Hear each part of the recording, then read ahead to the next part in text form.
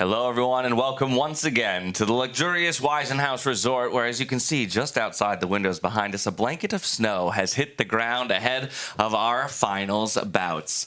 I think, Tanya, we need to just reflect on where we are in this event at this point. Just 2 more rounds to go, or 2 days, rather, 1 more round to go before we crown the very first champion of a Grand Slam in this year-long tour. And what a final we set ourselves up to. But I think we're going to be reflecting for a long time what happened in the semis in this, 2 absolute blockbuster, unforgettable matches. I think one of the most exciting days of chess I have ever seen. A career-defining win for Vincent Keymer against the world #1, from underdog to finalist. What a story it's been for him.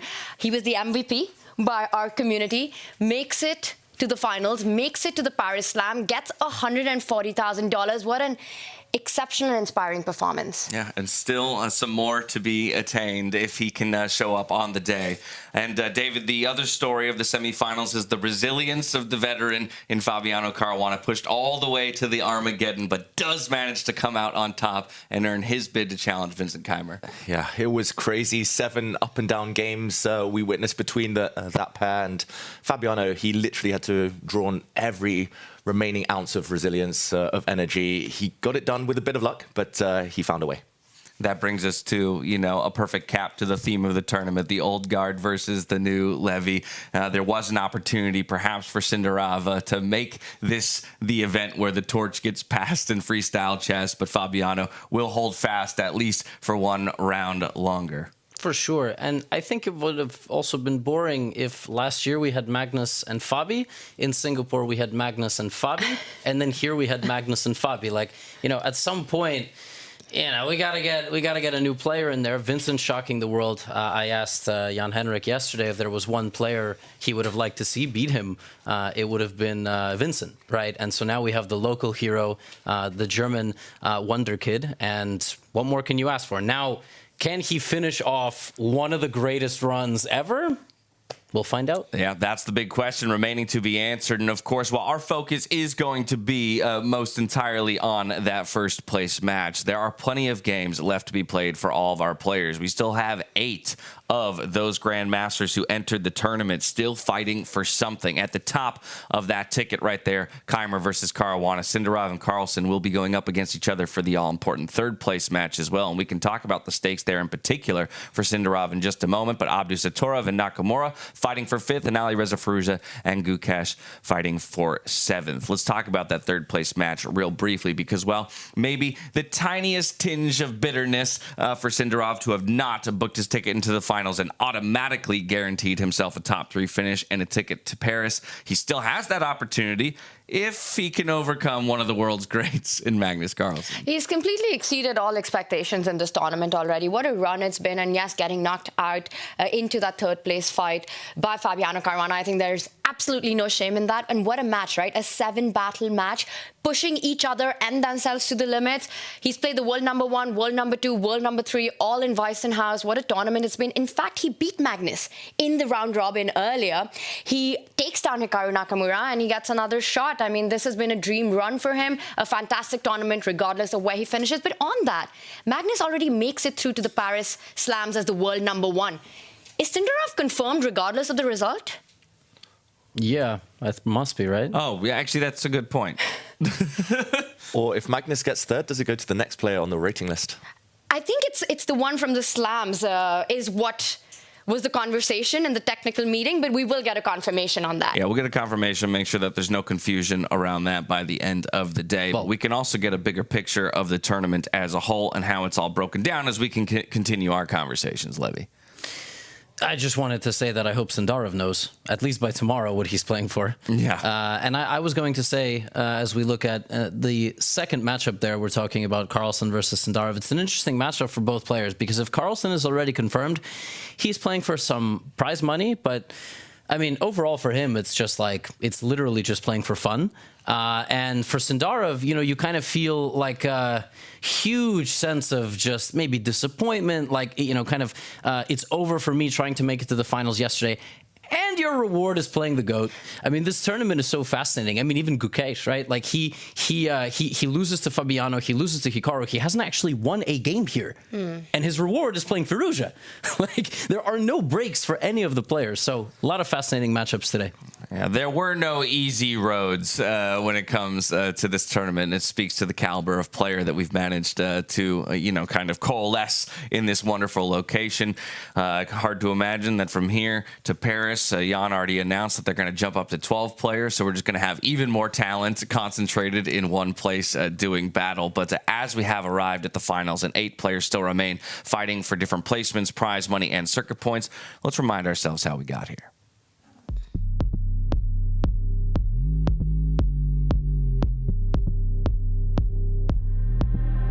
The king of chess won't be the king of the Weissenhaus Freestyle Chess Grand Slam Tour. Instead, it may be Germany's own. Vincent Keymer has secured his spot in the final, taking down world number 1 Magnus Carlsen in the semifinals. Keymer will now face Fabiano Caruana. The world number 3 stopped the run of the Uzbek chess sensation Javokhir Sindarov, defeating the 19-year-old in a dramatic semifinal. Sindarov boldly went all in during the second classical game, sacrificing a piece to launch an attack on Caruana's exposed king. The 6-time world championship candidate, though, managed to hold, even missed a hidden win in the end, and with only a few seconds left on his clock, Caruana opted for a draw. A playoff had to determine the finalist. After 2 hard-fought draws in the rapid games, players exchanged wins in the blitz. With the standings still even after 7.5 hours, Caruana won the Armageddon. Brook coming down to the White King had to run away. There was no time to pick up this Black Bishop, which will now save itself. It's going to be a knight against 2 pawns. Black has the knight, Sindarov has the 2 pawns, but White's pawns are nowhere. And looking at a time check, only 2 seconds differentiates these 2 players. Ooh, what a move. Oof. Knight attacking the bishop, knight fork threatened, hitting the White King and Rook at the same time. It's a handshake. Wow. Sindarov resigns. Carlsen-Keymer semifinal was decided much earlier. On the night before King Magnus sat down for his must-win game against Keymer, chess queens Alexandra Botez and Anna Kramling had played a friendly match at the same board. Then, as Carlsen and Keymer took their seats, things turned serious. The GOAT found himself in early trouble, but fought his way back, even squeezed out some pressure. Yet the breakthrough never came. Keymer neutralized every attempt by Carlsen to display his signature endgame magic. Instead, the game ended with Keymer's signature stare down in a drawn position, followed by a handshake. From Vincent Keymer getting into the finals, knocking down the world number 1. Yep, we're going to see it play out in front of our eyes, but one of the youngest guys in the field. There's the handshake from the 8th seed out of the round robin. He takes down the number 1 seed and the number 1 player in the world on his trip to the grand final. Meanwhile, in the bottom bracket, the 2 uncompromising warriors, Alireza Firouzja and Nodirbek Abdusattorov, went all out in a fierce brawl. Abdusattorov landed the final punch. The clash between world champion Gukesh and Hikaru Nakamura was a more technical affair. Nakamura's unlucky streak continued once again. He missed several chances, but eventually, in the second playoff game, he converted.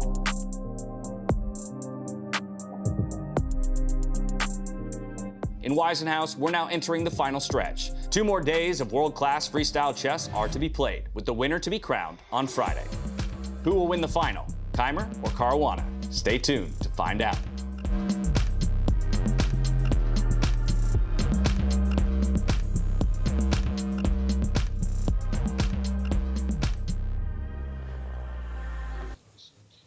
Welcome back, everyone, to the Freestyle Chess Grand Slam 2025 here in Weissenhaus. A lot on the line for each of these players and a good reminder of how we got here, the journeys that each of them took. And I think this is where we turn towards the matchups themselves and maybe try to understand how we expect them to play out.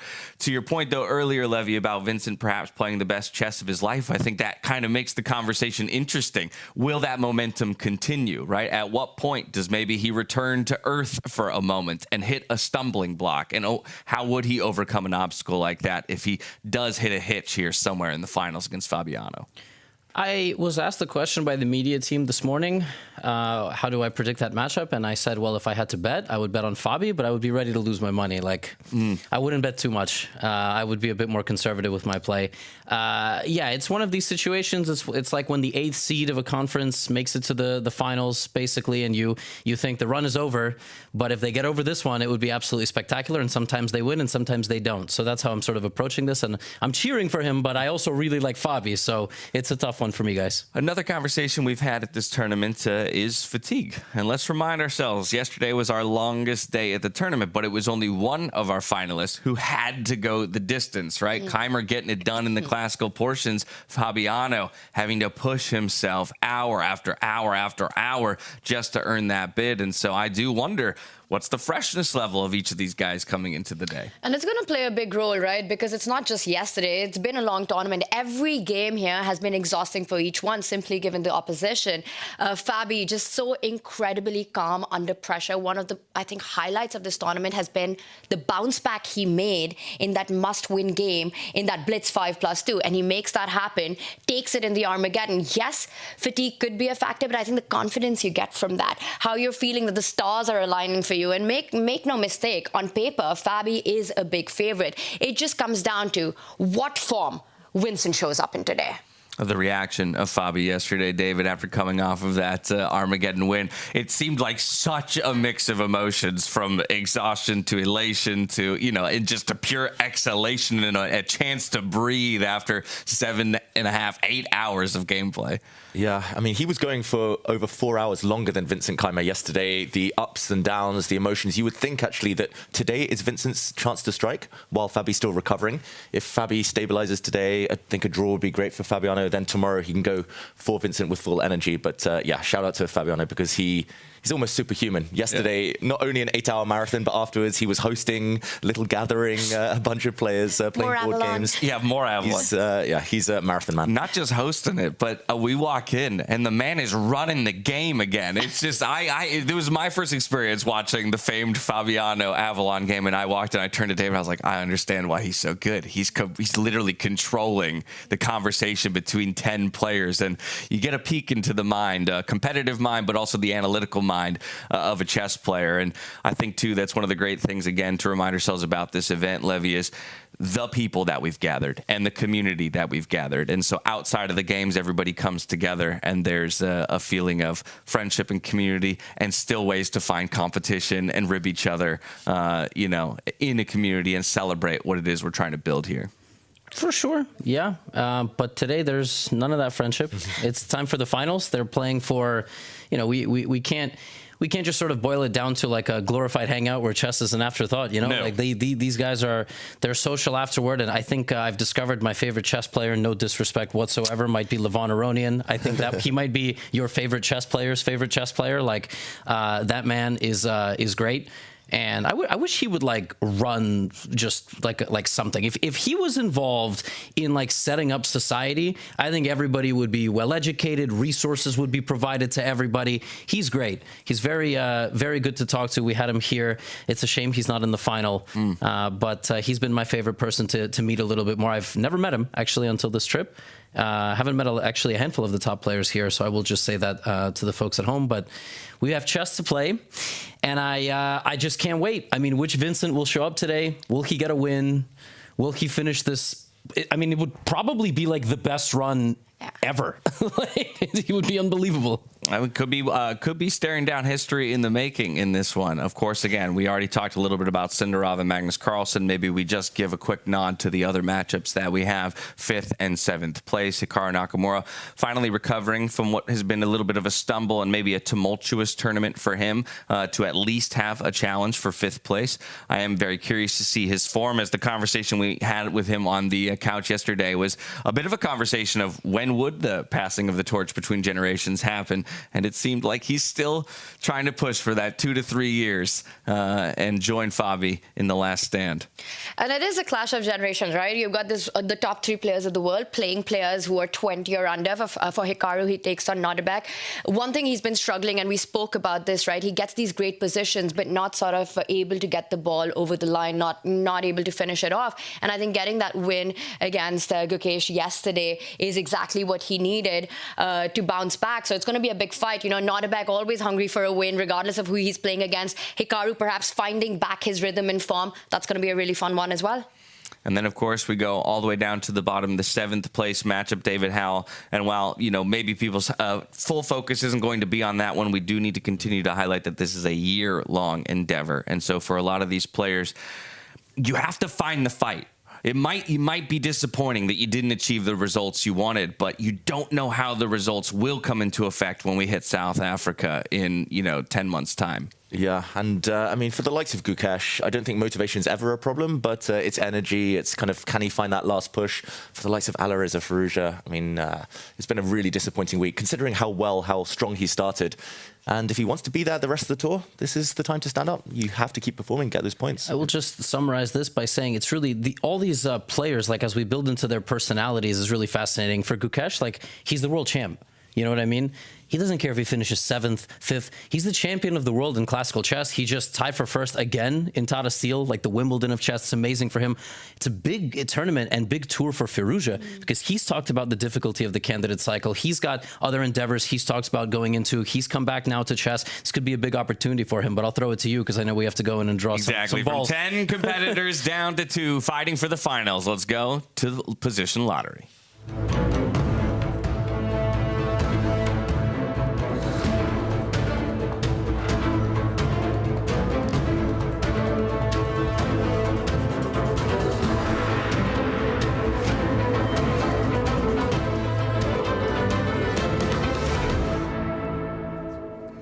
Hello and welcome to day 1 here in Weissenhaus. Today is day 1 of the finals. Yesterday we saw a thrilling day of chess with a match going all the way to Armageddon. Before we get to what's happening today, let's take a look at the highlights from yesterday.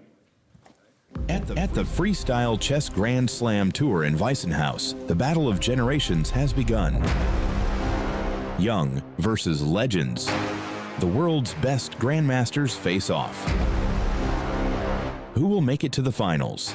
Experience or unstoppable ambition? The answer was decided on the chessboard. It is very interesting to see the clash of generations. The problem is not the knowledge. Basically, it can be the hunger what you have for chess. While the youth players, they are like hungry. They come here hungry every day. They think I'm an underdog, but I'm gonna bite.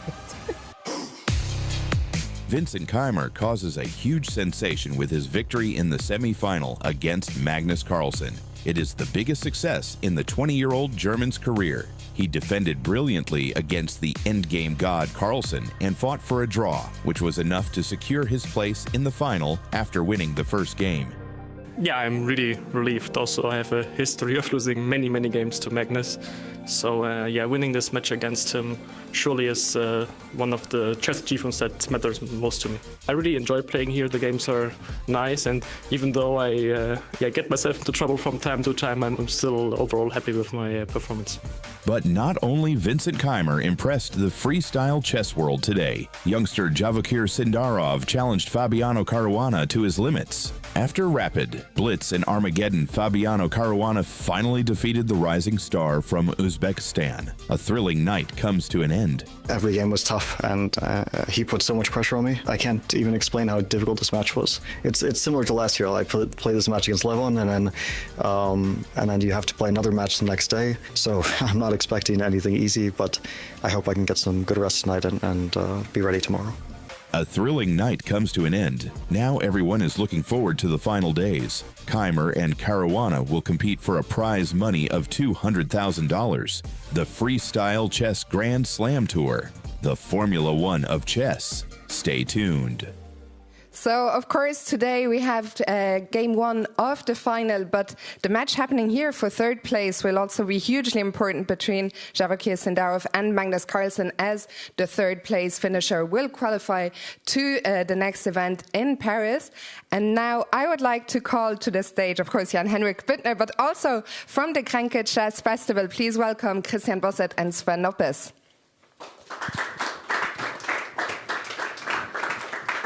Thank you, Fiona. Yes, we have some exciting announcements to make. announcement to make, because as Fiona also mentioned, is now next stop in 7 weeks only will be Paris, the next Grand Slam, and we'll see after today who is going to be qualified. The top 3 of this event will be qualified, and then of course some other people as well. But the exciting stuff what we are announcing today is right after, over Easter, there is usually the GRENKE tournament, as most of you know. And we have agreed on a cooperation. And I think maybe Sven Noppes can explain what we are going to do, right? Perfect. Thank you very much, Jan. Yeah, we are very happy to invite you to the tournament in Eastern.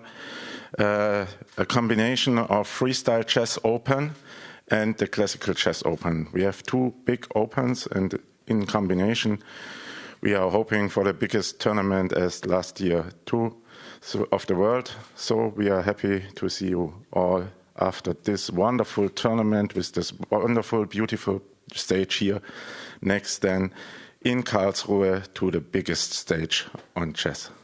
Thank you. And I can thank you, Sven. So obviously you are familiar with the GRENKE tournament. It's going to be a similar format like the GRENKE Open, but there will be no GRENKE Classic anymore.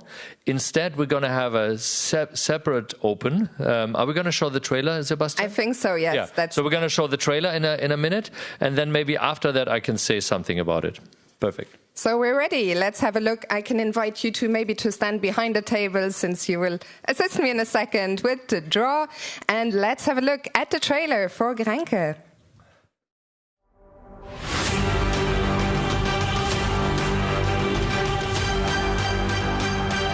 Every chess master was once a beginner, learning, struggling and mastering chess, one game at a time. And now, it's time to prove your skill. Welcome to the world's biggest chess tournament.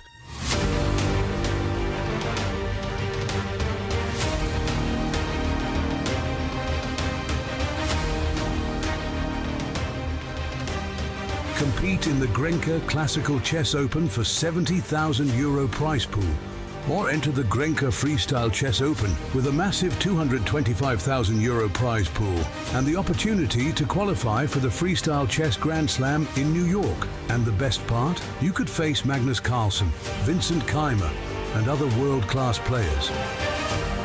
This is your chance to play against the best. Are you ready to make your move?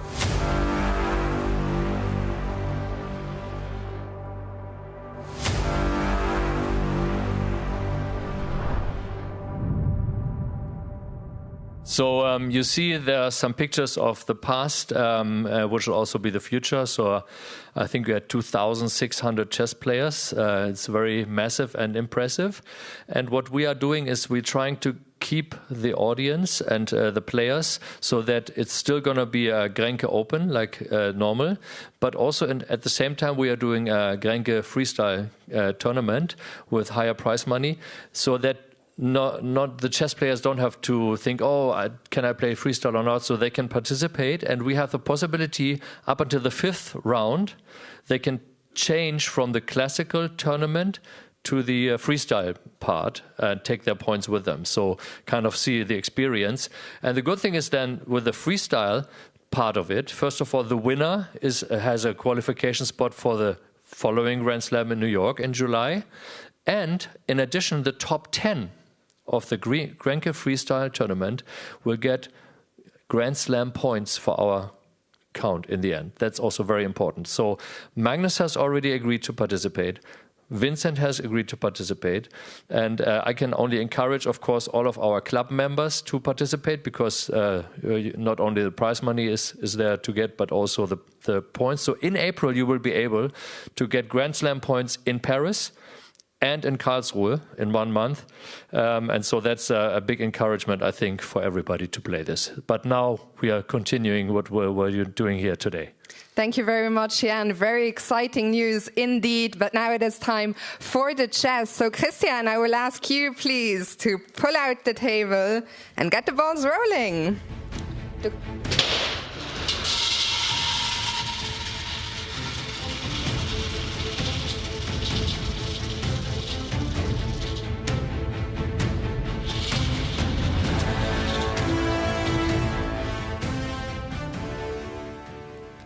866. Thank you very much, Sven. Number 866. As always, the players will have 10 minutes now to prepare for the game. So to the players, best of luck. And to our guests, please enjoy the show.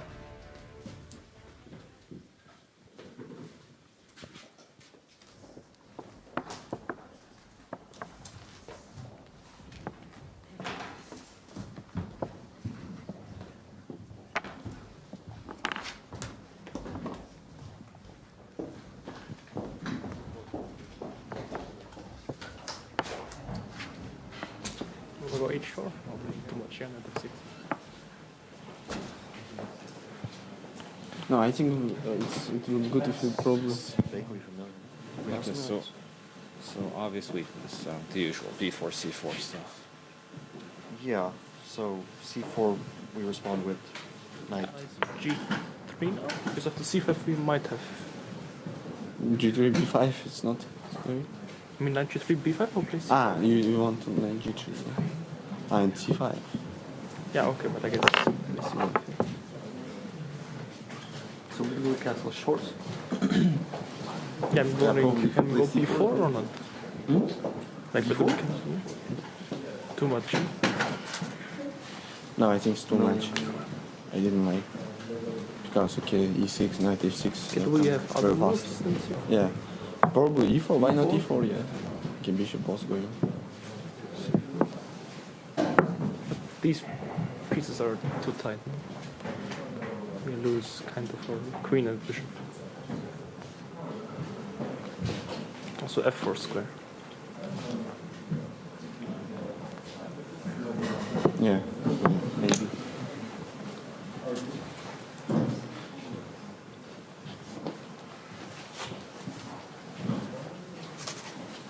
Black is going to play C5 anyway, yeah? I think it's every move. Yeah. Okay, probably C4, knight G6, and C5 maybe. No, it's bad, yeah? No, why? I like it. Okay, I guess B6 is No, it's very good. No, yeah, C6, yeah, very quick. Yeah, just D4, E5 is a problem. Otherwise, I'm.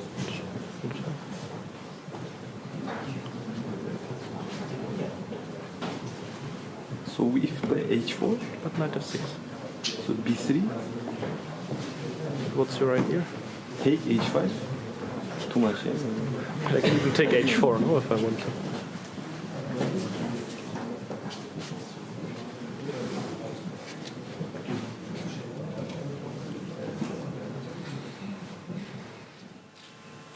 Yeah, this is... Sorry. Okay, so... Okay, does white have any other first moves, though, really? You can play B3 immediately. B3. Okay, B3 makes sense, yeah, because now G6 is never going to be an idea. That makes C5, sense. G3 like this. Doesn't feel super dangerous.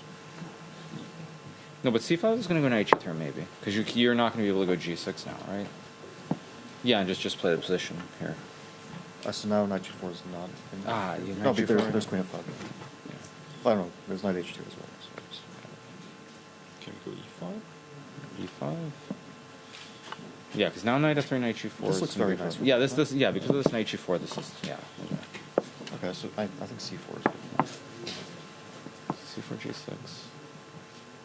C4 knight F6 was also not a bad option, right? Yeah, probably also reasonable. Yeah, because then this knight is misplaced. I mean, white could also do the same thing, right? Though, like, what if on move 1 I play something? Like, what if I just go G3 here? I don't think It's going to be the same thing, right? Yeah, it just doesn't matter. It's not critical. At least you just play chess. Okay, I mean, let's look at C4, G6. So, or yeah. Let's say knight F6. Okay, knight F6.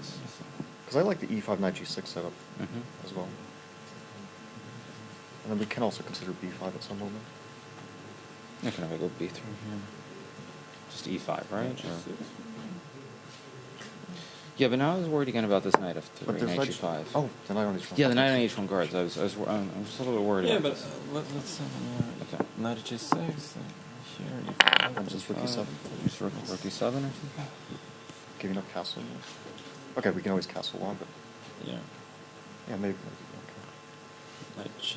But then on h4, queen f5, though. Okay, first, I don't know, h6 I can't, so... Wait, this is very scary. Yeah. I kind of like f6, though. I mean, g6 and f6. It looks a bit tactically safer. Yeah, I mean, if white doesn't have something quick, I mean, you're fine for development. Okay, so what if white plays like b3? Yeah, okay, b3, f6. So knight move on d4 and tries to get the center. Yeah, like right here, I guess. e5. Probably e5, right? Yeah. Because you also bishop a3, so... Yeah, e5 looks good. Yeah, e5 looks great. d4 is just bad, right? Taking c5 or something like that. d4? Take c5 and castle. Yeah, it just takes and castles long, right? Something like... And c4 is really weak. Yeah, this looks good. I like this. Okay, so c4, g6. Yeah, if white can't take the center, then black's just completely fine. There's nothing. There's b6, f6, knight f7, e5. Okay, so let's say like white, because black has slightly weakened the king side. Yeah. So let's say we go for. Okay, so like this. No, but knight f7 or e5 first. E5 first, right? Okay, yeah. Let's go like just to e5 right away. We're gonna play e5. Just play bishop a3 maybe. So g3 here. Yeah, g3. Bishop a4. Maybe. I would consider b5. No, it's good. I mean, is there something terrible about wait, this? this knight on h1 can't be good. It looks completely fine. I mean, even the setup with like c5 and b6. Yeah, with this knight, this feels great. Yeah, there are no worries. Black is just slightly better here. Yeah. Yeah, it's like the only problem is that black king is not going to find like a super nice one. Okay, let's say. And we can go like knight d3, d2. Yeah, I mean, I wouldn't go but c5. How are you achieving that? Like bishop g2, b6. You're going to trade bishops on g2 as well. Yeah, let's say like this. Castles, knight f7, d3. Yeah, bishop h6, knight e7. I mean, I'm very harmoniously developing. Castle d5. I'm just like much better. Yeah, I mean, this knight is just on the wrong square. It's just too much. Yeah, bishop h6 was nice. But I thought if we have time for this, knight 4 should be. Yeah, that makes sense. If you have time for that. So, yeah, this is a good setup. So white can also try to play the same. Like g3? Yeah, g3 and f3. Yeah, but okay, here it has b5, which is maybe right. That's true. not what white wants. But I mean, but I mean, like, well, what is e3 and? But now c5, right? Yeah, but also like realistically, people are going to play b6. Yeah, I mean, you're never going to play. I mean, you have to prove something. Here, maybe not g3. Okay, so what then? Although b5 followed by bc4 is just going to be about. Like, okay, I have to develop the knights or play like, I mean, okay, well, like weirdly, this feels like a weakness, at least in the before white gets past it. Yeah, I agree. So what about f4? Logical. Okay. So now. So yeah, c5 or g3 like that or e3. I thought g3. Because then b5. b5 knight f2 takes bc rook b1 should be a little bit take better. bishop c. Yeah, maybe. Yeah, this f4 move makes a lot of sense.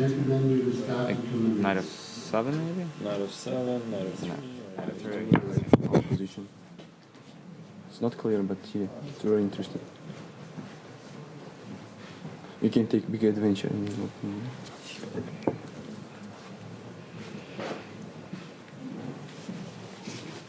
It's risky, yeah? It might get boring also, it might get very sharp. Yeah? No.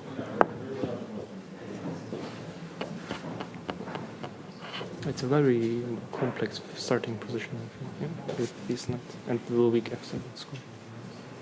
Yeah, I think c4, yeah, we should consider c4, f6.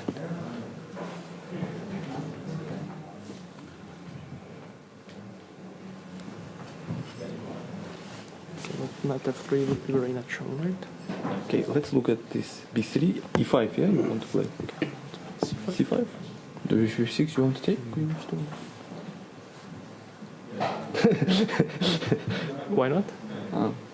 Yeah, why not? I know, but so the players will restart in 1 minute. Scary. You mean h1, yeah? It's kind of... Yeah, okay, we'll have to think. Yeah, probably e4. Okay, let's think e4, e5, knight f3, knight f6. Okay, why we are not putting knight g3, knight g4? Rook e2? Yeah, you can. No, rook e2, yeah, you can. We didn't have something like h3? Yeah. Knight g3? Okay, so what? Knight g3, knight g6. Okay. No, bishop c4, bishop c4. Okay, no. Bishop c5. Okay. So please take now the d4, yeah. start in 2 seconds.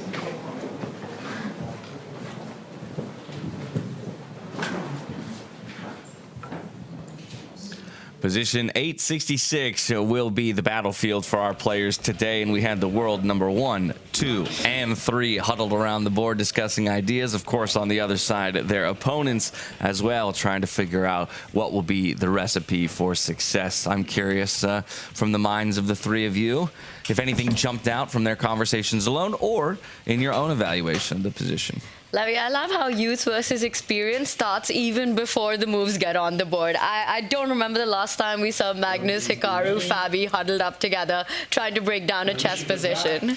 The 3 final bosses, you know, plotting their successful or potentially unsuccessful finals matchups. They're playing for 1st, 3rd, and 5th. So it's kind of interesting.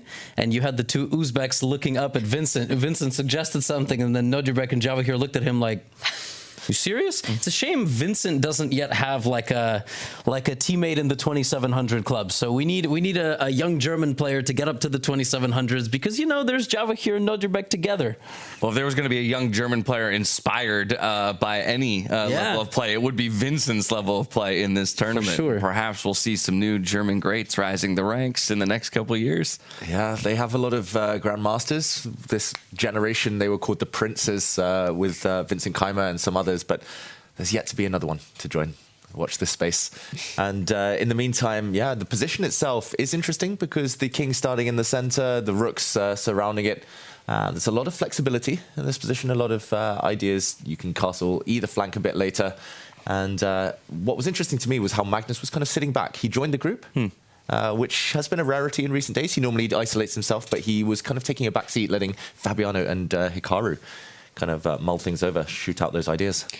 And usually we see Magnus doing the solo party, right? At the start of the game, he's by himself working it out.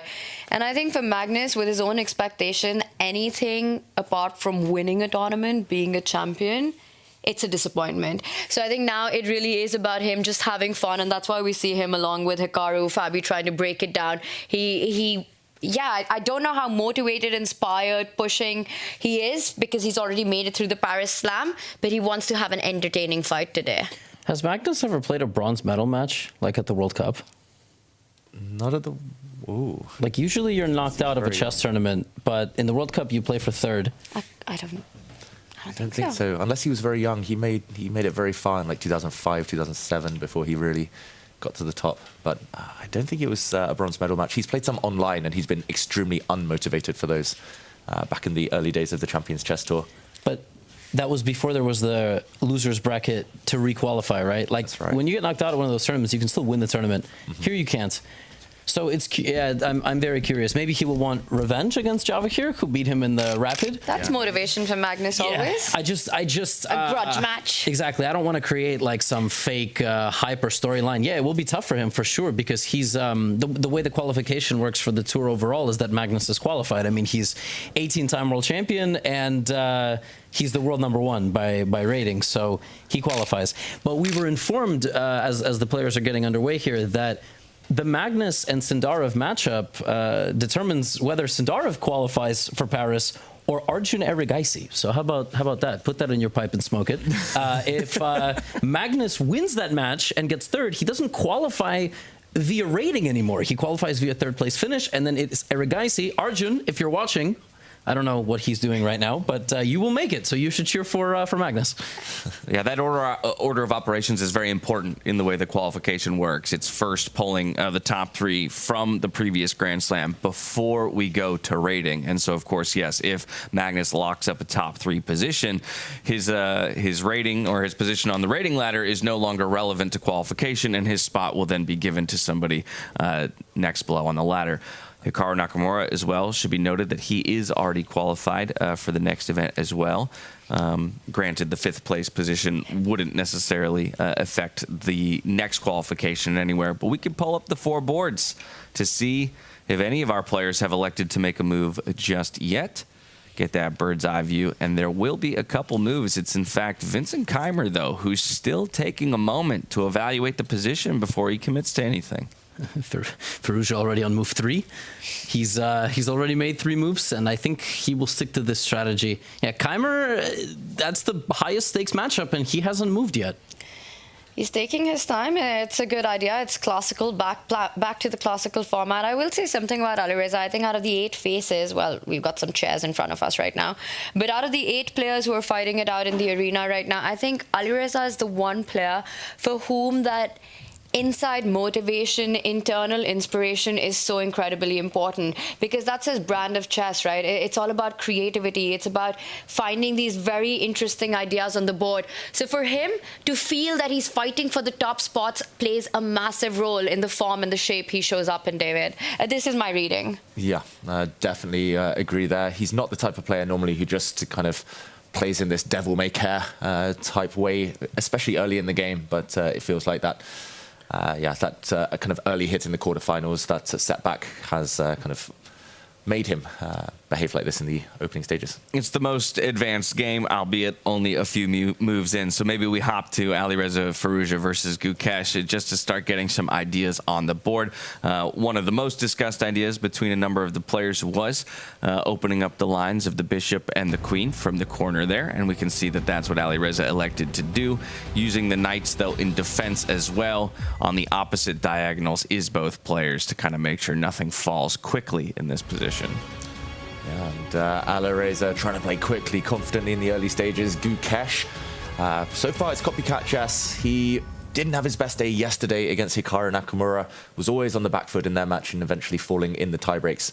But he will want to make amends today. And okay, this is the position. Just a quick action replay of the first 3 moves. We started with this pawn stepping forward, and one of the key components of this position, and any freestyle chess position, as pointed out by Levon Aronian yesterday, you have to look for loose pawns, weak pawns. This was an immediate threat. This was reacted to by a knight developing, defending the pawn. Here, Alireza develops his own knight, and now reinstating the threat somewhat. He's intending to even capture this knight, followed by taking the pawn, if given the opportunity. So Gukesh has some concrete problems to solve already. How to guard against this threat? Is it a threat? That's the first question. Wow, you know, you get your queen out early on, it can sometimes backfire, it can shut its way back.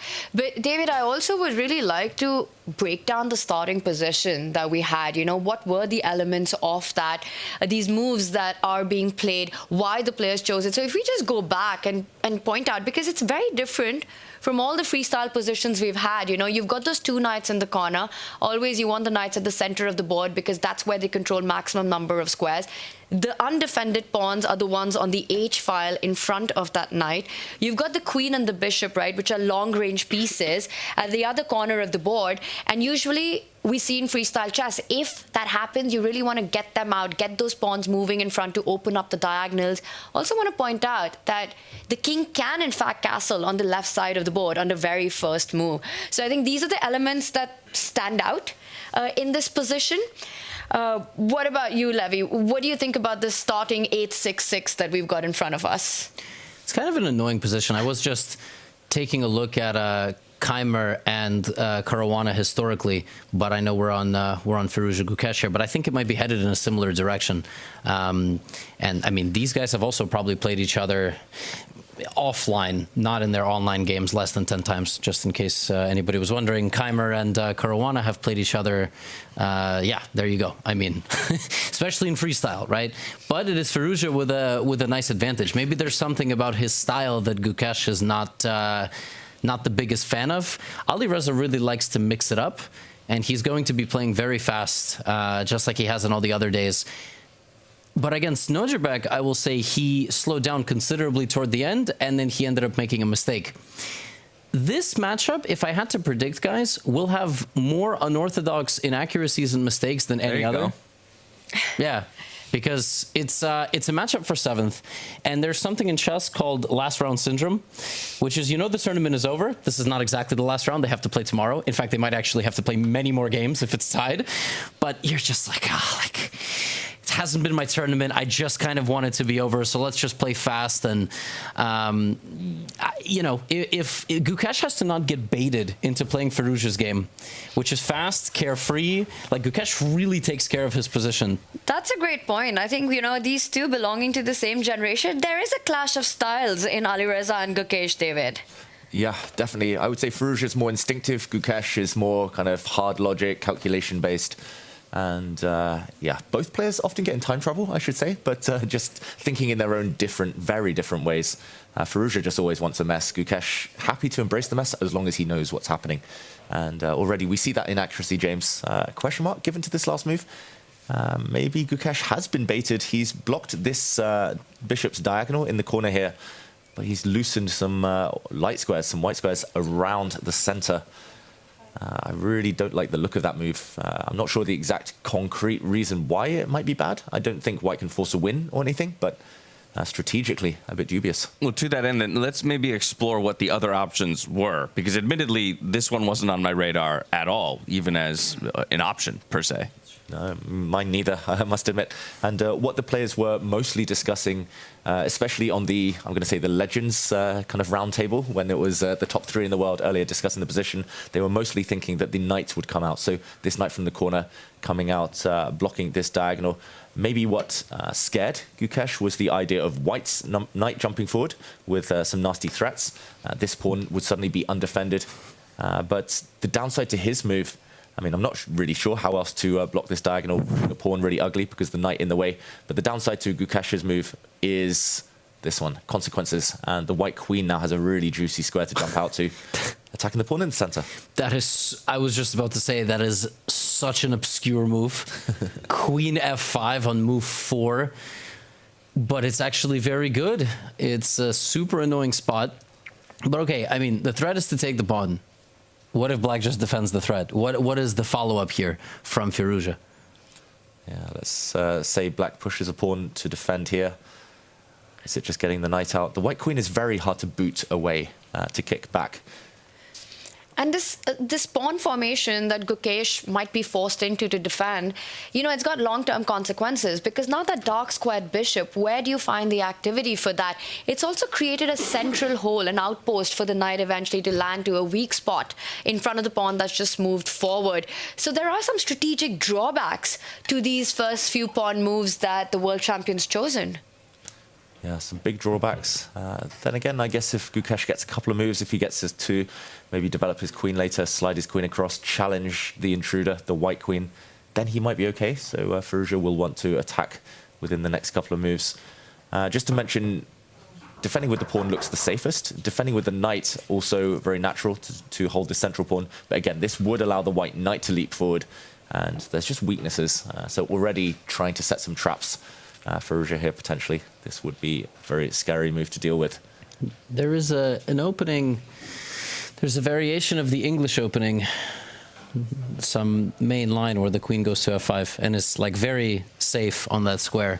This is maybe not the stream to discuss it. We do have Peter Lecko and Judith Polgar and Nicholas Huschenbeth going deeper into some of the crossover between openings and using some more coordinate speak on the pro stream, but that's what this reminds me of. And it's such an outlandish move, because if you just protect against the direct threat, the queen will live there for at least like 6 or 7 more moves if black is not careful. I think Gukesh completely missed this. He completely forgot that the white queen can jump on, and this is what freestyle chess is about, right? These unexpected motifs and patterns that occur that are so easy to forget about.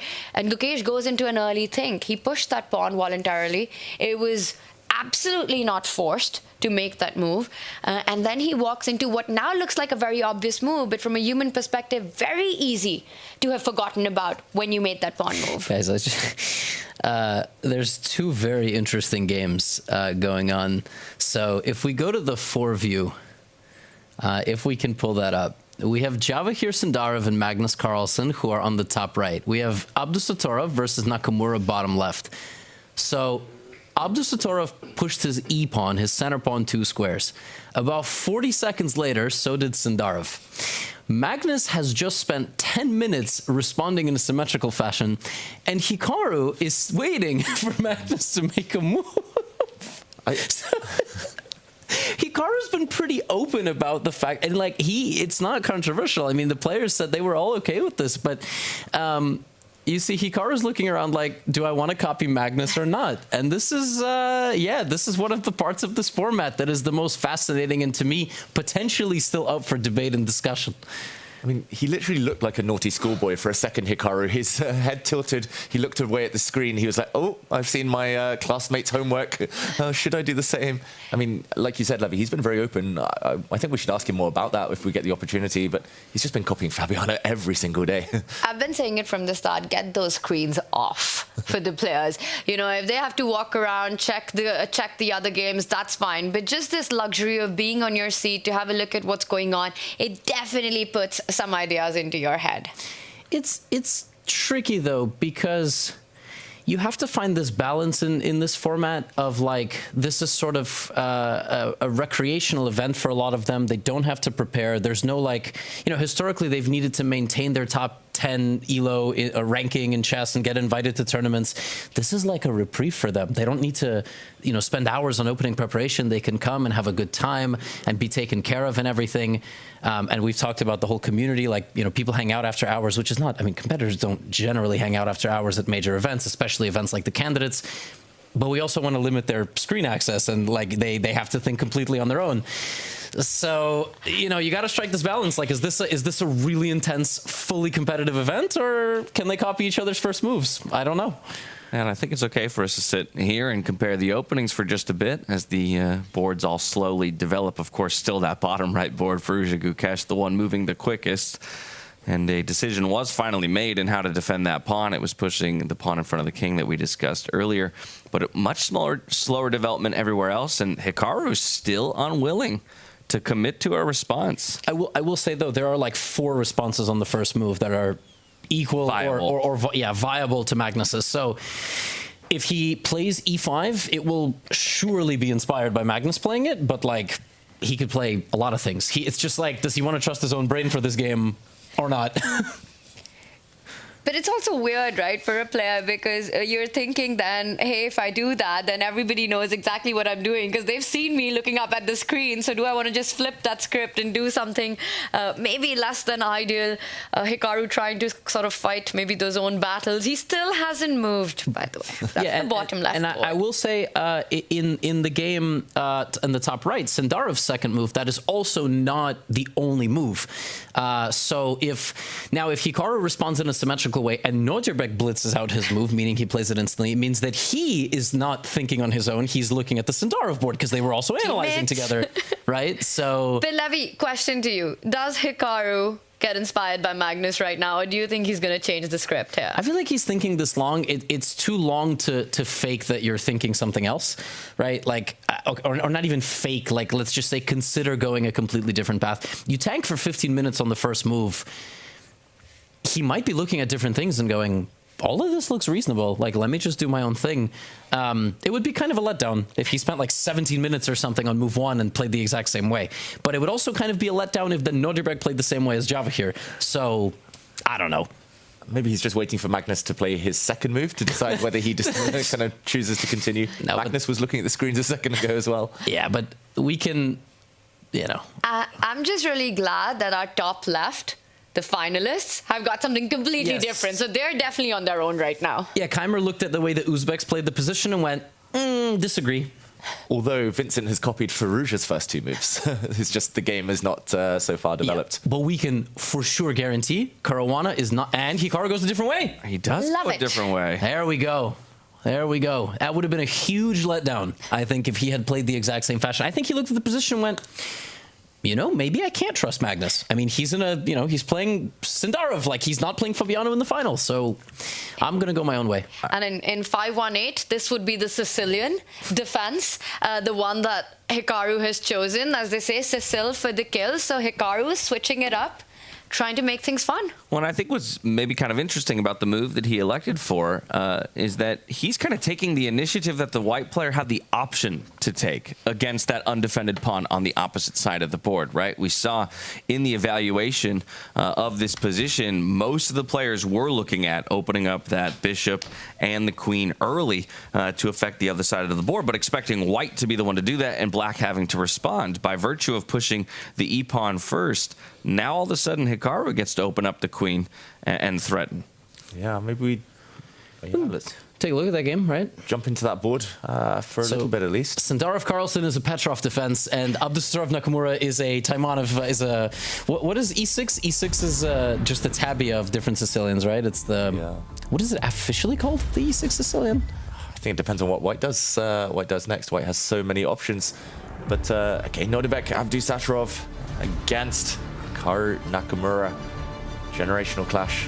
And a clash of two very fiery players on that day.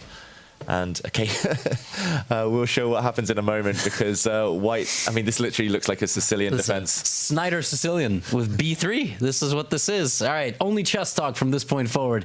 Yeah, I mean, this is probably going to turn into something very similar to a Sicilian defense quite soon. Yeah, and just for everyone at home, a quick kind of action replay. White started with the e-pawn. Very logical here, opening up the rook. Just interesting to me that the computer that we have, not the strongest computer, but it does say that black's best move is the one that Hikaru Nakamura played, not Magnus Carlsen's choice. Incredibly saying that black already has a slight advantage, which is yeah, maybe nothing we should be trusting yet. But as James mentioned, there is an immediate threat. So black the first to create a threat against the undefended white pawn. Therefore, the white knight jumps up. I'm just going to throw this out there for people at home to know. I played in one of these Freestyle Fridays on Chess.com recently, and I had a position very similar to this, where on the first move, I could have moved my c-pawn and opened up my queen to target the diagonal, which is what has happened in 2 of the boards. And I didn't. I just, like, the game started and I was just, you know, I looked around. I had 3 minutes as opposed to 90, and I just played e4, like Abdusattorov did in this game. And in that game, my opponent played the Sicilian defense, and on move 1, I was already much worse, like, just because of the way the pieces were set up. And I remember Hikaru was saying at somewhere, maybe in some interview, maybe on his live stream, if you can get a Sicilian defense in this format, it's usually good. So there you go. And here he has a Sicilian defense. And I want to point out the drawback of perhaps that move that Levy's referring to. You know, we saw the outcome in the Gukesh game that it does leave a square behind, which, again, the black pieces are ready to jump to. That f4 spot that's there, the knight can target it, the queen can come in the Sicilian in 5-1-8 standard chess. One of the ideas that black often aims for is a queenside expansion. You want to get those pawns moving. That also feels like it's freely available for Hikaru right now. You know, he could push that pawn right in front of the queen, 2 steps forward, gain more space, open up the bishop, hit a central pawn. It feels like a very happy Sicil for black here, even though it's 8-6-6 and not 5-1-8. Yeah, and another downside for white here for Nodirbek is the queen placement. We have learned a lot over the last week. Often you want the queen to at least have some sight into the game. You don't want her trapped. And white's queen looking very awkward, at least relative to its counterpart. Oh my gosh, Hikaru has blundered. What? Hikaru has blundered because of the absurd geometry of this format. Wow. So there is a sequence here, which is bishop to e5. Check this out. This is wicked. Bishop e5 basically traps black's queen. Black cannot block with the bishop because of a tactical sequence that would lead to white winning a piece. You just take, and you have a fork, and you win the game at this level. So black's move is forced. Actually, this whole sequence is completely forced. Black has to block with the pawn. Then you take the knight. And the point is that now black opened up the diagonal to your light-scored bishop to play bishop b5, attacking your rook. So now the rook moves up. Only square? Yes, and now black can't castle that direction. And now white plays queen b2 and attacks the weakened pawn. And this sequence leads to a very harmonious development of white's pieces. A damaged pawn structure for black. White will castle in a move to the right, and then white will jump in with their remaining knight to the right side of the board. So this sequence is completely possible right now, and Hikaru absolutely missed it. Wow, and this is huge. I mean, this is not only a disadvantage, this is kind of survival already that Hikaru is fighting for. The knight coming to the edge of the board, attacking this bishop. This is a pin, and as Levi said, the white king is going to be super safe. The black king pretty much never so. Do we feel like that's a natural sequence to find? Absolutely. Yeah, I think the player sitting there now, it's findable, but it's very easy to miss because it's absurd. Like, the bishop from the corner comes to the center attacking your queen, and you have no better way to defend it. Maybe Hikaru briefly looked at it and just said, whatever, I think it's probably fine. But it's not the way these games are supposed to develop. Like, these games have sort of, they gradually get into like some form of a fight, but here white just has like a little slice of the knife and gets a really nice position. Nodirbek, I think 100% finds this.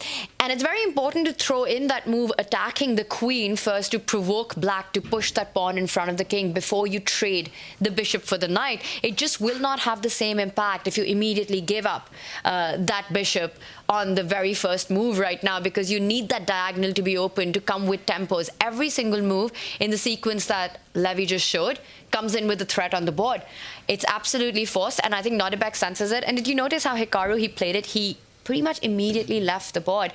And I don't know if you guys have ever experienced this, but sometimes when you're playing, you see what you've just done wrong, right? You realize it instantly after making a move. And then to kind of just make this sort of false sense of confidence or to show that everything's under control, you immediately get up and leave the board. It's a feeling I'm very familiar with. Maybe an average of 7 to 8 times a game. I'll make a move and then immediately go, oh, forgot about that. That's the tough thing about playing online. Yeah. You know, only thing you can do online is message them like, you suck. what a terrible move. But you're like losing your queen. Yeah.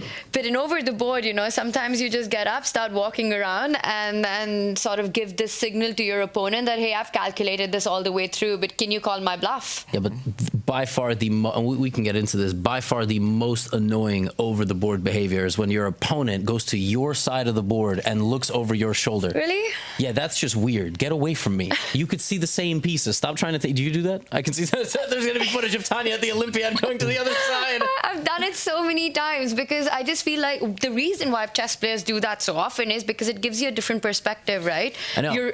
You're able to sort of take the position in from how your opponent is really looking at it. It's good we haven't played classical, you know? But like you can't wait, Levi. I mean, the thing is when you play young players, they also like walk up to you and they do it. Like they just walk, you know, you could walk around and be like, okay, it looks kind of interesting, yeah, but you're not going to like walk and look over their shoulder. But okay, I've been a chess coach in New York City. I've watched adults try to intimidate children and like... I'll tell you what's more annoying for me is when players make a move and bang the clock. That's something that I don't like at all. Now I know how to get into Tanya's head. Yeah. You just gotta like E4. Yeah. And by the way, Nodirbek missed it. Either he missed it or he didn't want to commit to something so vicious. So he's occupying space. Now Hikaru will have to move his knight. This is also the move probably Hikaru expected. Very interesting to ask them about it. Like, did they see it? Did they evaluate it as okay and too committal? So in the end, we don't get that intriguing line, but we do have some more interesting developments, I think, over on the Alireza Gukesh board. Once again, the computer not the biggest fan of the way that Gukesh has been navigating this position, but perhaps just speaks to already, you know, the difficulty that he'll find in dislodging that queen placement. Wow, and a second questionable move here from Gukesh. At least according to the computers, already giving a sizable advantage for Alireza here. Let's just backtrack and talk about this one moment where the white queen came forward. As predicted, Gukesh reacted by defending his central pawn, and fantastic move. G for go here, as the white G pawn steps forward 2 squares, aiming to kick away this black knight. Firstly, it's just nice to kind of gain time against the opponent's pieces, but there is also a very weak, vulnerable pawn on the edge of the board. So Gukesh playing what I would say is the most natural response. He steps his pawn up 1 square to try and delay the advance of white's pawn, but given a question mark. And my question would be whether white continues advancing, or does white kind of use his own corner pawn to reinstate the threat? Lots of choice here, but either way, it just feels like white is ahead in the attack. White's got more active pieces, white's got the momentum behind his side, and maybe now is the moment for Firouzja to keep going. I really like this concept, and I think we've seen this theme in freestyle positions where you want your knight developed behind the pawn. So kind of vacating that square, controlling the light squares in front. I do think that H-pawn advance, reinforcing the threat of the G pawn moving forward so that you can recapture with your own pawn and hit that knight away, to me looks like the scariest option for Gukesh to deal with right now. Maybe there are stronger moves in the position, but you know, you say G, you say H on the next move when it comes to chess or freestyle chess. I love H4. You can even probably play G5. Like, might as well just get your knight there. But this looks like it could turn into a very, very big disaster for Gukesh. Like, this is the kind of position Alireza really loves. Yesterday, he had a really interesting position, but it was closed for a long time, and he wasn't able to generate as much initiative. But like on an open board, he's a monster. And if Gukesh is not up to his best and sort of done mentally with the tournament, I mean, he has 13 moves to reach 18 moves. That was how long the game against Fabiano was. But he has to be so careful already. He's reaching out for one of the pawns. Alireza is. Yeah, it does. One does get the feeling that Gukesh kind of checked out of the tournament. He kind of wants this to end. Yeah, I mean, there were whisperings that he was just tired after Tata Steel, understandably. I mean, it's been a busy, emotional few months for Gukesh. It was bound to catch up with him some point. I think it would any mortal. But, yeah, it just feels like he hasn't got going. He hasn't really believed that he could beat the best players in this format, it feels like. And this position, yeah, just not a great start to this this playoff game, or this kind of fight for 7th and 8th place. He hasn't had any rest since November. I mean, first, he hasn't had any rest since winning the candidates, I'd say. Yeah, Levy. Like he had a training camp and then he won the World Championship. He had a crazy media tour. He met like the entire government, I think, like, and he did like a sponsorship ad, and he had to play, you know, he had to celebrate New Year, he had to train for Tata Steel, and now he's here. When is he done after this for a little while? I'd hope so. I think Gukesh does need that break and does need the rest. It's been absolutely insane from him starting from that April candidate wins last year, because it was also the Chess Olympiad after that, getting ready for all the tournaments he played, the very, very exhausting what the World Championship takes from a player. I think we can only imagine that. And then to all the commitments, it's time for Gukesh to take a little break, is the feeling that you get. And also his run at Tata Steel was so incredibly phenomenal, right? He only lost out in the tie breaks to Pragnananda at the end, but one can only imagine the exhaustion that he would be feeling. And this format, you don't have those opening ideas to rely on. You really need to be in the absolute best beast mode, you know, your best shape that you can bring on to fight, especially with the opposition here. So I think, to your point, Gukesh might need some time off. Yeah, this is one of those moments where you don't read into that miss so much, as it does feel like a logical move to support what White wants to do next. Yeah, maybe not the ultimate strongest move there from Alireza, but probably the most logical. At least he's supporting the G-pawn coming forward. So, yeah, Gukesh here already in survival mode. If White gets that pawn push and there are no consequences, then he's simply going to steamroller him. For those at home, we're spending most of our time on this matchup because it's the one that's starting to chug along, whereas most of the upper bracket matchups, first place finals, and the third place match are moving quite considerably slower. Of course, as I say that, Javokhir Sindarov has elected to make another move. Yeah, looking at that top right board, I mean, that's a bizarre move. In what world do you ever push a corner pawn when your rook's not behind it, when your queen's not behind it? Javokhir playing probably the most surprising move on the board, I would say. It's setting up for a pseudo-fried liver attack. Ooh. Look at that. Queen slides up, knight jumps in. We're attacking the pawn right there out in front of the bishop. And yes, for Javokhir Sindarov, he's playing against Magnus Carlsen for the second time in this tournament, getting that first win in the round robin. Magnus, he can't be as motivated. It's always about the championship for him, but this would be a grudge match for the world #1, looking to strike back, to bounce back, recover from that loss. And then the third place fight continues. A very obscure choice on the board right now, as we're discussing. What it also does is vacate a nice little juicy square for the queen to land on and start eyeing the other side of the board. For example, if black was to make a very natural move, get that knight out, then your idea, combine the queen and the knight to put pressure on that weakened pawn, this could be extremely dangerous. Yeah, the queen, the knight, the bishop lined up. As you said, fried liver potential here. Hannibal Lecter sitting next to me. This, it could shape up nicely if Magnus gives him a helping hand. But currently, this pawn is protected. I'm not sure it's the most useful move necessarily. Just depends how Magnus now wants to make the most of this one tempo he's been given. And speaking of Magnus, he's been one of the players most gracious with his time in joining the confessional booth. He did step in just a few minutes ago, so let's hear what he had to say about this last round.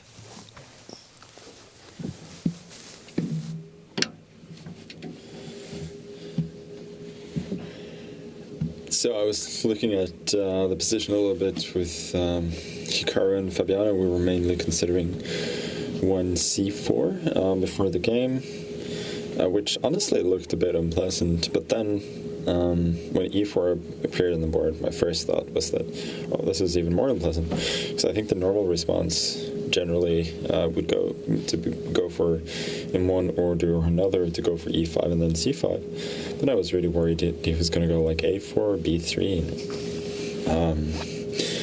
I didn't see any prospects for me really. Like I can never really develop the knight to g6 because of bishop c4 gains a tempo, and it just didn't look very good at all.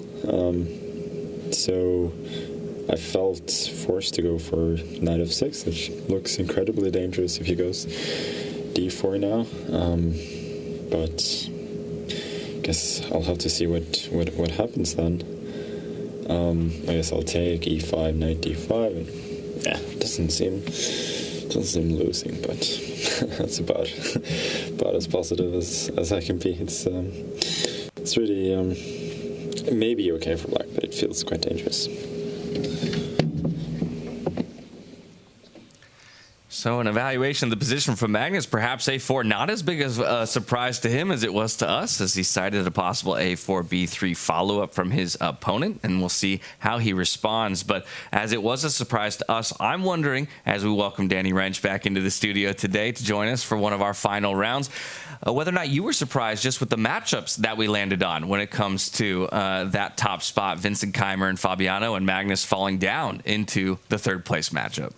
Well, I think everybody is surprised when Magnus is not competing for first place at a tournament. So, you know, elephant in the room, acknowledged. But, you know, you watch Vincent, not just the game he won, but then how he handled himself yesterday when Magnus was doing Magnus things, and all of us are sitting there watching this slightly dubious opening become better, and then objectively probably winning for Magnus at one point, even if it was a little trickier than we thought. And then Keymer, his poise, he held on there. I mean, quickly finding the best defensive setup for the night, activating the king fearlessly. So it was impressive, and I was just like, I wasn't really surprised as it played out. And I think that if you're really talking about the big picture of this tour, if I'm being quite honest, I think the best thing possible is that someone not named Magnus Carlsen wins this event. I think that for a lot of the people watching this event, this sort of unspoken storyline and skepticism here is like, what is this freestyle thing? Is this just like a thing that Magnus wants to do? He turned his back on the World Championship. You've got this crazy German guy out of nowhere coming and do this stuff, and everyone's like, what is going on with the bathrobe? And like, what is happening here? And you know what's happening? The younger generation buying in. The younger generation maybe already getting better than Magnus and Fabi and these other, who knows, right? And so I think not only do we get this fascinating final between Keymer and Caruana. By the way, shout out to Fabiano winning that marathon match. That was crazy. But I think that that's the stuff that people want to know, is like, what's really going to happen with this? And I think Vincent showing what maybe the future looks like with the next generation winning freestyle might be the best thing possible. It's great stuff here. Wow, we're just getting going with a bang. How do we get them to do more confessionals? How do we get, like... Oh my gosh, I want that so bad. Magnus, shout out to Magnus, by the way, for leading the way on that. Like, I really do think setting the example there. Hikaru is normally the best confessional content we can get in the world. I mean, shout out to Norway Chess that we had last year, and obviously he'll be there again. I don't know. I mean, I'm not against the idea that maybe eventually it gets into the contracts in some way. You can also motivate via like some sort of side bonus. But I think until the players buy in consistently, like, it's going to always be, once again, a bit of a side dog and pony kind of show over here, right? I mean, we need it. We want it. I think it's one of the things that chess, you and I have talked about this so many times, has always lacked, is how entertaining can we possibly make the camera angles when we're really just looking at someone silently stare off into the distance, right? We want to know what's going on in their heads. I am a huge fan of it. Talking about players needing better representation for themselves, everyone knows with discussions that are happening here. And as they get all the negotiations they want, I think organizers might just want to directly negotiate that you have to do this. You have to start doing this. It's what the fans need, and it's going to help the game grow. So that's my answer. I think one of the big endeavors, right, about freestyle chess is spotlighting players and creating new stars, and so this is a way in which to do that. But it's a learning process for sure. It's something we experience in the esports world, without a doubt. You get a lot of people who are used to being maybe a little bit more insular in their approach to their competitive game, whatever it may be, and take some time to get used to, putting your thoughts out there, becoming a practiced, public speaker and formulating those thoughts and feeling confident in the way that you can, get that information out there. And that's why I return to your point, leading by example. And it's great to see Magnus Carlsen taking the charge, but Fabiano just behind him, making use of that confessional booth a few times. And now Vincent Keymer, he's stepped in there a few times as well over the last couple of days. And so maybe when it comes to the young guns, he can be one to kind of start motivating the others and be that use case, or that, that case study for, building fandom and a brand off of his willingness to share his ideas. I just want to follow up on the awesome insights, Danny, you just gave the moment you sat on. I loved everything you said, because for the last so many years, right, chess feels like that simple game. Two players play, Magnus Carlsen wins at the end, whether it's freestyle chess, whether it's 5-1-8.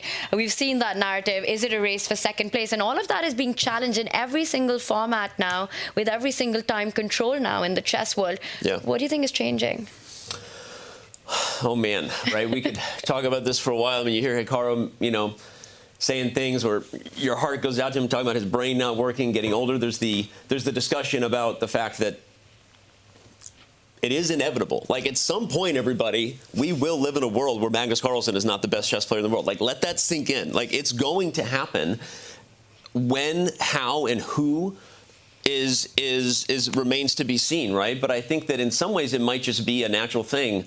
I also would argue that I don't know that it's a bad thing for Magnus to have this happen. He doesn't want that to be.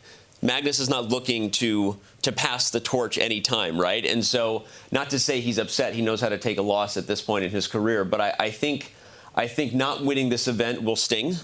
I think that's what people want to see headed into Paris. Shout out to the news today announcing that. That's going to be a big deal. And, of course, the GRENKE Open tournament before that.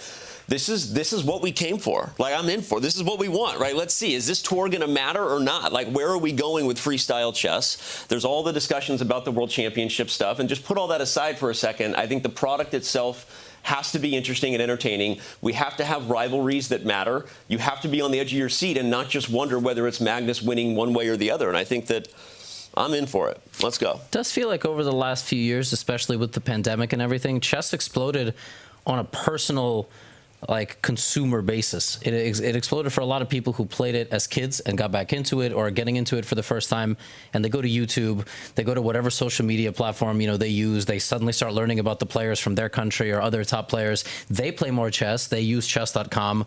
They might watch Gotham or Anna or Botez or Hikaru or Agadmat or Eric Rosen, or if I'm going to forget somebody, I'm going to get butchered in the chat. But every chess content creator is great. We love you, Danya. Yeah, exactly. Exactly. Like, you go on and on, Chess Bra, etc. Like, whoever you watch, and there's new content creators coming up all the time, but it never really reflected in the top level. Like, it feels like top level chess has always been in some strange bubble. You have some good, strong players coming up. They all play in the same tournaments. They try to get the same invites to the same tours, Rapid, Blitz, Classical. So for the folks watching at home, they might not really care. Like, they might be sort of confused. Like, why does any of this matter? What is this freestyle thing? Like, what is this controversy at the World Rapid and Blitz? Why does any of this matter? Why is it important? Why are you trying to make all these things bigger? Why are you trying to get on television? So it doesn't, it just feels like the top players should be respected for the sacrifice and the work they put in, just like any athletes. Like, you can't have athletes in some sports making 60 million a year, and here you don't even make that if you multiply your career 10x. Sometimes, I mean, it's pretty crazy. But so I'm hoping that this can be a good start. Everybody has to buy in. The young players have to do the media, and it also inspires the next generation. That's the truth. And Hikaru said something really interesting about that recently, right? That chess is one of those sports where, in fact, we see the content creators make more money than the absolute top players in the world. And that is a strange dynamic when you start thinking about it, because I don't think it happens across any other sport.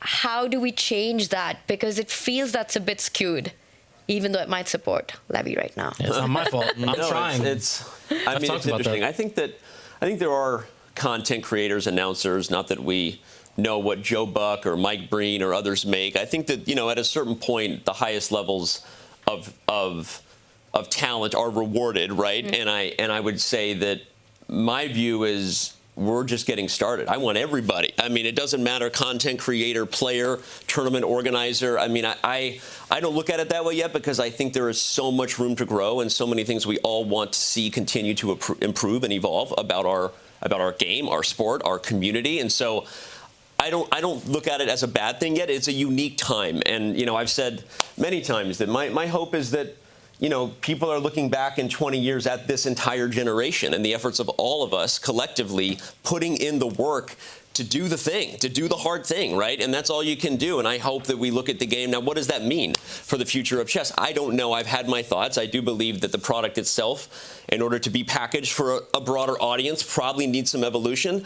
I don't think that needs to be as controversial as it is. I think in our world, people like to draw lines in the sand and debate things, politics, religion. Why not chess, right? I don't really know that that's necessary. I think there's a place for classical and traditional chess, 100%. I think there is a place for the evolution of products. When we started doing the Speed Chess Championship, people literally said, what in the are you doing? This is stupid. Let's not pretend that $25,000 for a prize fund matters to Hikaru and Magnus. Online chess doesn't matter. Get back in your lane. And they were right. We now have millions of dollars in prizes, millions of dollars in an ecosystem led by creators or players. It doesn't matter.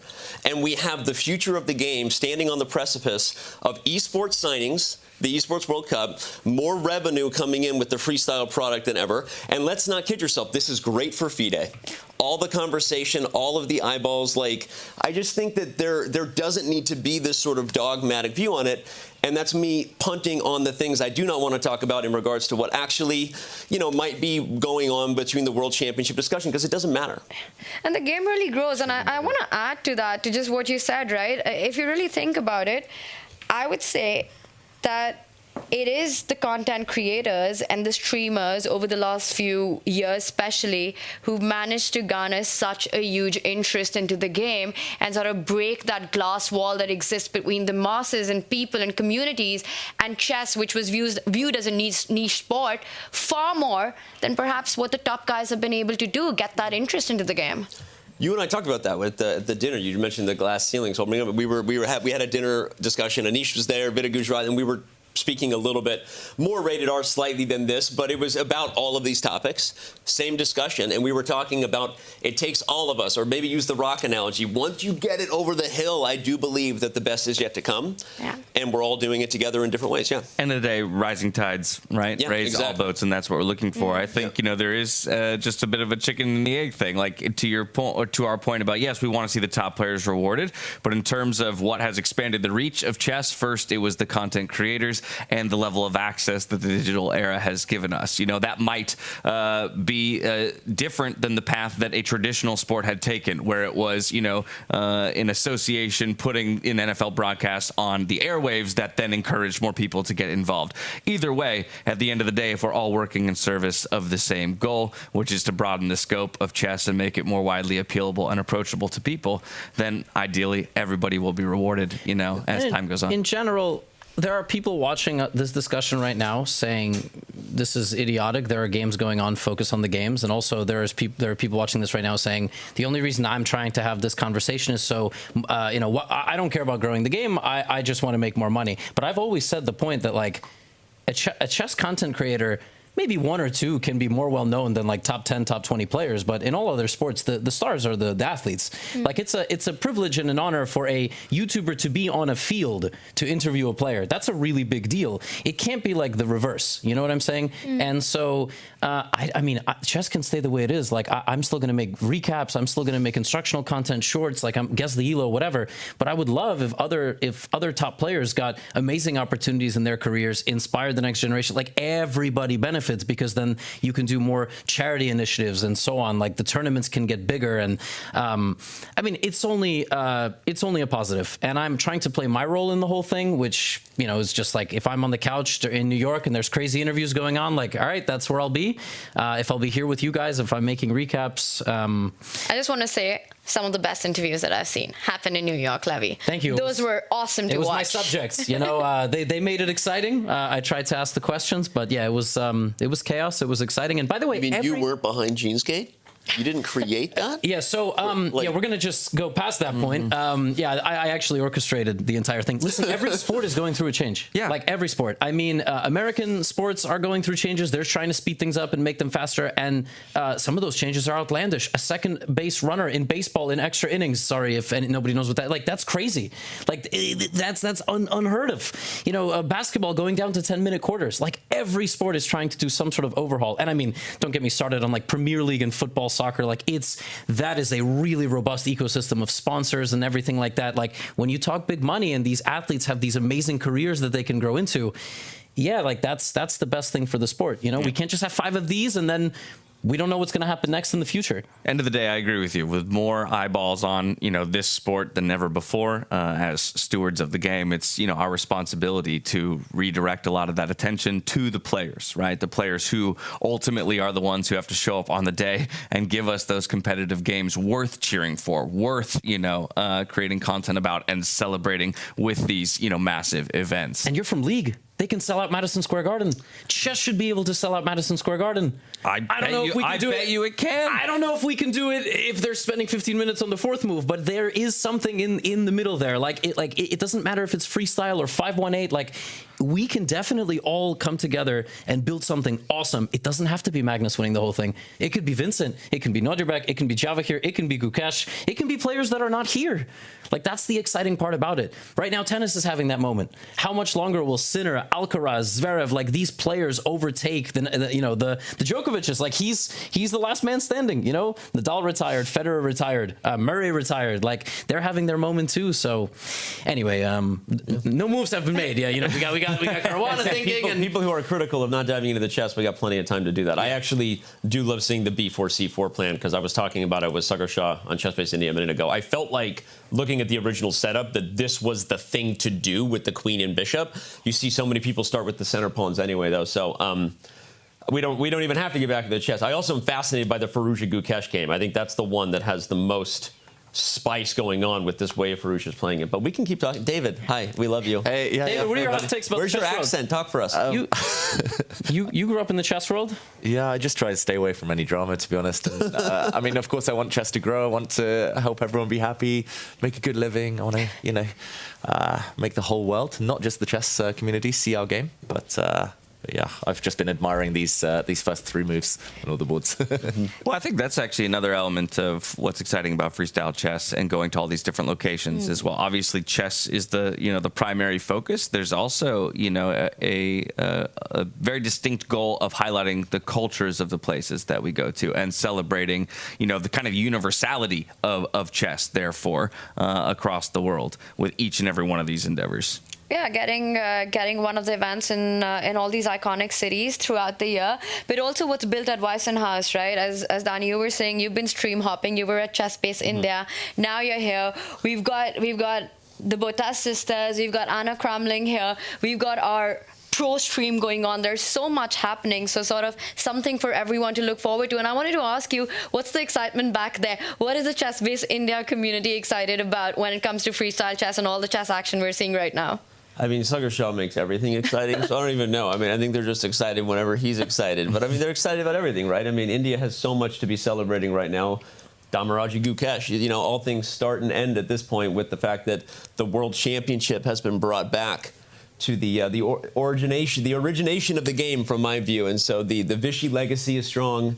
Gukesh not having his best tournament here, obviously, everyone knows that. But I think, this career is just getting started for that young man. And I think people are excited to watch his games no matter what. And so, that's the main thing. We bounced around and talked about a lot of different stuff. And I guess I want to make one final point because, well, I agree with you, Dash, that, of course, the chess matters. I would actually argue, I mean, let me put it this way. What happened when the Mariners played the A's in June last year? You don't remember. Couldn't tell you. You don't even know who won that series. What happened when Kansas City played the Chargers in the middle of this season? You don't know. You know who does know? The people who live and die Chiefs blood, who love Patrick Mahomes and Travis Kelce. Maybe there's some Swiftie fans out there who know the result of that game, but I doubt it.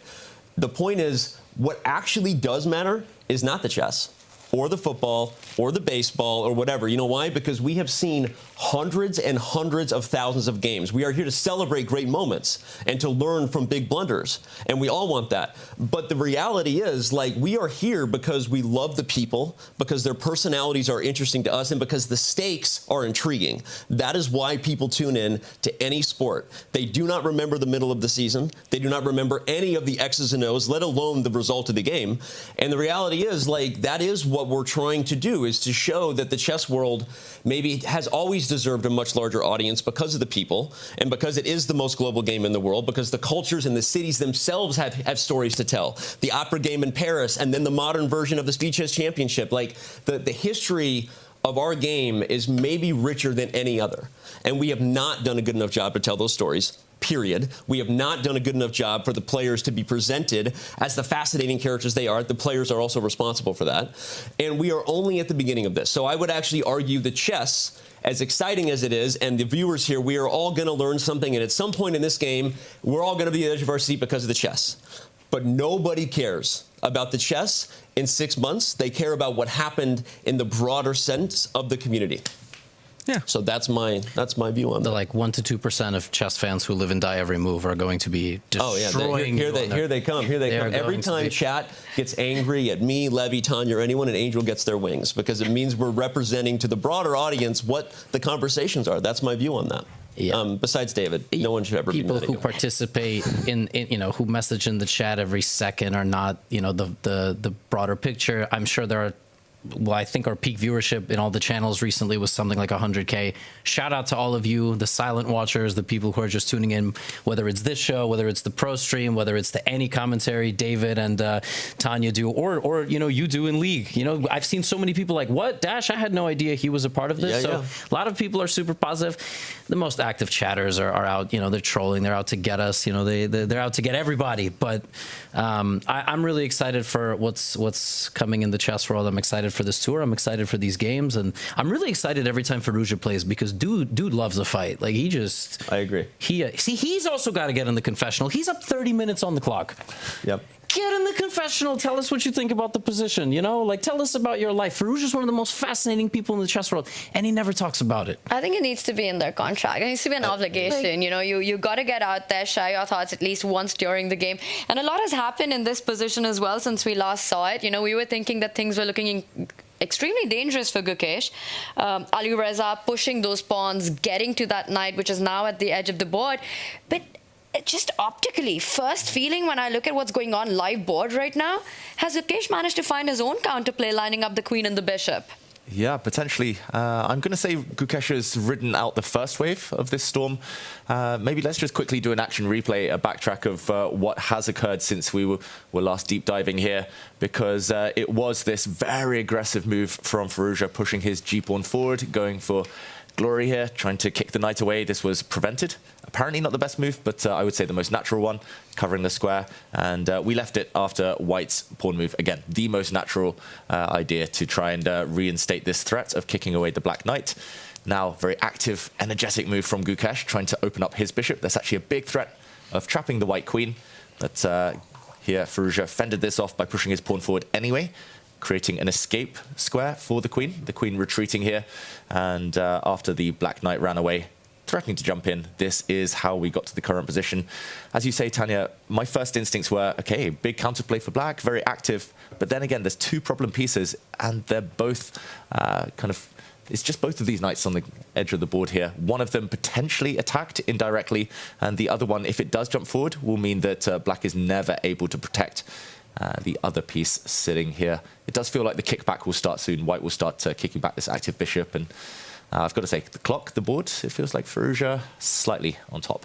Yeah, the clock is kind of revealing a little bit in terms of the comfort of the position. I agree with your amazing breakdown there. You know, it's funny. I think the trickiest move in chess 518 is en passant at times. I feel like the trickiest move, the MB move in chess 960 freestyle is castles. And look at this position, and there's like, I don't know what's going to happen with either of these kings. There's nowhere safe to go, right? That's the one fun thing about this position. The entire board is going to be broken open at some point, or at least maybe that's the anticipation. And I think wherever the kings land will be where the action is focused. So. Firouzja plays chess in a way that reminds me of a movie scene. You all seen Deathly Hallows? Yeah, of course. I mean, some of the chat's like not even alive when that movie came out. Is this a Daniel Radcliffe reference? Because you look a little like Harry Potter. You know, you do actually. You do look a little like now Harry that Potter. you say it. I don't know. Can we zoom in on my face camera? Yes. Where's the camera? I want to show you guys something. You know what I discovered? I also have a scar here. Do you really? Yeah. Oh my God, you do. Yeah.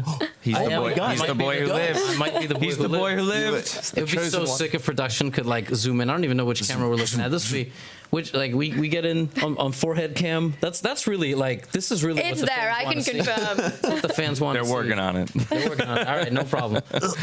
No, but I love the way Firouzja plays because it reminds me of that scene where he grabs Tom Riddle and says, "Tom, let's finish the way we started this together." And he just like jumps them, and like he plays chess like this. He's like, Gukesh, come here. Come here. You got no choice. Like, we're going to get into this insane game. You can't castle one way because it's illegal. You can't castle the other way because you'll get checkmated. Yesterday, he also did the same with Nodirbek, but Nodirbek got the best of him in the end. I think Alireza, you know what he really likes? It's not the venue. It's not the food. It's not the location. I think he really likes that these games are unrated because he plays chess like a drunk dude in a bar sometimes, and it's great. It's amazing. And I just also want to point out in this position, Alireza does have a threat right now. We see the bishop and the pawn that are lined up against that black pawn. So two attackers, only one queen defending it. So for Gukesh, he needs to answer those questions because, as Levi said, the battle is on. The gloves are off, as they usually are when you're playing against Alireza. And speaking of Alireza, I want to come back to a point that you made, Danny, is about chess personalities, right? And how important that is for the sport to grow and for the game to grow. Well, you got the likes of Magnus and Hikaru, who over the years have been so awesome in their interviews and how open they are and how honest they are about talking about big issues and stuff. And that's why I think today they're also sort of the most sellable chess personalities that we've got, apart from the fact that they're also the best players in the world. They never shy away from actually sharing their true opinion. In the younger generation, I think there's still a bit of hesitancy in that, you know, they're still more cautious in their approach. Who do you see out of this younger lot, as we see this tide changing, as we see this new generation come in as perhaps the big personalities of the future? Big question. Well, obviously, when it comes to big personalities, I think all roads start and stop with Hans Niemann right now. I mean, he's not here at this event. He will be in Paris. That is the news, right? And so I think the fans are excited about that. I mean, obviously, Hans does not hold back his opinion, whether it's speaking and spouting off crazy conspiracy theories or openly criticizing Magnus Carlsen in a way that no one else really does. And also Hans he's a badass, right? He's become a chess player that, you know, you have to take seriously. And so shout out, obviously, I think Hans Niemann is right there. I think Nodirbek and Sindarov both have a lot more. I mean, there are times where it's difficult, you know, if you're being interviewed, you know, English and it's not your first language. Like, I think there should be compassion for that. But Nodirbek has got swagger, right? That's what it is about him, right? And Sindarov, if you spend 5 minutes with him, he's hilarious.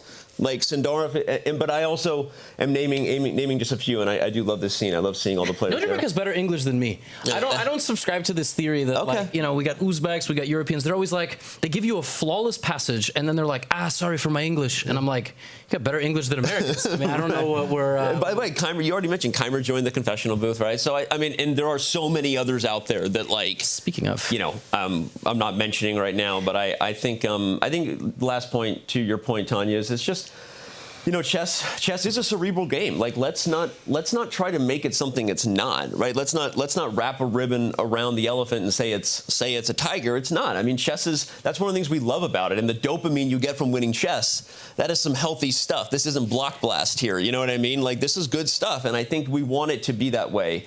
But I think as the players are being raised in this game to be to be fighters and tigers on the board and to focus and do the task at hand, that doesn't mean that they have to stay focused in themselves and focused in their own thoughts when they're off the board. I think that just takes some time, and we're all living in this bit of an awkward transition right now. You know, I think social media leads the way, and you know, whether it's healthy or not at this point, I think kids who are born into that will continue to grow and see and find their niche. It doesn't have to look the same. Not everyone has to be Hikaru. Not everyone wants to turn on the camera and go take. You know what I mean? Like, you don't have to do that. But I think everybody has something to say.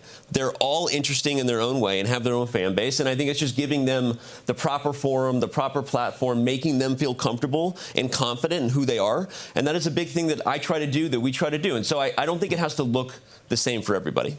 Authenticity is what matters. Yeah. So giving players the space and the freedom and the safety to be authentic. That's really how you create heroes, you know. Vincent and Fabiano have played 3 moves each in an hour and 10 minutes. It just goes on to show how much is at stake, what's on the line. In this I can't wait to hear from the players afterwards, because I think, like your point, Levy, is interesting, that we also saw Hikaru take a really long think, remember, before he played C5 in this one. So I can't wait to hear from the players after the game here, to just ask them, like, what was it about this position that seemed to be universally tricky for all of you? Because I think they're all kind of doing the same thing right now a little bit. Yeah, let's follow Harry Potter here. Kind of flick our wands and move over to this game. Let's bring the players up, because it is very mysterious. Yeah, I mean, especially Fabiano. He's spent 35 minutes to get to this point, 3 moves. You cannot average over 10 minutes per move for too much longer. And Vincent now thinking maybe Fabiano's just in recovery mode.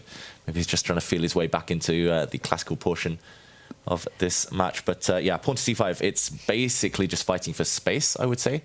Remember, there's this weird tension on these diagonals, so at any moment, even now, white could grab this knight, grab this pawn. So there are tactics kind of beneath the surface here. Vincent deciding whether to kind of gamble. If he wants to play it safe, I would say he does have the option of trading pawns, maybe trading queens and going to a very dry position. But yeah, with white, especially Fabi having played a long day of chess yesterday, you would think that this might be Vincent's chance to push. Checks, captures, threats, right? And all those lines you're pointing out, there's capture, and a lot of pawns hanging there. Should we jump into that and really just see what it leads to and who that would favor right now?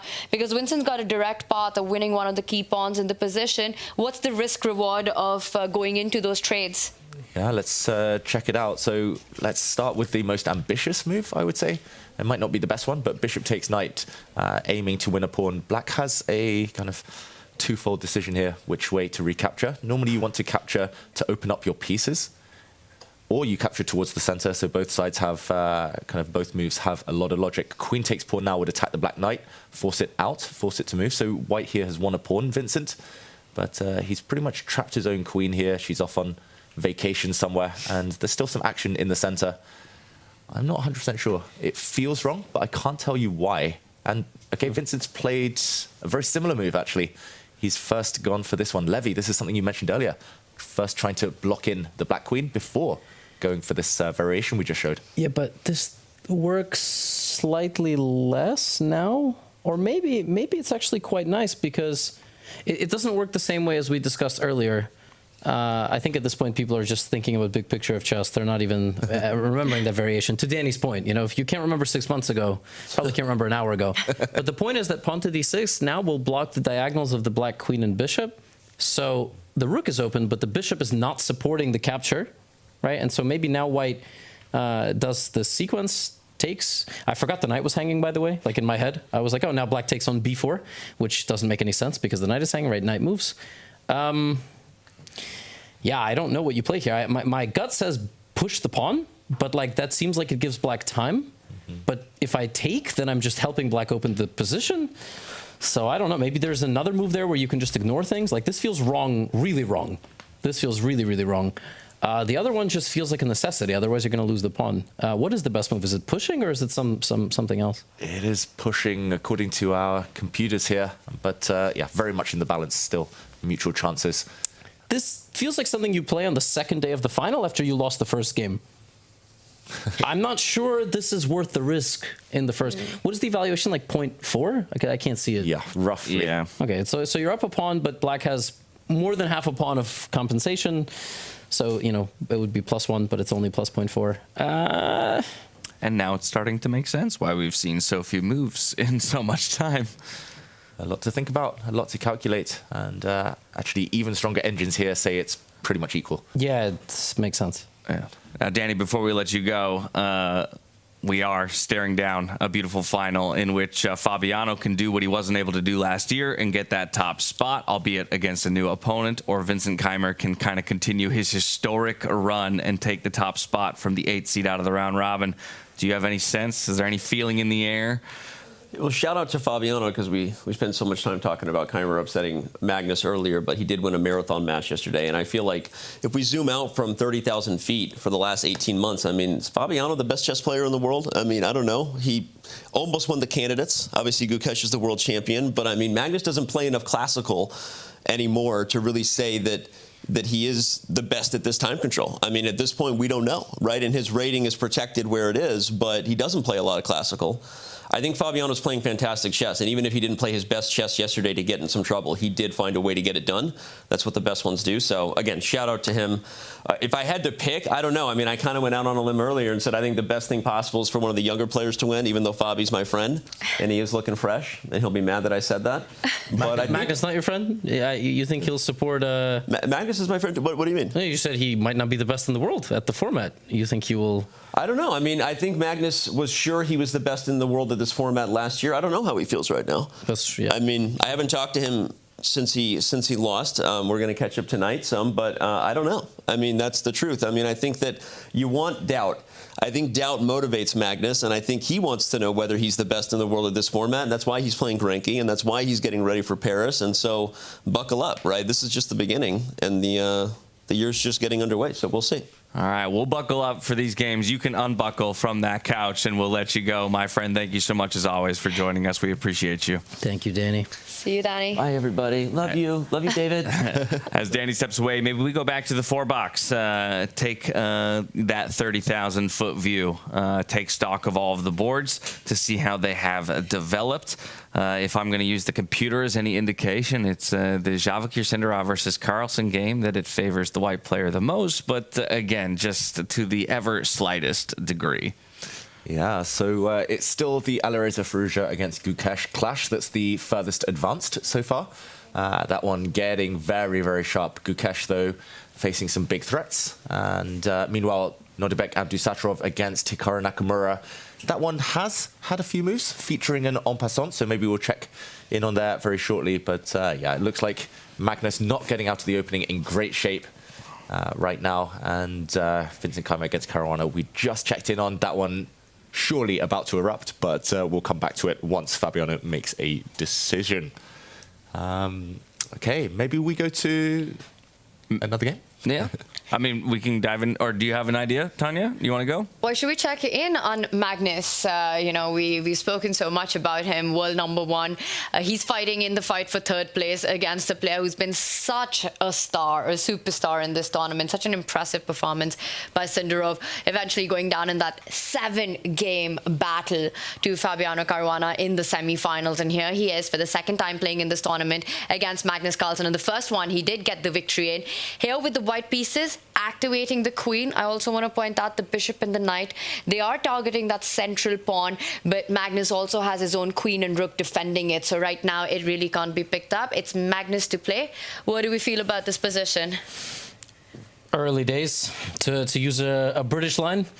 I mean, anything can happen. This feels like one of his classical games against the lower rated player, or like one of his online games. He just kind of sits back, he plays his pawns like one square forward, and then he kind of lets them attack him. But in this format, that can be a bit dangerous, since Sindarov is just taking space, he's improving. It's instructive for people at home, like bringing out your queen actually in this format is better than bringing out your knight or your bishops. Don't try this at home. But everything's still to play for, and I think Magnus, although I am looking at the computer and it's saying it's actually a critical position, David. Yeah. This might be Magnus's one moment to strike, we should mention. Just to do a quick backtrack, there's one thing that I think Magnus might not kind of fully be grasping right now that he might need to hear. And we left it after pawn to a4. He played the move pawn to c6 here, which isn't necessarily best. Maybe instead it was better to gain time against this white central pawn while given the opportunity. Pawn to c6 actually blocks in his bishop in the corner. And I think the position is all about this piece that we're about to see in a moment. This bishop needs some life. Magnus wants to support a central pawn push, but a great idea now from Sindarov to open up his own bishop. Now black cannot strike in the center because after a capture, suddenly a third piece would suddenly attack the black central pawn. This pawn would fall on the next move. So Magnus, after that pawn push, moved his queen. Sindarov waited, and it's all about just getting pieces into the game, because this bishop not likely to play a part at all if Magnus doesn't strike now. And also, it's hard to get the other pieces out. This black bishop doesn't have any good squares. You don't really want to step out and block your rook. The black knight in the corner is tied down defending a slightly tender pawn. Yeah, you cannot push in the center. You're just not ready. So you need to strike somehow, need to activate your pieces. The only way to do that, at least according to the computer, and I think makes logical sense only after seeing it, is to move this pawn again. And the tricky thing here for Magnus is he just pushed this pawn 2 moves ago. So to lose a full move and kind of push it, it takes some it takes some hubris to kind of pluck up the courage to do that. But it does make sense. It's activating this dark squared bishop, potentially activating the light squared bishop, and there's some threats of kicking back the white queen, gaining time.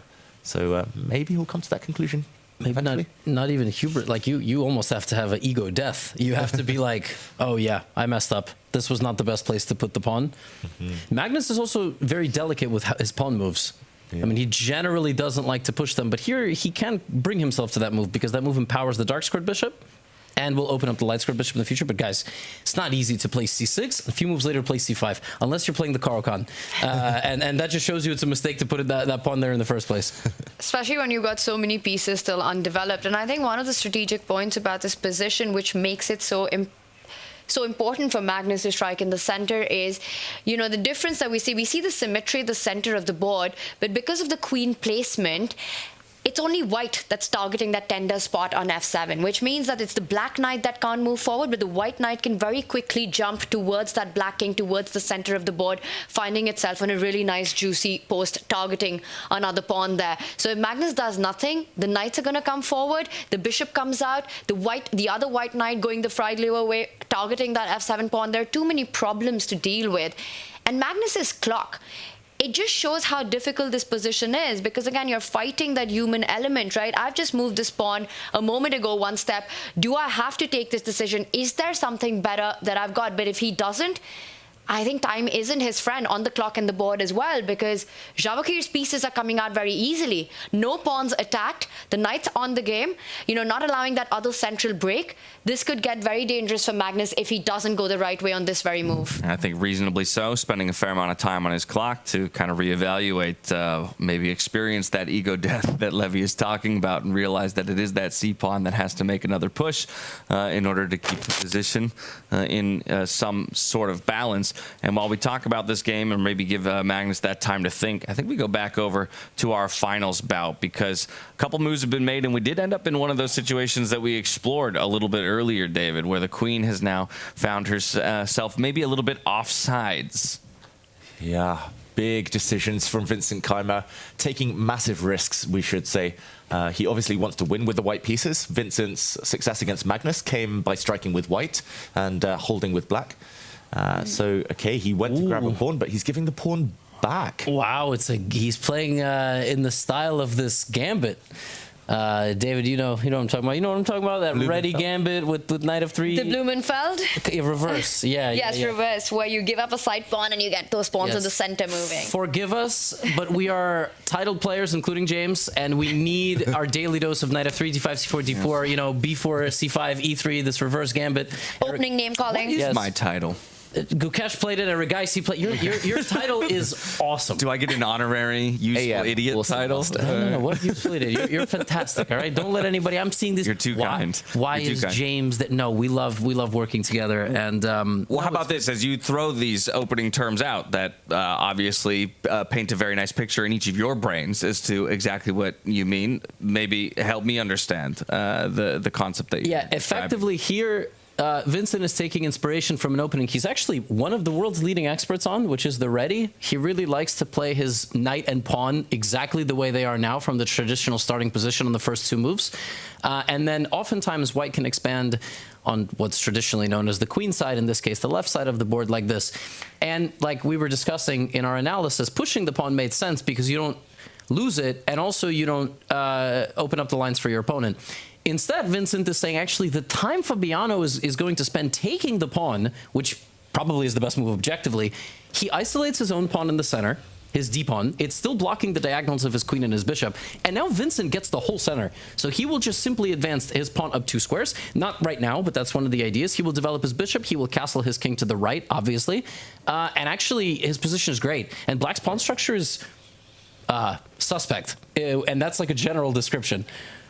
And I want to add to all the points that Levi just made. White is going to quickly dash that knight up the board to a very nice post on f5, and it might not be so easy for black to defend the other weakness right now. So you might not even, Fabi might not even have the time to allow this, have the time to actually capture that pawn, which is right now hanging for free. And I also want to zoom out right now and talk about, you know, the bigger game strategy coming into this. This is game 1 of the finals. Vincent, more than anyone, knows that perhaps today, and I think, David, you alluded to this in our pre-show as well, you know, if there is a question of fatigue, if there is a question of endurance here with that 7-game marathon, can Vincent take advantage of that energy coming into this game? Can he be the one who pushes, forces Fabi into these complicated positions where you really need to go on like max power mode with your own brain? Because Fabi's just had the most exhausting matchup, probably one of the most exhausting matchups of his life just the day before, you know, even emotionally apart from physically.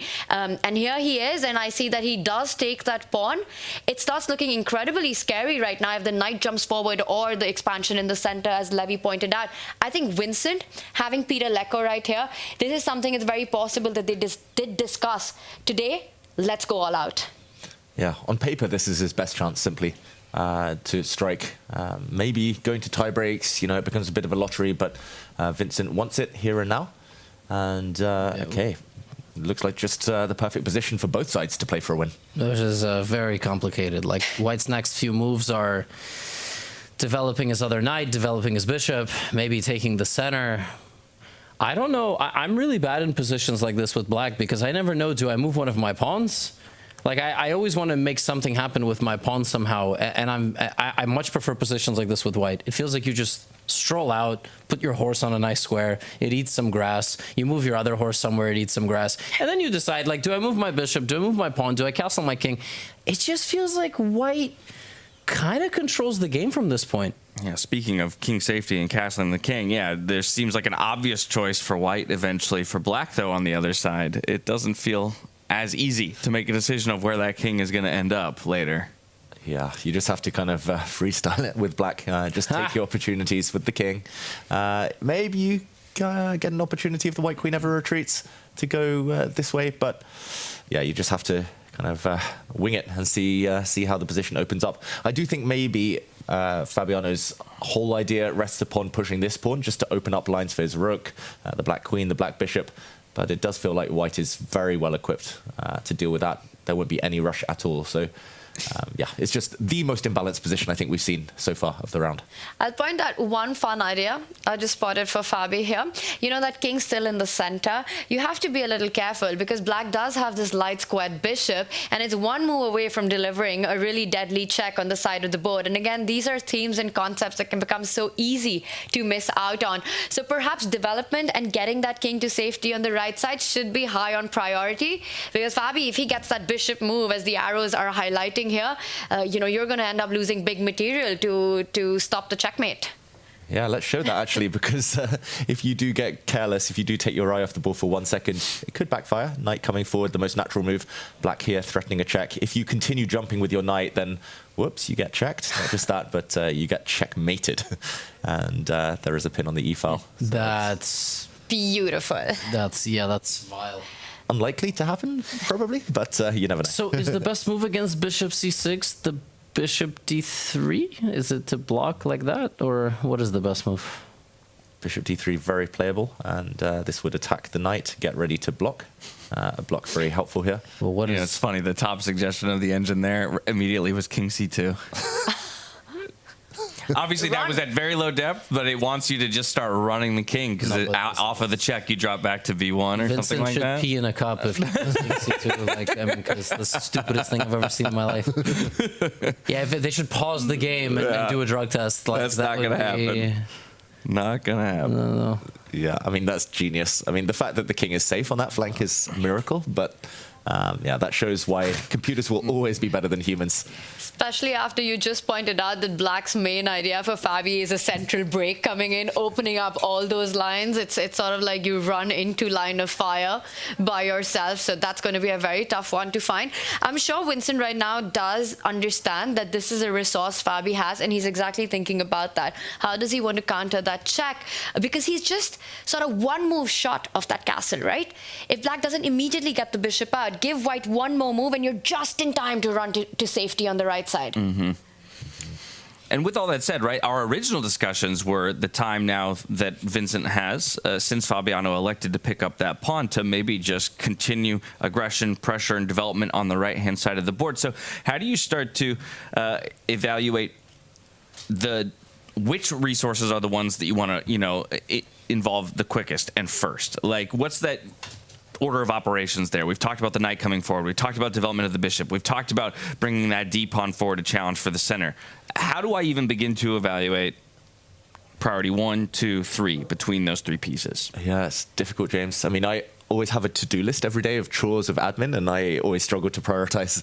But in chess, we do have to do that. And I mean, in order of priority for White, so we'll talk about what the opponent does and how the opponent cuts across those plans in a second. But for White here, it is king safety, essentially. The White king is in the center. If it gets over to the right side of the board, he's super safe. He has a free hand to attack. He has a free hand to forward his own plans. But yeah, that starts with maybe the knight, we think. Then again, the knight doesn't necessarily get in the way of castling, so I do wonder whether he might just move his bishop out of the way and immediately get castled before Black's able to deliver a check. I think the one thing that isn't too high on the to-do list, on the priorities, is to push the pawn, because that's not running away, that option. Okay. That pawn push can be played 5 moves down the line, 10 moves down the line, most likely. Normally pieces, I think in freestyle chess, more than pawns. The central structure will clarify itself no matter what. The structure is weird as it is. So actually, the more I look at it, the more I think about it, moving the bishop out of the way, getting the White king castled might be the number one. And in terms of Black cutting across it, Tanya pointed out this checking idea, the Black bishop zooming out, kind of sliding across with a check. Other than that, the only threats Black can create are in the center, maybe pushing some pawns. So I think Vincent considering maybe moving the bishop, just figuring out how to react if Fabiano tries to throw a spanner in the works. I just realized that bishop arrow that you drew to highlight Fabi's threat, it does look like the Harry Potter scar.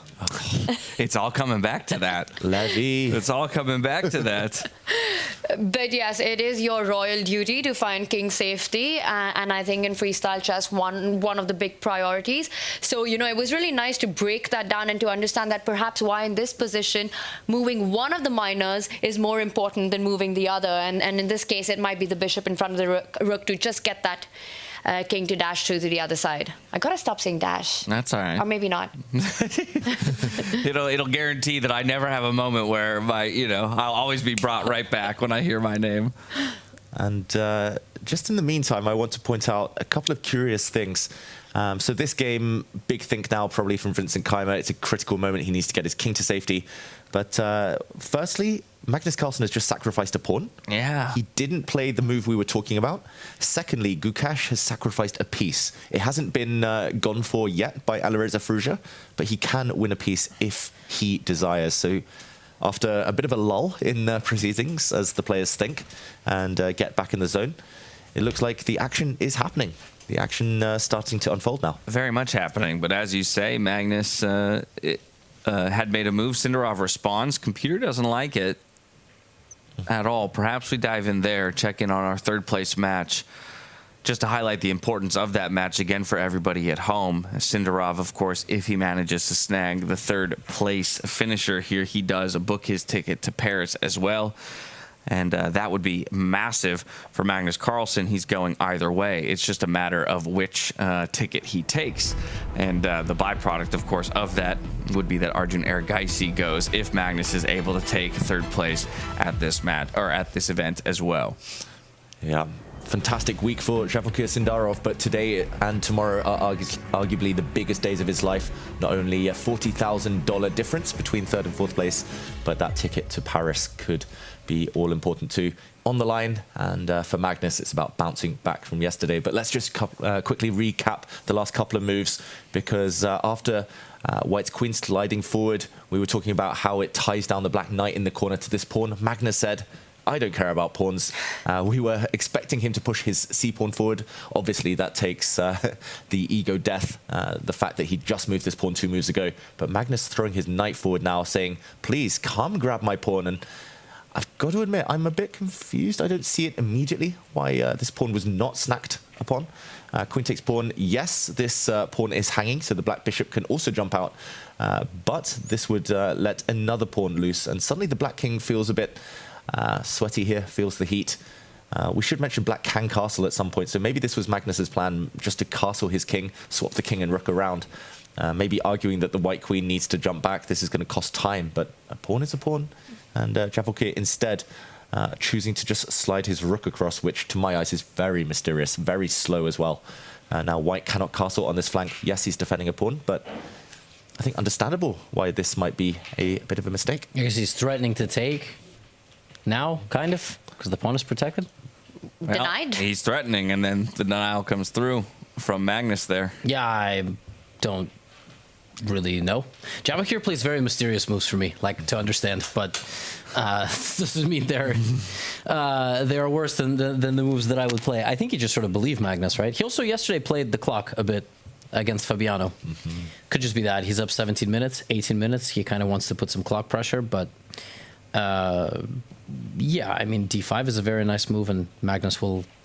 Frankly, he can castle both directions. Yeah. I mean, he can develop his dark squared bishop and then go to the right side also.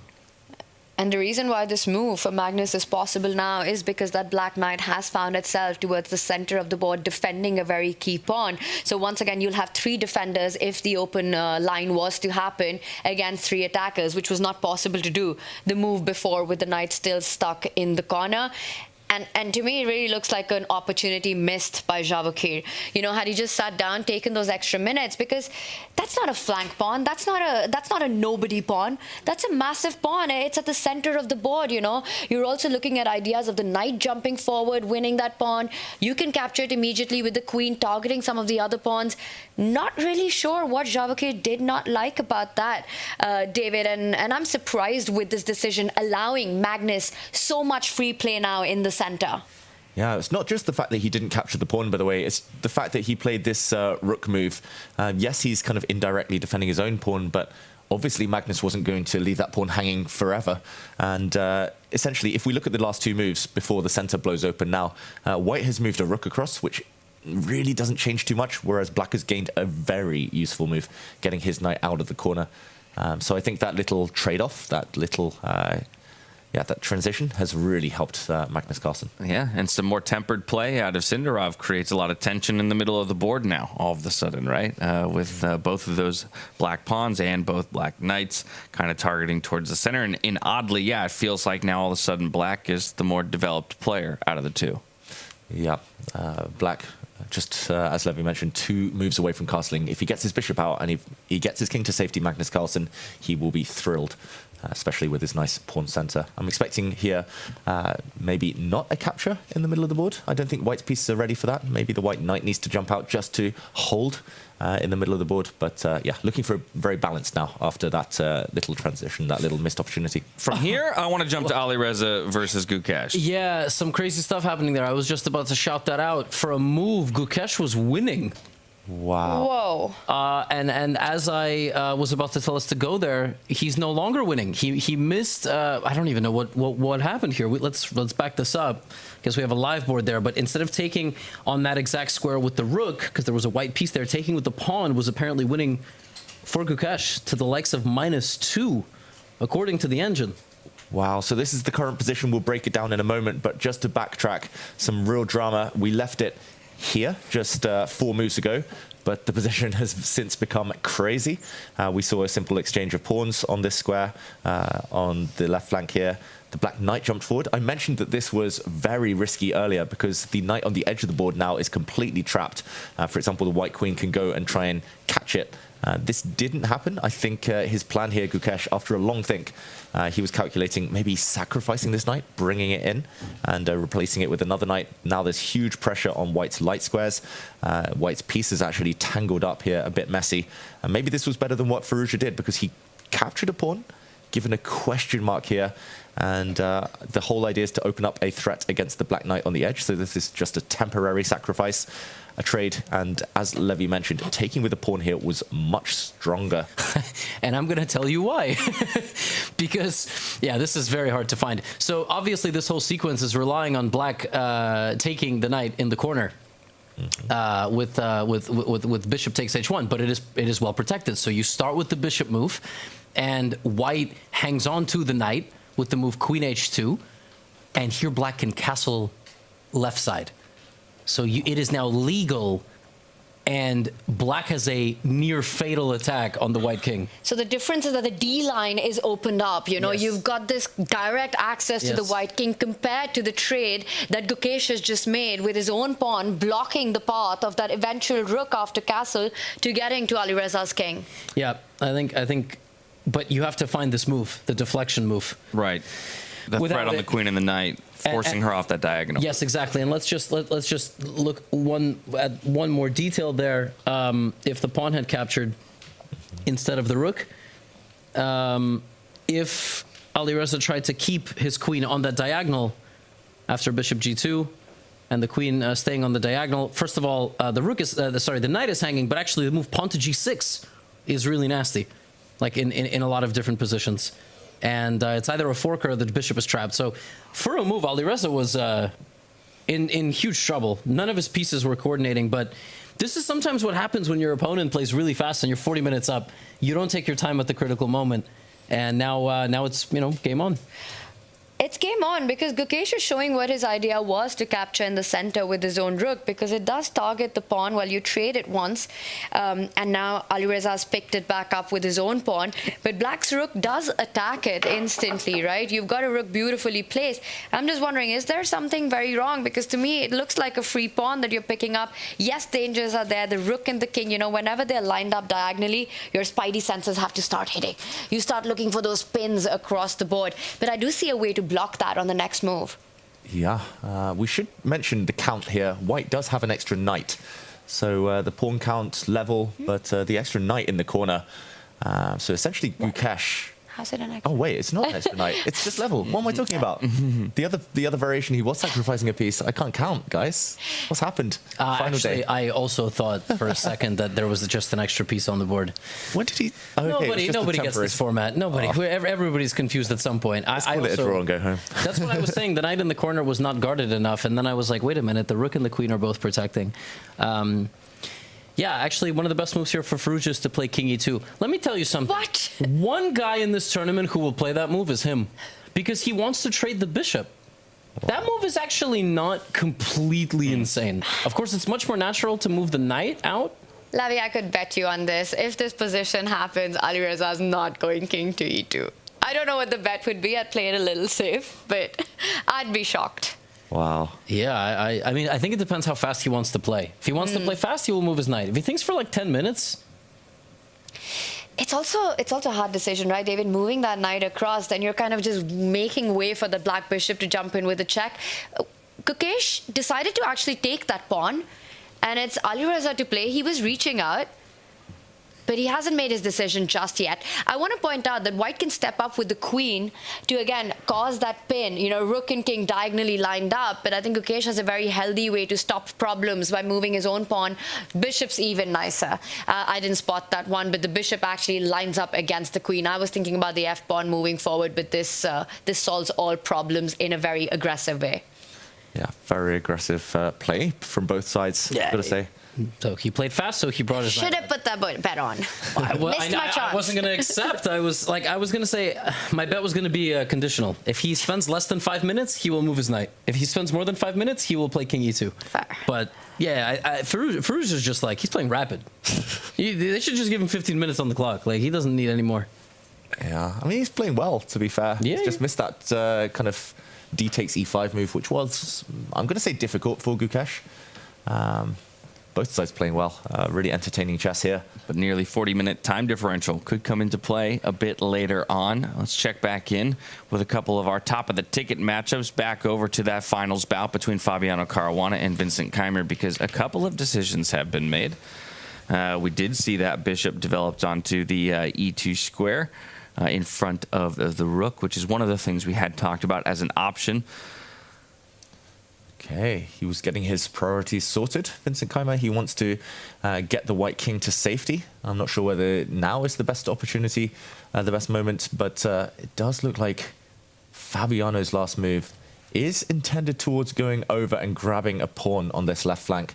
I must admit, that just wasn't on my radar. It looked like that was not the most relevant part of the board. We definitely will not see the white king traveling there now, though.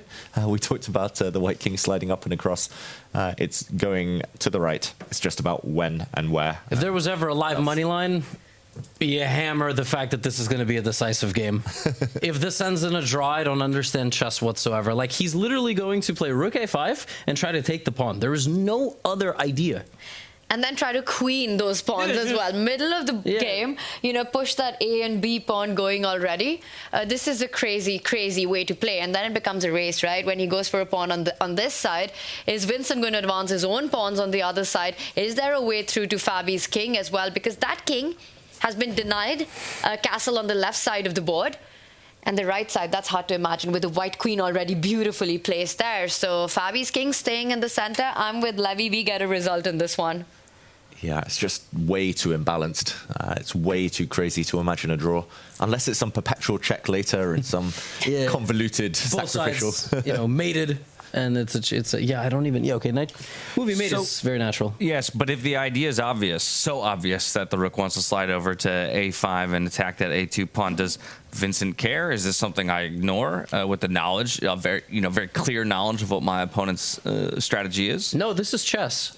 This is chess. At this level, mostly, not in this format, actually. In this format, they miss ideas much more frequently. But in the standard chess format, you are looking at 90% the same stuff. And it's just a matter of evaluation. Like, you look at a position, you go, oh, my opponent can do this, this, this. I'm fine. In fact, I think my position is better. Then your opponent plays it, and you go, okay, who's the idiot? Like, that could be a board game in and of itself. Like, who's the idiot? Sometimes neither. Sometimes you both are like, I have no idea what's going on.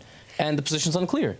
This is one of those moments. Mm-hmm. This is battle on, right? Because there's a pawn on the left side, which Fabi is getting to. But again, I want to point out the queen and the knight on the other side are going to combine to pick up another pawn in black's camp as well. Pretty much on the next move. That knight is jumping forward. I don't really see a healthy way for black to get defenses in time. You know, your queen is offside on the left side right now, not really active. This is going to be an absolute race. You know, which pawns are faster? White's king castle, the rook's connected. And to me, again, king safety becomes such a huge point in freestyle chess. Fabi's playing with fire in this one. He does get the queen. Oh, this might have been another idea of his. He wants to use, he brought his rook up to bring in his queen. It's not actually to rotate his rook. He wants to attack that c-file and the integrity of the whole structure by moving one of his other pawns, or maybe even his bishop. Like, if white castles here to the right side, imagine, yeah, like it's obviously not the best move with the bishop. You probably want to use one of the pawns, but that's what he wants to do. And yeah, I mean, I would be very afraid of white striking back somehow, but wow. Well, as we believe we're staring down the barrel of a decisive result one way or another in this game. Vincent Keymer stepped into the confession booth just a minute ago. I want to hear from him what his chances are as he evaluates his position.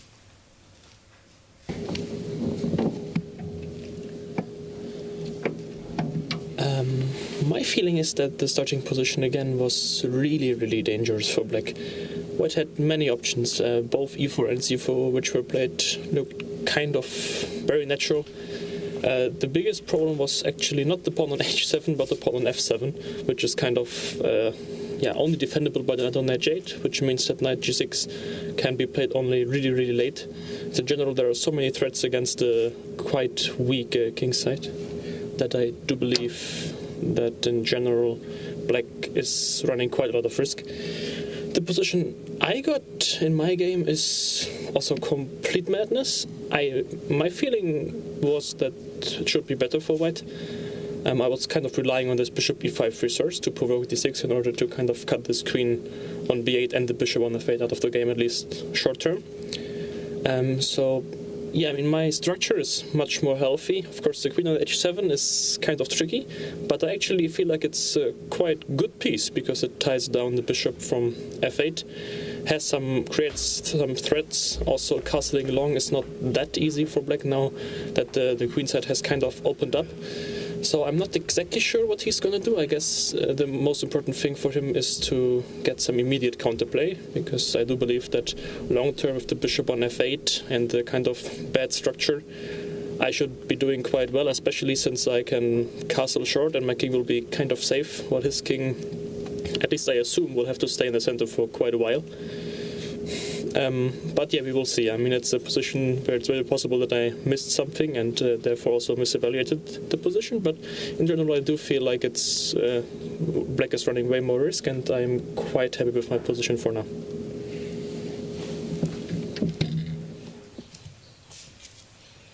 From where I'm sitting, feels like Vincent's right on the money in his evaluation of how this game has gone so far and the way he expected it to play out. Of course, you even see there, though, that caveat tossed in at the end. There's always, of course, the option I missed something, I miscalculated, and maybe it's not as good as I think it is, but the computer agrees with him. Vincent Keymer might be the best freestyle chess player in the world. Like, this is crazy. Yeah.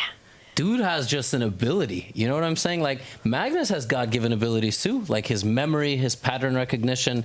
I mean, all athletes at the top, there is just something a little bit different. It could be mental, it could be physical, but clearly for the format of the pieces being shuffled, I mean, he's just on top of it. He knows where the pieces are supposed to go.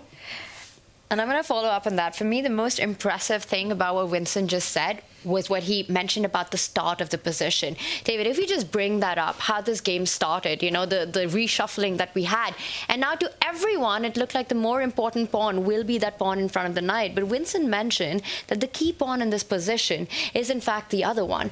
Because this means, and we saw this played out in every single board, not just his own, how crucial and critical this point became, because the knight is tied down to defend it. And the boards that were able to solve that problem right now are doing great, but the ones that weren't, you know, have either lost that pawn or it's absolute chaos on the board. And I think that understanding that, in fact, this is the key point in those first 10 minutes just shows what an incredible feel Vincent Keymer has for freestyle chess.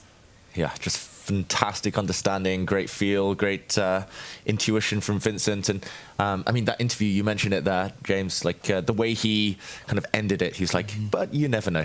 Right. I mean, when I play chess in general, when I analyze with top players, if they're telling, or analyze with anyone, if they're telling me this is the truth, that is the way, then I'm like, I don't take you too seriously. But the top players in the world, they understand what they know, but they also understand what they don't know, and that is the key. And Vincent, he's got a grip on the position, but it does have that ability to fly out of control. He understands that, which kind of has helped him throughout this whole week in terms of just managing that kind of delicate balance of risk and reward. And we've seen it all tournament long, right? We've seen winning positions go quite the other way in just a moment before.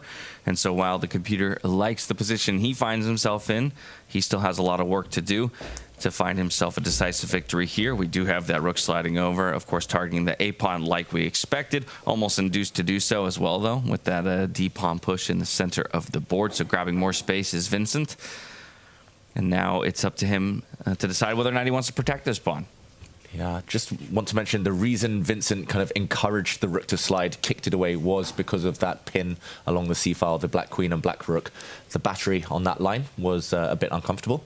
So he was like, okay, I know I've got one weakness on the edge of the board, but that's there anyway. I might as well protect myself on the c-file. And yeah, still some options, still some choice for Vincent right now. Still kind of feels easy, though. Rook slides up to c2, protects the pawn, and then you only have one final move to make to complete your development, at least in the classical sense, right, which is to castle. Yeah, one more move, and strategically, he has a massive advantage, Vincent Keymer, just because of the better pawn structure and the fact he's completed that development. Looks very natural.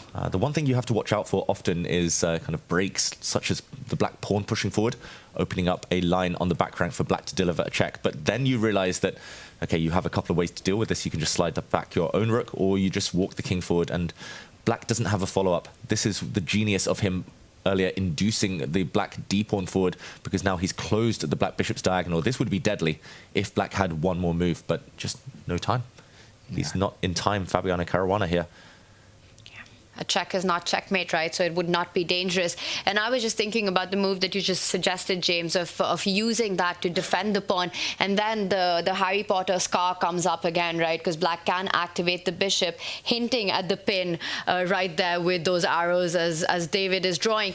And once again, Vincent's field. He realized the importance of taking his bishop out before the knight so that you've got the option just in time when that threat happens to get your king to safety on the other side of the board. And once you're able to do that, there are still ideas on the right side, right? That knight can jump forward, target that g7 pawn. I also want to highlight one more idea in such positions. You could completely cut off black's rook. You could push your own d pawn ahead, create a nice spot in the center for your knight to go to, and once again get closer to that black king and the black weaknesses on that right side. Yeah, just cut the board in half, and white would then have free reign to play on that right side of the board. But essentially king safety. I think in freestyle chess, any form of chess, if you have a safer king, the tactics tend to work in your favor a bit later on. So yeah, it feels like a small window of opportunity for Fabi to do something. I'm not sure exactly what, but if not now, then it might be never. Guys, this is the first time we've got it snowing outside. It almost looks stormy. So picturesque. It almost feels like the mood, you know, the weather gods are talking about the chess that's going on there, a sort of a setting of the stage. Yeah, it looks beautiful, but very, very chilly. It's the winds of change, right? As Magnus fell out of contention for the top spot, the universe is reacting. I mean, Weiss means white in German. Weissenhaus here, white with a great position in front of us, the snow outside. Maybe this is just all falling into place for Vincent Keymer. Boys and girls, it's just snowing. We can, you know... No, not true. It's the winds of change, and it does mean that white is better here. Meaning. It's just snowing, you know? It's cold. Embrace the inner poet, Levy. Ain't no poetry, you know? It's just snow. It snowed like a bunch after I left New York, too, so I'm not looking forward to going back. Actually, my flight home is between 2 days of cold and rain and another 2 days, so hopefully my plane is able to land. Now looking forward to returning home to the classic New York winter slush on the street corners. As a matter of fact, I am not, and I live in a neighborhood with a lot of dogs, so yeah, the smart folks at home can deduce what that means, what happens to the snow. So it's pretty gross, actually. And here it is quite picturesque. We have no dogs peeing on the snow here, so it is very, very nice. Yeah, very nice position for Victor. Very nice position. That was very smooth. Why is this a moment to think, though, for Vincent? He's deciding if he wants to defend the pawn or not. Yeah. Because he can go all in, right? He can sacrifice material but gain time on the other hand. By time, I don't mean time on the clock, but time over the board to actually set up his own ideas. But then it's sort of going all in because you have to prove that compensation. He also has the ability to simply play it safe with the lines that we were discussing, but then you lose momentum a little bit. Yeah, I guess the way to sacrifice that pawn would be, for example, to just castle the white king and say, please, just here's a Christmas gift for you. Welcome, my friend. Take that pawn. And then he has options such as moving his bishop up to attack this knight. I'm not sure what else. Maybe Tanya's idea of cutting the board in half, blunting this black bishop, putting a knight in a nice outpost in the center of the board. But yeah, I don't know if it's his style, Vincent Keymer. He does sacrifice if he feels it's the principled move, but when you have a safe option like this one, I just don't think he's the gambling type. What about his coach? What would Peter do? Cemento.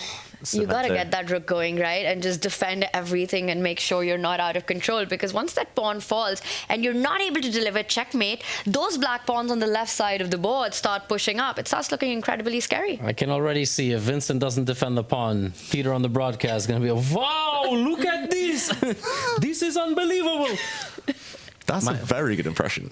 I've watched a lot of Peter Leko commentary. He's one of my favorites. But hang on, that's the It's not good for my heart, Vincent. But he's clearly a good coach, and Vincent is a good pupil because he just defends the pawn. There's no point losing it. It needs to participate, you know. And then he could do everything he wants. He's not losing anything so valuable time-wise by playing this defensive move. Speaking about losing things valuable time-wise, Gukesh is creeping below 20 minutes on the clock here already to 106 in his opponent, Alireza Firouzja. That's quite a differential. It has much more to do with how fast Alireza is playing, in my opinion. Like, he's just playing so fast. He would never play this fast in a regular classical game. But this looks absolutely crazy, right? The position that we have on our bottom right board, and the bar says it's pretty level. In fact, it's only on that fight for the final where I see the bar has creeped up in White's favor there. But this one, absolute chaos. It feels like all the ideas we were discussing, a sort of a combination of that has occurred. Yeah, he's playing very fast and very loose, I should mention. Not only is the White King vulnerable a bit later to some checks, watch out for that pattern we keep talking about in the other board. The King now, if it gets checked, it might just get checkmated. But he's also just walking into some potential kind of discovered attacks with the White Queen. I don't think there's anything dramatic. The Black Rook has nowhere too productive to go. But it does feel a bit weird for Firouzja. I'm not really sure what his next move is either. The White Rook. Oh, maybe. Like in the other boards, right? I'll stop it. I'll threaten the big check that you're talking about, right? Because I love that idea. The king's boxed up with his own pieces and pawns. No more levies, king c2. And I'm threatening, well, a small big check there. Yeah. You still want to go king c2? I'll show you king c2. Yeah. No, king d3. This cannot be real. No, it's obviously terrible. But it must be a mate. Is it? Yeah, I knew you wanted to do that. That wins. That just wins the queen. Yeah, let's do it. No, you've got c3, but then, yeah, you just win the queen anyway. Just win the queen. Mm-hmm. And the king moves. There we go. At the very minimum. Yes. Wow. And the White Queen drops. But yeah, I mean, there is danger here for Alireza, I should mention. I think he will meet this bishop retreat by moving his rook out the way, just to create a bit of breathing space. Okay, that might not be the best move, but this idea just to get his king to safety. But either way, it's terrifying. I would be very scared. I think Firouzja, you can just tell body language as well as the clock times. He's a bit checked out. He's just trying to go into hustle mode. And Gukesh might not feel comfortable. What happens when two checked out chess players meet on the board? That sounds like a setup for a joke. Yeah. I'm struggling to find the punchline. Help me. Where's Daniel when we need him? We need some puns. Checked out. They go to Prague. Yeah, I think you get a game with a lot of these inaccuracies and question marks popping up, right? This is what we were talking about, that this is going to be the one where we see the bar dance happen. Guys, we haven't looked at Nodirbek and Hikaru since like move 3. That is true. Let's do that now then. Although no better time. It's kind of one of the more peaceful games, I have to say, just looking at the position. This one looks a little bit more normal, and they both have even time. It's a very balanced game. I see why we haven't checked this one out in a while. James has had his eye on all the boards. I'm constantly flicking between the games, trying to keep us honest to the action and make sure that we don't miss any of the major moments. Yeah, the Sindarov and Carlsen board is a very weird position, which soon will erupt because they will be trading some stuff in the center. So maybe just before we hop to that one for the eruption, we can just quickly go walk through this game for a brief moment, show people how we got here. Yeah, and okay, here we see the 4-board split. We'll come back to that, but right now, this is the current position. We'll go back to the moment we left it.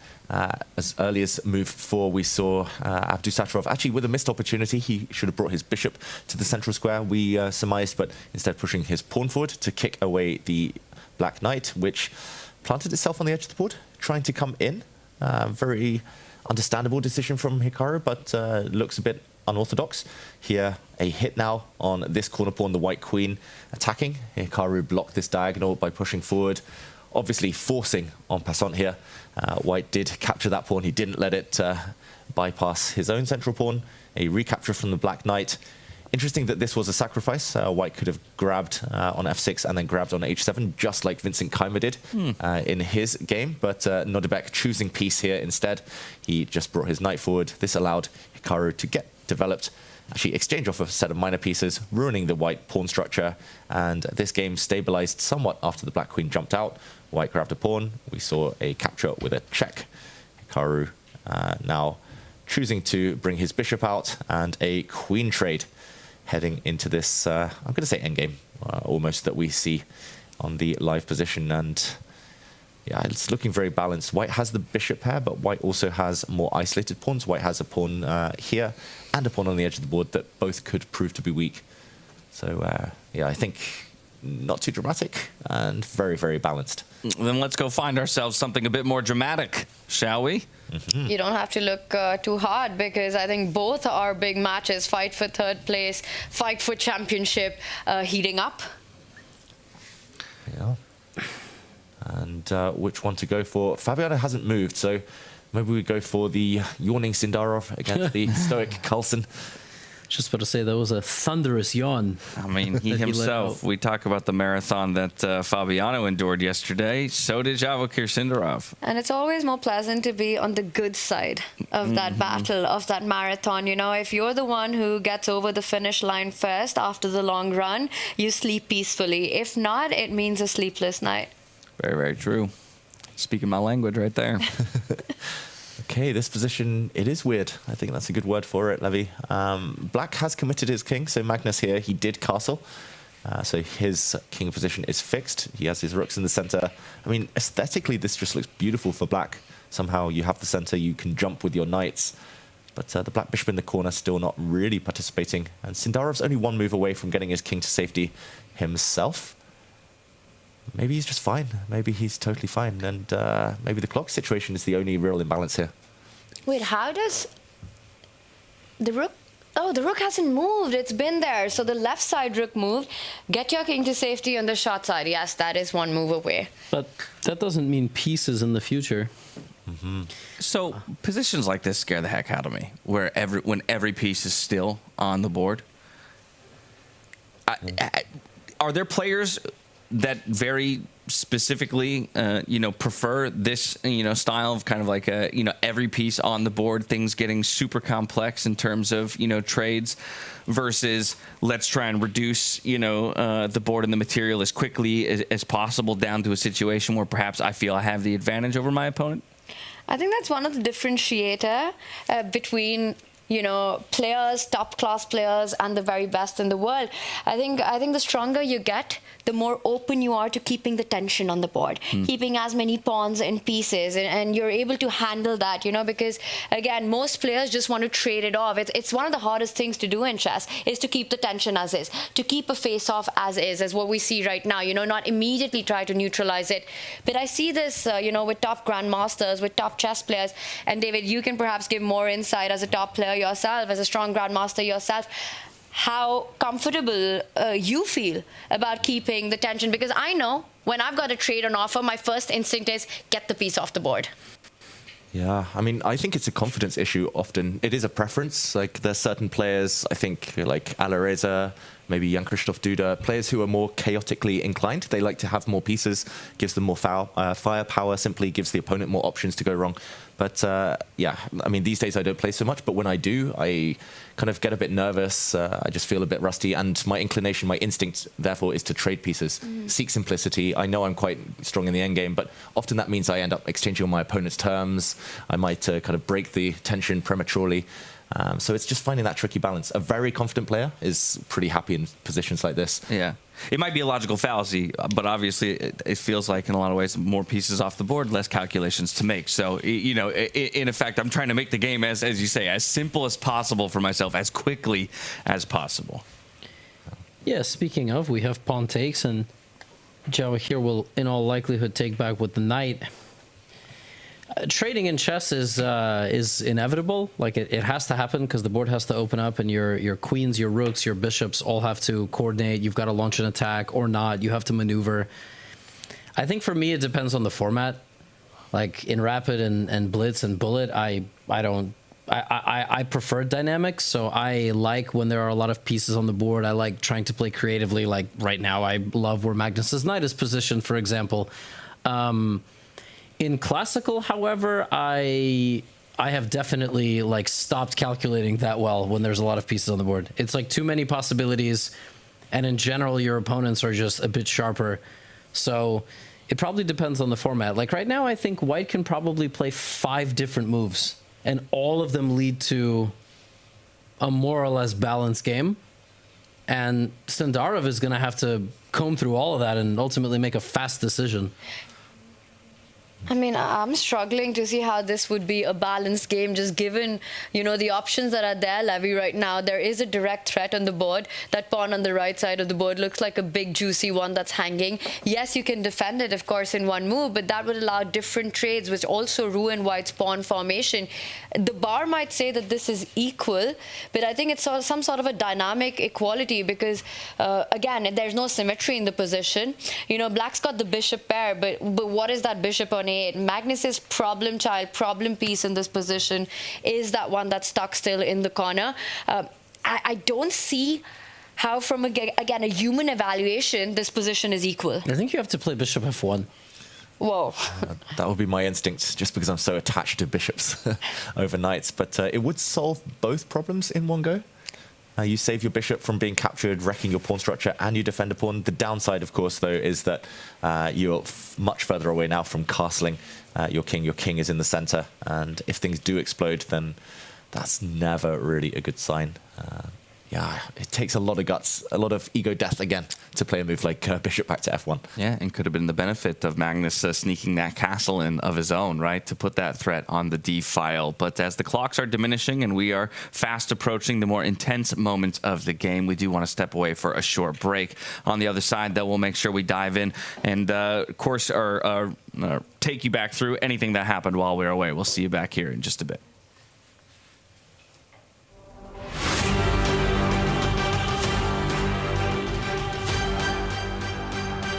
Every chess master was once a beginner, learning, struggling, and mastering chess, one game at a time. And now, it's time to prove your skill. Welcome to the world's biggest chess tournament.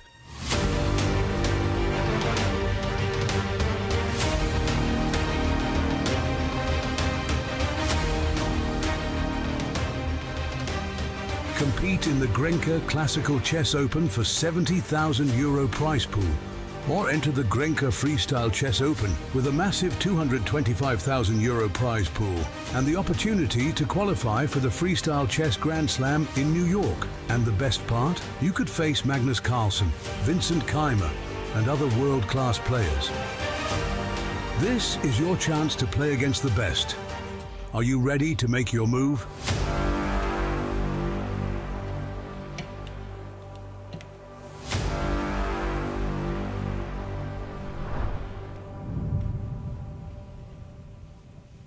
Are you curious to play freestyle chess but don't know how to? No opening theory, no memorized moves, just pure strategic creativity. But how do you navigate 960 possible starting positions with confidence? That's exactly what I'll teach you in my Freestyle Chess Masterclass. You'll learn how to develop your pieces effectively, recognize key positional patterns, and avoid early disasters. I'll break down some of the best freestyle chess games ever played, featuring Magnus Carlsen, Alireza Firouzja, and Fabiano Caruana. Freestyle chess is still in its early days. This is your chance to get ahead of the competition. Sign up now and let's take your freestyle game to the next level. Join my Freestyle Chess Masterclass today and save 20% only during the Grand Slam. The revolution of professional chess starts now. 10 world-class players, 5 unique destinations, 1 gripping and innovative format. changing chess forever. Welcome to the 2025 Freestyle Chess Grand Slam Tour, bringing a unique chess experience to iconic places around the world.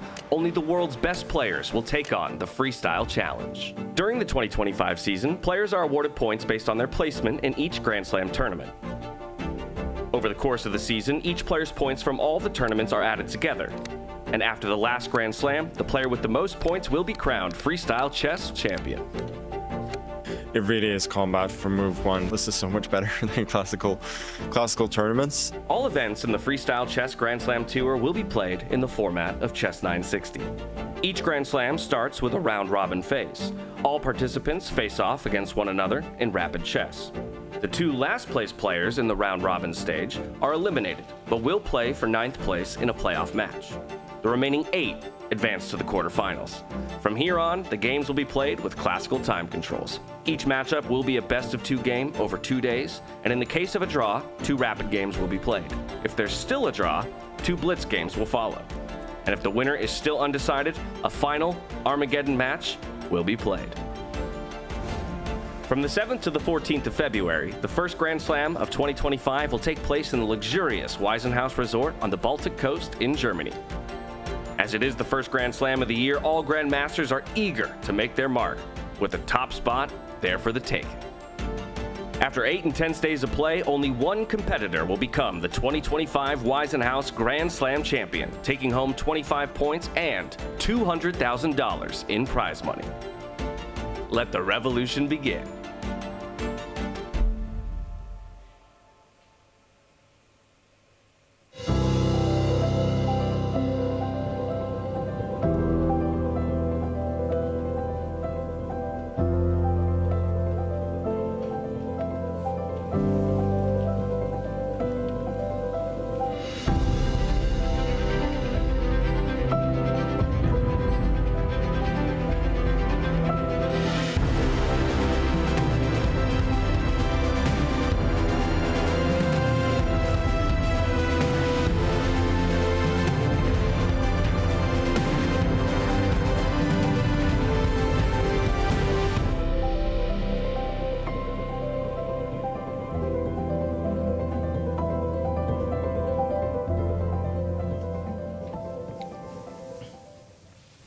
Hello, everyone, and welcome back to Weissenhaus for the Freestyle Chess Grand Slam Tour here in 2025, where, as we kind of predicted right before that break, things were about to heat up. But first, let's give you the 4-box so you can take stock of all 4 boards before we decide where we go. Most likely going to be that marquee matchup, Fabiano Caruana versus Vincent Keymer, where you'll notice the evaluation bar has moved a bit in favor of Vincent Keymer, indicating that Fabiano has found himself in a precarious position.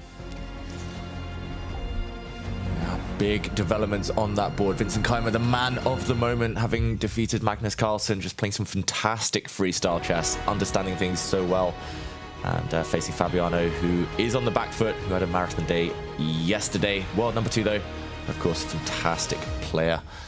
And, okay, big moment in this game. Fabiano has made another mistake, apparently an objective mistake. Whether it's an obvious one, we need to dig deeper to find out. But it does feel like he's lacking a plan here. This whole rook maneuver takes so much time. He's basically spent 3 moves with his rook, Fabiano. I'm not really sure what he's got planned next. Meanwhile, he's pretty much allowed a free hand to Vincent on the other side of the board. What is that rook even doing? I was going to ask. It's just ridiculous, right? You use all this time, you kind of get this rook lift in, you voluntarily put it at the side of the board, and what are you attacking? Everything's defended. It's almost like you're playing without a rook where the action's about to ensue. It's a mystery. My headphone pack decided to rebel and just decided to fall off my my belt loop. It was so frustrated with the move rook a3. It was like, I'm done. Well, I'm not going to function anymore. All right, as the resident expert in the room, let me try and justify this move. Break it down. We're moving towards rook c3 eventually. Mm-hmm. That is literally the only plan I can think of. Right? Yeah. But I don't really know what that in effect does. I just sidestep the rook then with my own rook, right? I'm not offering you that. I'm not going to give you that trade that you want to try and create a beautiful passed pawn or something like that. I guess maybe in essence, I honestly, that's it. That's all I had. Sorry. It was a half-baked idea. To be fair, the position is +2 because Vincent can go lash out with his H-pawn, which is the pawn in front of his king, and he can just go and start attacking the integrity of the black position. When you see the move recommended, you begin to justify it and it makes sense. It's not the easiest move to play if you don't know that the position is +2. The other interesting thing, though, as I'm just looking at the second suggested line of the engine, which is pretty much equally as favored here for white, is to preempt that rook c3 move by sliding your rook over to d2 and preparing a pawn push towards that that light squared bishop, you know, kind of shutting it once again out of the game. Yeah. I think there's one more explanation for that idea that you're pointing out. You not only jump away from, well, what seemingly looks like one of the ideas that, maybe the only one that Fabi has with this rook move, but one of the plans we've been discussing for Vincent has been to get that knight closer to that black tender pawn on g7, right? Notice how the white-black bishop can land then on the e4 square, which would have attacked the rook. So you can't immediately do that because jumping with your knight, the bishop comes in with a tempo, and it's also aligning itself to that white queen at the corner, and suddenly there are tactics everywhere.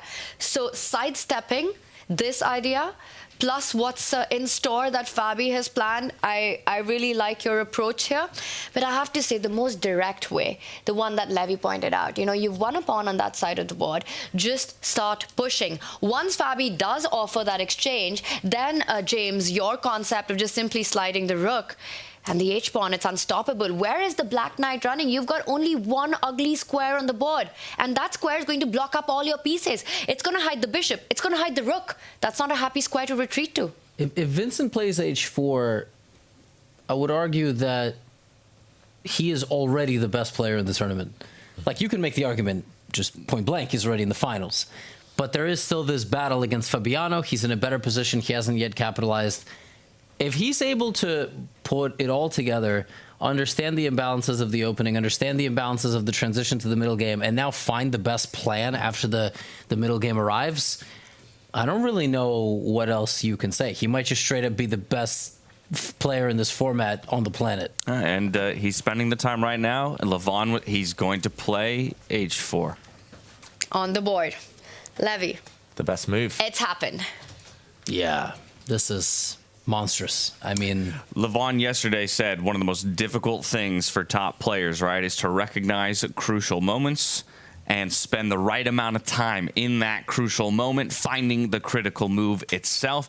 And it feels like, at least in this tournament here in Weissenhaus, Vincent has yet to miss, really, in that regard. Yeah.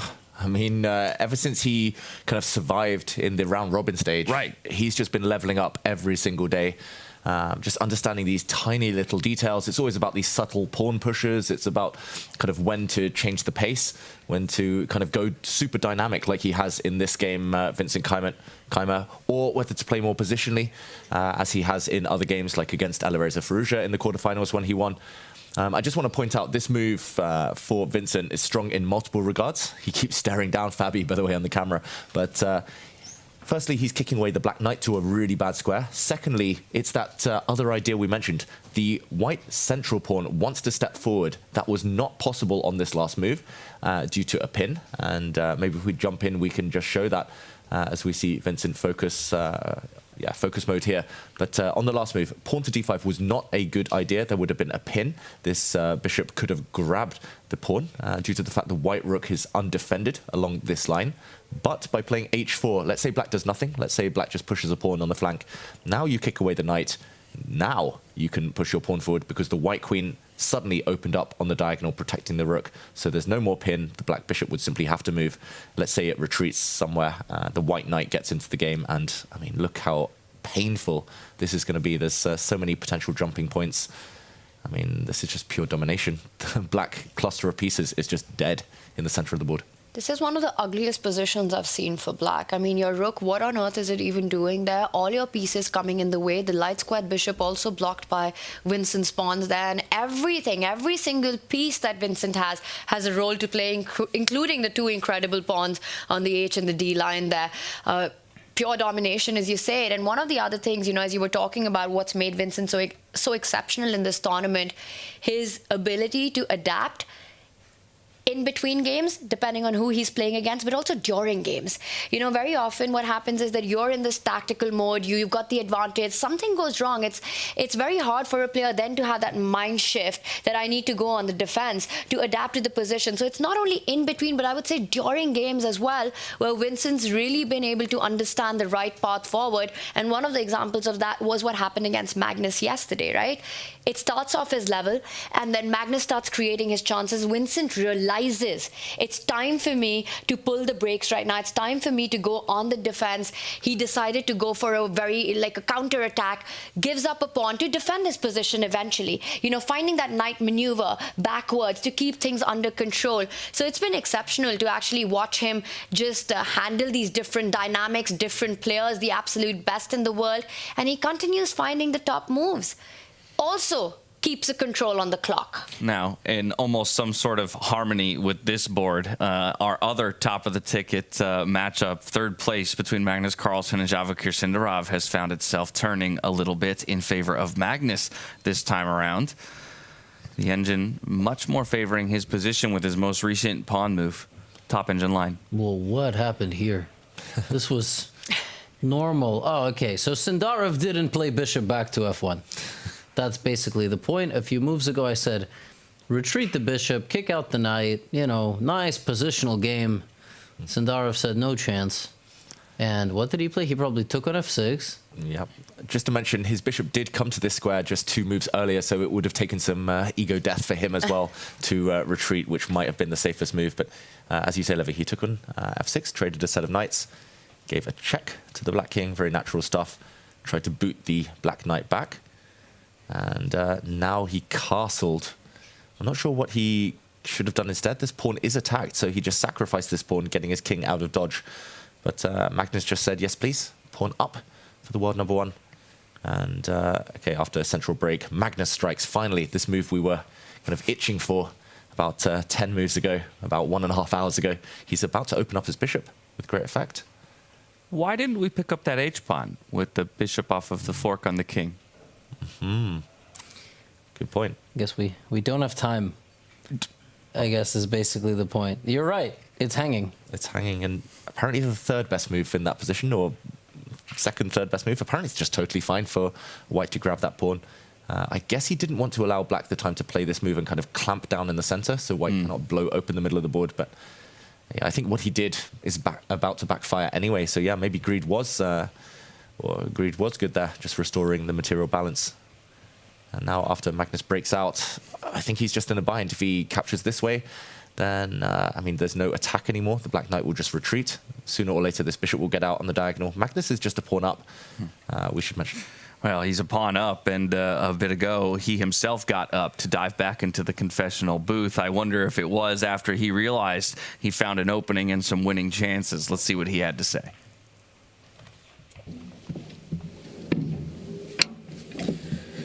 I think my position has been quite suspicious most of the game, but I think I think it's been probably downright bad, but I feel like he's drifted a lot in the last few moves, and the ugly duckling of a bishop that I've had hidden in the corner is about to become a beautiful swan. And yeah, if he captures the pawn on e5, for instance, I think I played the move b6, and as far as I can see, he's in a lot of trouble. My queen can go to c6, attacking his knight on f3, which is not easy to defend, and I got ideas like c4 as well, and all of a sudden my pieces have tremendous coordination, like almost perfect harmony. So yeah, it's looking I think quite good at the moment.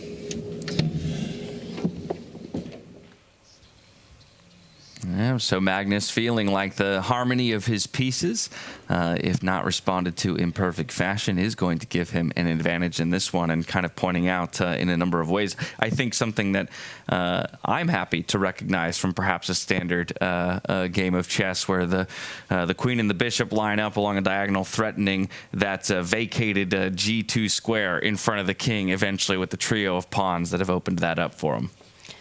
I loved what he said. You know, it's the story of from zero to hero. That bishop that's on the corner of the board, once it opens up, it's going to be a deadly sniper. And you're absolutely right. Line it up against the queen, and you can see those tactical motifs from 5-1-8 start to appear. So very interestingly, David, Magnus said that if Sindarov was to capture at the center of the board, he doesn't even think about recapturing that pawn. He doesn't even care about that pawn. He just wants to open up that bishop and set up that battery along the longest diagonal on the board. Yeah, beautiful move. And nice spot there, James. Very typical checkmating pattern in most forms of chess.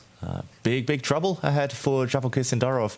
He played a bit too quickly earlier, maybe at the critical moments. Now the clocks are level, and he is facing the world number one back in top form. It looks like a big advantage for Magnus Carlsen after this great move there, clearing the diagonal for that swan in the corner. Yeah, and we don't need to go there, but just letting everybody know that still no move has been made on the Fabiano versus Vincent Keymer board, as Vincent had been most recently the one to push that H-pawn, and Fabiano trying to reason his way out of a precarious position. Just updating on the other boards as well. And maybe just while these top two games are going through this bit of a lull, the long thinks, maybe we can show a queen sacrifice from the world champion Gukesh. Let's take a look. We can never ignore a queen sacrifice. And it was a very cool one that was not possible to accept. And Firouzja against Gukesh. The evaluation still roughly balanced, but there have been some fireworks, some brilliant moves. So let's jump in and do a quick action replay. Also, just very interesting that it was Gukesh to turn down the opportunity of a draw a bit earlier. We left it just 5 moves ago with the black bishop dropping back, threatening a check. And after the white bishop stepped forward, ready to block any checks, ready to escape with the white king, we saw Gukesh come back, check. And he could have repeated the position by bringing his bishop back. There would have been a dance between the bishops, instead going with his queen to try and check the white king. The white rook budged out of the way. The black rook slid across. And here, after a check, you can probably guess it by now, queen sacrifice, brilliant move. Queen into c2 from Gukesh. A bit of artistry. This queen is poisoned. You cannot take her because we would see a back rank checkmate here. The white bishop could throw itself in the way, but the king would be caged nonetheless. And instead, he had to run away. I'm pretty sure Alireza had seen this coming, but he had a safe square for his rook to run to. And we have a bishop trade. This is the current position. Yeah, but overall in the endgame, I mean, I think white is better, because black's pawn structure doesn't complement a dark squared bishop very well.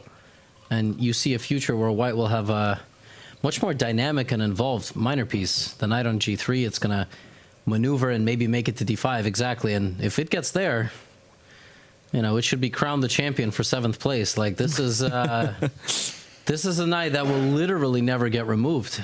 So Gukesh not taking the draw is like admirable, but at a certain point, if he just keeps getting himself into bad positions when he does it, it's not good. I wonder if you've seen that story before, just Gukesh declining the draw repetition, you know, because he wants to keep it going, David. Yeah. It just happened in Tata Steel. Yeah. Okay, it happened in the World Championship. Multiple times. Yes, and it worked out. Like, he didn't take many draws. I will say, though, I mean, the position and that queen sacrifice that David was highlighting, it does look like, you know, Gukesh has got all the reasons to play on in this position. You know, the endgame is still far away, as you pointed out. There are all the majors on the board right now. And David, this that you have right in front, you know, deflection tactics, it's absolutely stunning, right? If you see this idea on the board, you just want to play it even if you know it's not working. And the point is, you see the defender, the key defender, and you just try to get it out of the way here. So spotting that rook, using your queen as bait, of course it had to be denied, but the deeper meaning of that was that Gukesh wanted to reroute his own queen. From the left side of the board, he found the fastest path with tactics to come and line up against the rook, and in that way also pin that white knight from moving closer to that outpost that Levy was earlier pointing to. Yeah, it feels like he's doing it for content, though, rather than playing objectively the best moves, Gukesh. And I just want to mention, for the World Championship, it worked because it was very specifically directed against Ding and the perceived weaknesses in Ding's stamina, his kind of psyche. I mean, playing on, kind of pushing him to the limit, keeping the tension on and on. It eventually helped Gukesh in the final game of the match to break through and defeat Ding. But Gukesh has been doing this in Tata Steel against other young guys, other young, kind of energetic, kind of ambitious opponents, and he's literally worsening his position. He's taking steps backwards regularly. He's just to keep fighting. It's just at some point you need to find a balance. He's testing his limits, yes, but he's making very weird decisions, Gukesh, and it keeps biting him in this tournament in Tata Steel in the last day. I will say the one thing to that. I think Gukesh is not having that approach based on the opponent he plays, because we've seen him do it in multiple tournaments. Why it worked there, yes. But it should be tailored to the opponent. That's the thing. Like, choose your moment. Don't just play on for the sake of playing I think on. Gukesh just loves playing on. I think it's just this desire to keep the game going. If he feels he's not in danger of losing, and I think the bigger question here becomes, David, I think something Magnus mentioned in his recap videos as well many times is how well he's evaluating the consequences of playing on, and is that something that he needs to work on? Because I'm thinking about, you know, the time when Magnus domination started. I would say when he broke into as the world #1, the 2010-2011 period, he started doing this thing which nobody had seen happen before. Just playing positions on and on until the very end, you know, squeezing water out of stone. He would go into these end games and keep trying till it worked in his favor. And then eventually that storyline led to him being called the GOAT, led to us calling it the Magnus touch, the end game magic that he has. And yes, Gukesh doesn't have that kind of experience just yet. And, you know, maybe there's the evaluation aspect to work to it, but I see that spark in him. I see that desire to keep the game going. Yes, I can bail out. Yes, I can pull the brakes. But if I think there's even 1% chance to keep this alive, to fight on, I'm going to do it. Yeah, but he's here left with under 7 minutes in a worse position, and I don't know. I mean, it depends, of course. Like you said, is it kind of journey-oriented? Like, is it going to help him long-term develop, learn? Or is it results in the near future? So, yeah, it's a difficult balance to strike. Of course, it helped him in the World Championship. He was fantastic there, but hasn't quite worked for him today or this tournament so far. Also something that if he wins this game, he'll look really smart. Yeah. If he loses in the next 10 moves, you know, it also feels interesting. He's so young, so somehow it feels easier to sit around and kind of, you know, question and criticize. Like when Magnus was 17, 18, I imagined the same thing. Like, who is this guy? Like, he plays these games on and on and on. And, you know, we ultimately called him the GOAT, not necessarily because he plays games on and on, but because he plays games on and wins almost all those games. Like, I've watched Magnus play 80, 90 move end games. I'm sitting here like, and there's no game more famous than Game 6 against Nepo, 160 moves, like one of the most absurd games in the World Championship ever. We're not going to get to 160 moves here. Maybe he is playing the opponent. Maybe he does feel Firouzja is going to be a bit impulsive and later in the game will ultimately make a bad mistake, but I don't see how. Like, Black's bishop is not getting involved in the game anytime soon. He is playing with fire for sure. Speaking of which, I don't think we have a move on the Fabiano board. Nope, I'm still locked in it. But as the engine thought more and more about that position, it's gotten up to +3. So, like, Vincent Keymer is potentially completely winning. The computer has gone far enough in the future that Black's best move is still leading to a +3 advantage. I would love to analyze that position because there's a very crucial moment here that Fabiano has to decide. Does he sit and suffer, or does he fight back? And he can play active defense here with his f-pawn, which I guess we will just kind of keep on the big screen here. Yeah, that's the only move. And the point is that pawn can't be captured because the bishop would slide in and deliver a fork, a potential discovered attack. Like, that is just lights out. But then it gets really complicated because, for example, if white continues h5, I think black is playing, is it f4? And then you take the knight, and then I take the knight, and then you can take the pawn with check, or I thought the king was on e8. You can take the pawn with an attack on the rook, which black should acknowledge. And I guess I skipped a move. Like, black can take with check, but actually the better move is probably taking with the queen, right? Because you allow white to take the pawn, splitting their own structure. This is not the point. Like, this is not what white wants. Actually, what white wants is a very specific series of moves after the pawn goes to f5.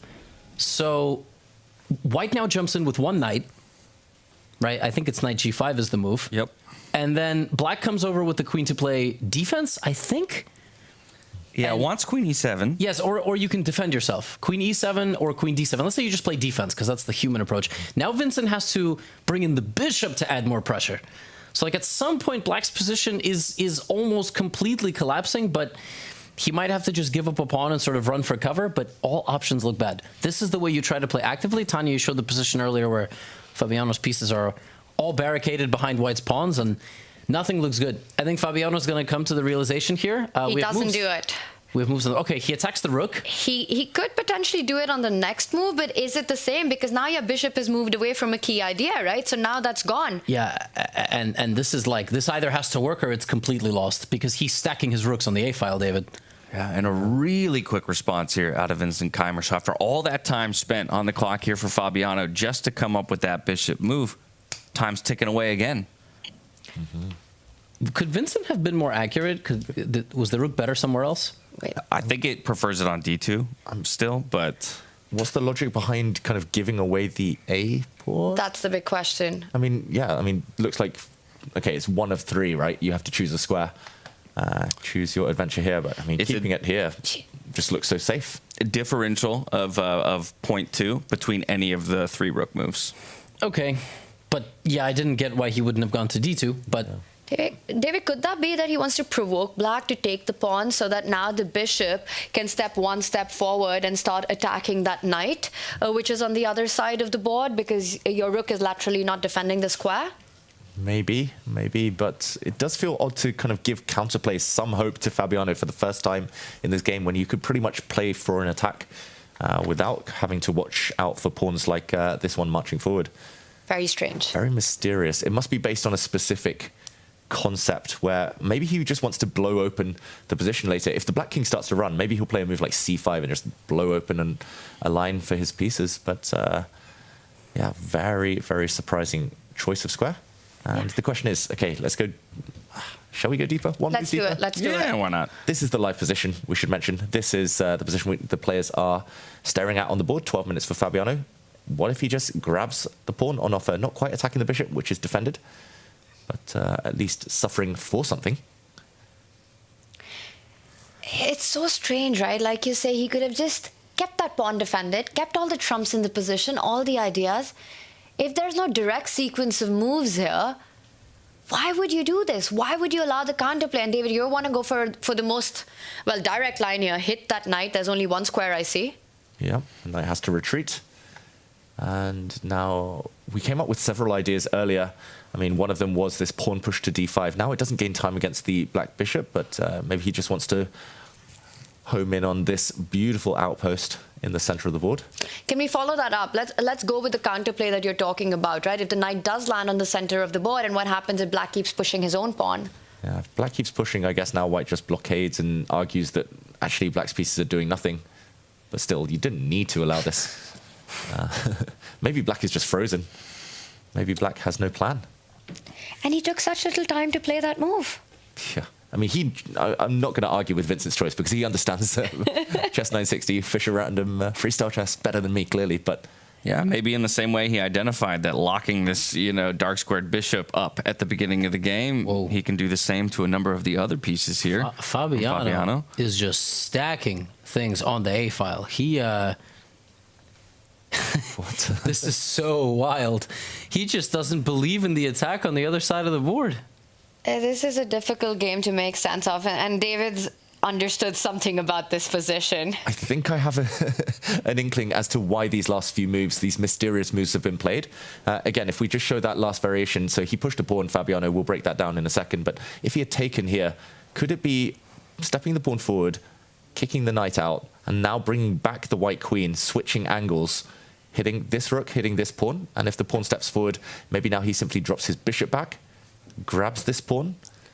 I say that with a question mark because the computer's just told me that pawn to b2 is quite strong, which, yeah, slightly embarrasses the white pieces. But maybe it was something to do with the fact that the white queen could come back, the fact that this pawn was undefended just for a moment. That's the only explanation I can come up with as for why Fabiano would take a timeout to defend this pawn when it looks like the action is really heating up. To play a slow move like that is very difficult to explain otherwise. Really, really strange stuff going on. And now he wants to take the pawn on the next move. I think what you're saying makes makes a lot of sense. But is Vincent going to give him enough time? So the knight is forced back to that terrible square we were pointing out, and white can advance that central pawn, taking away another square from the knight to move forward, vacating another square for his own knight to move ahead. What happens then if it becomes a race, right? You move your pawn, you lose a pawn. Is the attack strong enough for Vincent? Yeah, that's the big question. And if Vincent doesn't win this game, he might look back on the decision to allow Fabiano to grab a pawn, but he still does look aesthetically very, very nice. My big question is, what happens if black just starts running?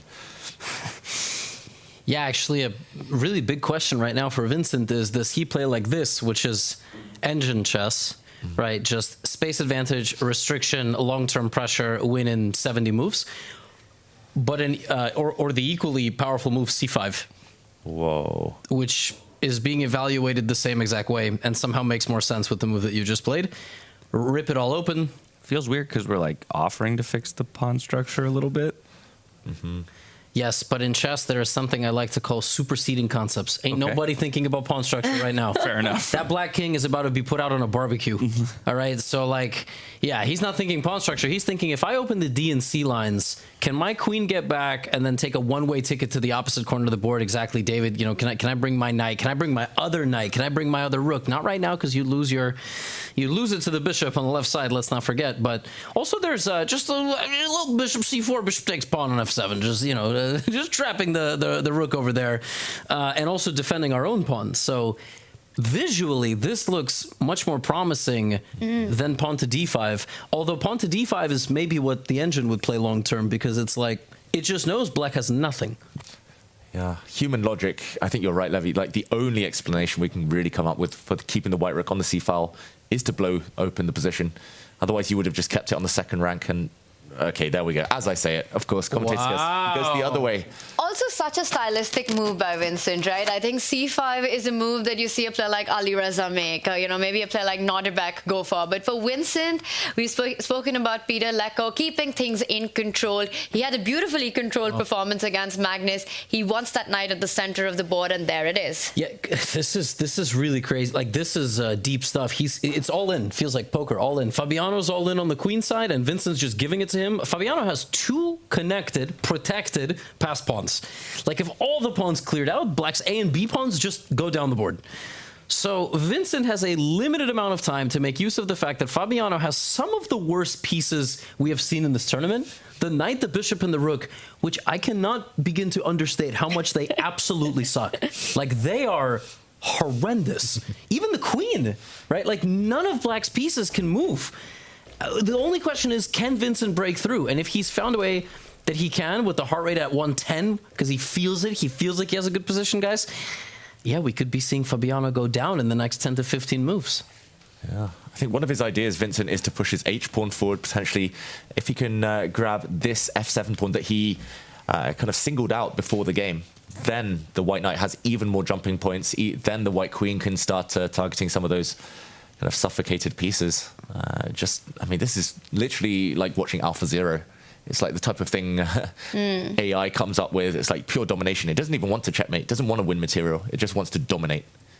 Sort of give material and make sure that your opponent's pieces have got no spaces to jump to. A concept that we saw so many times from AlphaZero, right? Those brilliant games that we had. And I think the younger generations really bought up on those concepts. Like, they are not something that's alien to them and easier to adapt. Beautiful games so far by Vincent, but can he put the finishing touches? Because it's really not that easy, right? You have to be so precise as white in these positions. Give black a couple of moves. Get that bishop out of the way, the A and the B pawn having a free hand. I look at the clock. It's clear that Fabi also finds this position harder to play than Vincent does right now. He's up about 17 minutes, and big questions, practical problems lie ahead for both players. Can we all agree on one thing, that no draw happening today? One of the two players will be in a must-win tomorrow in the final game. Yeah, and probably fairly likely in our third place match as well. Oh, wow. As Magnus has really tightened the screws on his opponent. We did finally have that queen lining up with the bishop that he explained conceptually in that confessional booth, and now it's Javokhir Sindarov who's kind of matching Fabiano's clock on the way down. Both of them struggling to find answers.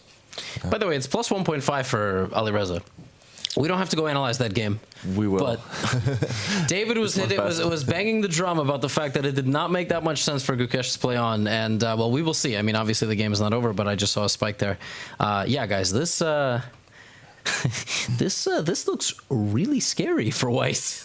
Yeah, this looks absolutely terrifying. Magnus, everything he said in the confessional has, come to fruition.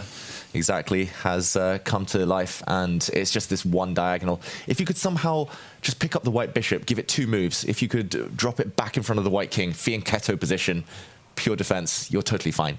But unfortunately, chess doesn't work like that. And I mean, I think here, well, apparently it's not over yet.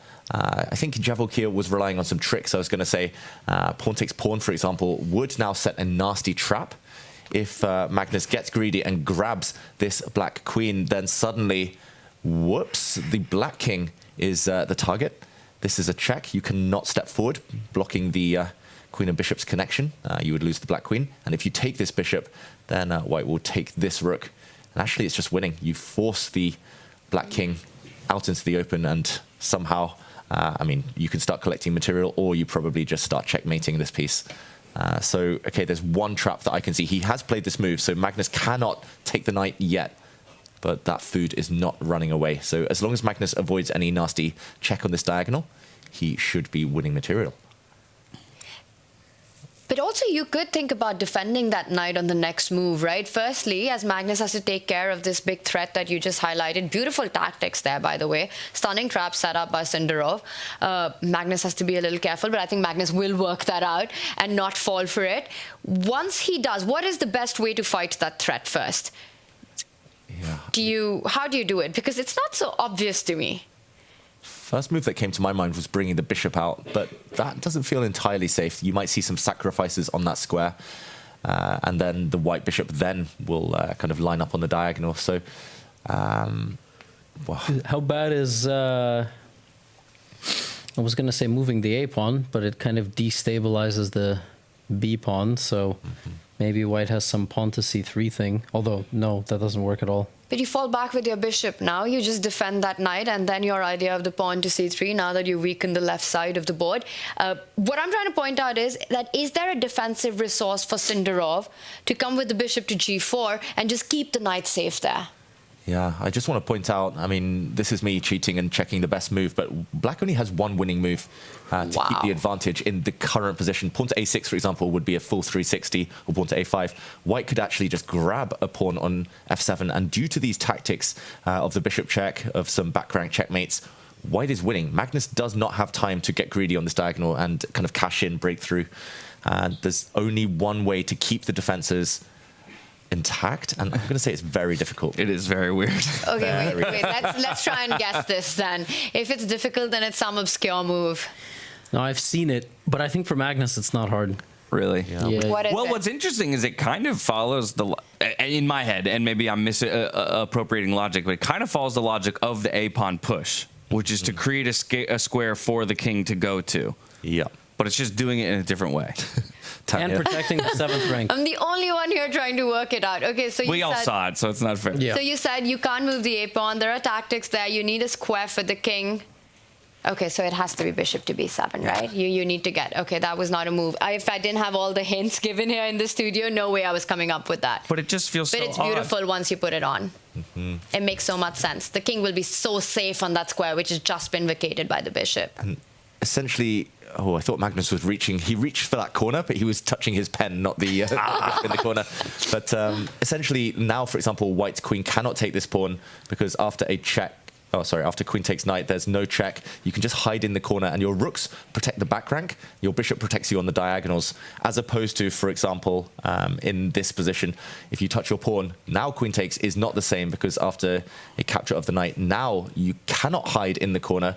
Now one of your rooks is forced off the back rank, the only way to really stop the checks, and you do get checkmated. So actually, the safest hiding place for the king is not the square it sits on; it is in the corner.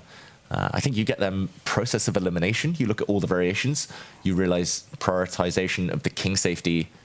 Does he find it? Key.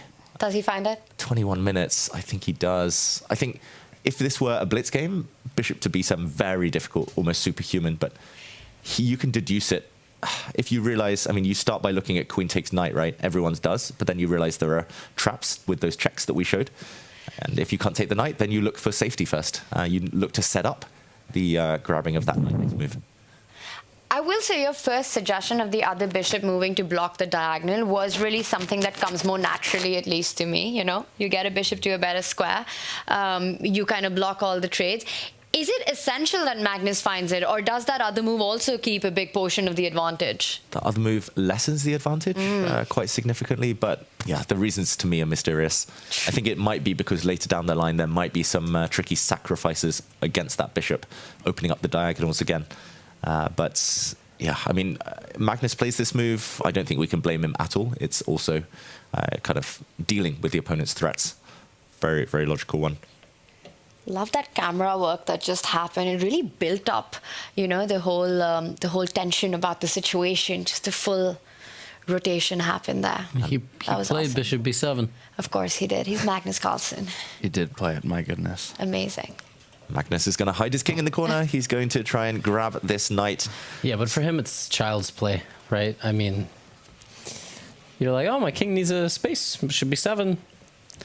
It's important to point out, white can still play bishop g4. White can still play the move that anchors the knight. And actually, the knight is pretty safe. But now black launches the next wave of a counterattack with the c-pawn. Yeah, that's exactly right. And queen has to probably stay somewhere smart and defensive, but slowly you will pry apart the defenses. Although I have to say, I don't exactly see how. I mean, for him it will be easy, but apparently black just freezes the position, and it's the fact that this white bishop and the white knight cannot move pretty much for the rest of the game due to checkmating ideas on the diagonal. Again, it's domination.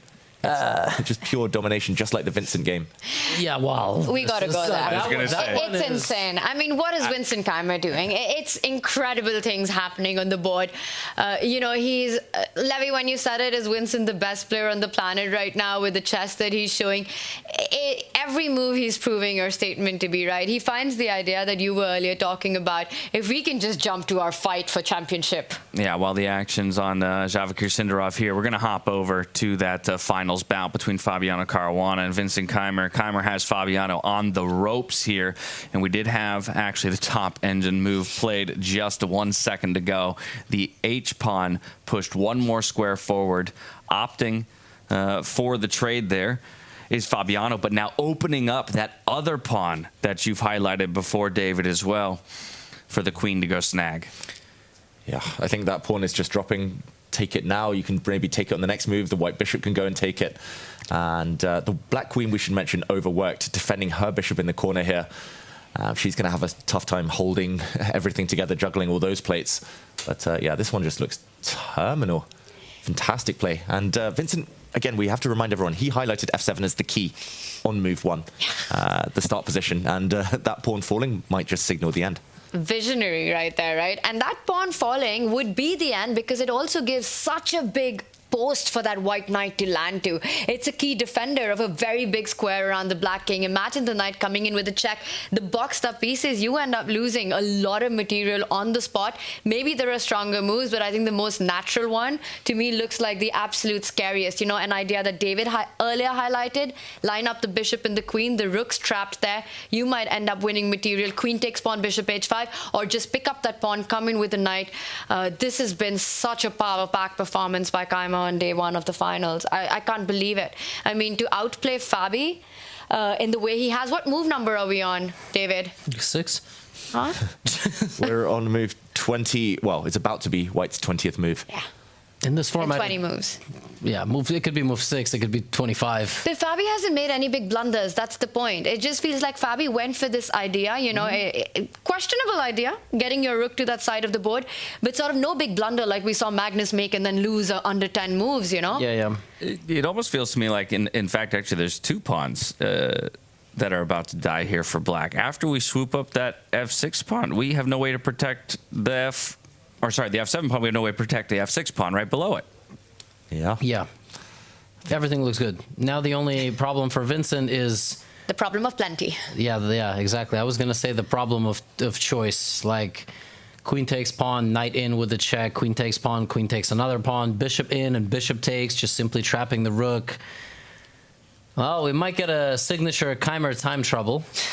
Spoiled for choice. He just thinks for 20 minutes and gives us all a heart attack, but this is pretty cool. And I will say yesterday in the recap I made of Vincent knocking out Magnus, I had a lot more Germans in the comment section sort of being like, oh, we've been fans for like so long, it's so good to see. So I think there's a lot of people that watch, but until their countryman or countrywoman like has a breakthrough, they're not going to be spamming the comment section with, you know, memes from the country or something like that. But when they have a big success, it's like pretty cool to see the whole comment section turns German, everybody dropping in German memes and so on. So yeah, this is like, who has ever put up a better run than this?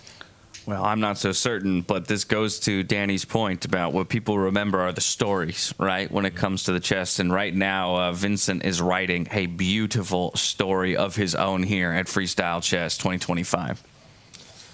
And talking of Vincent, shall we Van Gogh over to another game, or shall we stay here?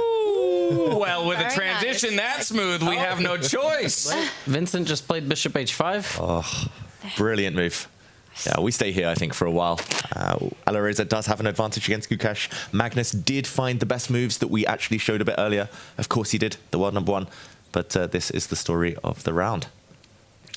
So he doesn't even rush. He's just enjoying the position. And earlier to what we were discussing, right, this is a real chess problem. When you've got to make a choice between so many pleasant options, sometimes that's exactly what backfires and doesn't go in your favor. You start burning the clock, you start checking, rechecking. But here it looks like Vincent just chose one move, saw that it keeps a big advantage, and instead of going too deep into other lines, goes like, I believe in this.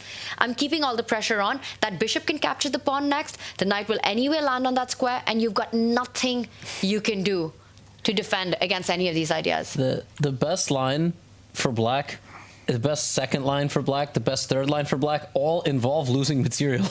Like, the computer is ready to throw pieces just straight out the window. It's like rook takes knight. I mean, how do you even explain that move? Like, you just help white open up the e file, you know. And then there's a line where black plays knight takes pawn. The computer's malfunctioning. I think Fabiano Caruana will resign in less than 10 moves. And just remind everyone, that rook took about 10 moves to get there. And now the best move is to give it up. Shall we try and trace the steps of this rook? Let's do it. I mean, it started on the c8 square. It came up, it came across, it came down, it came down, it came round. And it's just hitting thin air. I mean, he's literally moved it, was that 5 times? And he plays it. He sacrifices his rook for knight. Stopping the white knight from jumping in, that's the logic. The white knight was about to land on some juicy squares. We were talking about the e6 square. But yeah, you're only kind of shutting one door, opening another for the opponent. 1/3 of the game, approximately, was played with that rook. And now it's gone. Now it's gone. Recognizing the power of that knight, though, opts to trade the heavier piece for the smaller one. It is still gone for a piece with lesser value, and it opens up a very key line in the center of the board as well. And there are still problems on those pawns doubled up on the F line.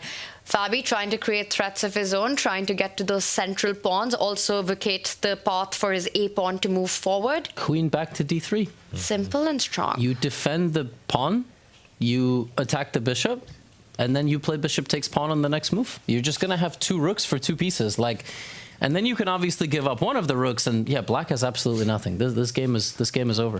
This is a nice way of freezing black as well on the left side of the board. Black is totally frozen, cannot touch anything. He's gonna play it. Fabi might resign. Like, this is actually okay. He's.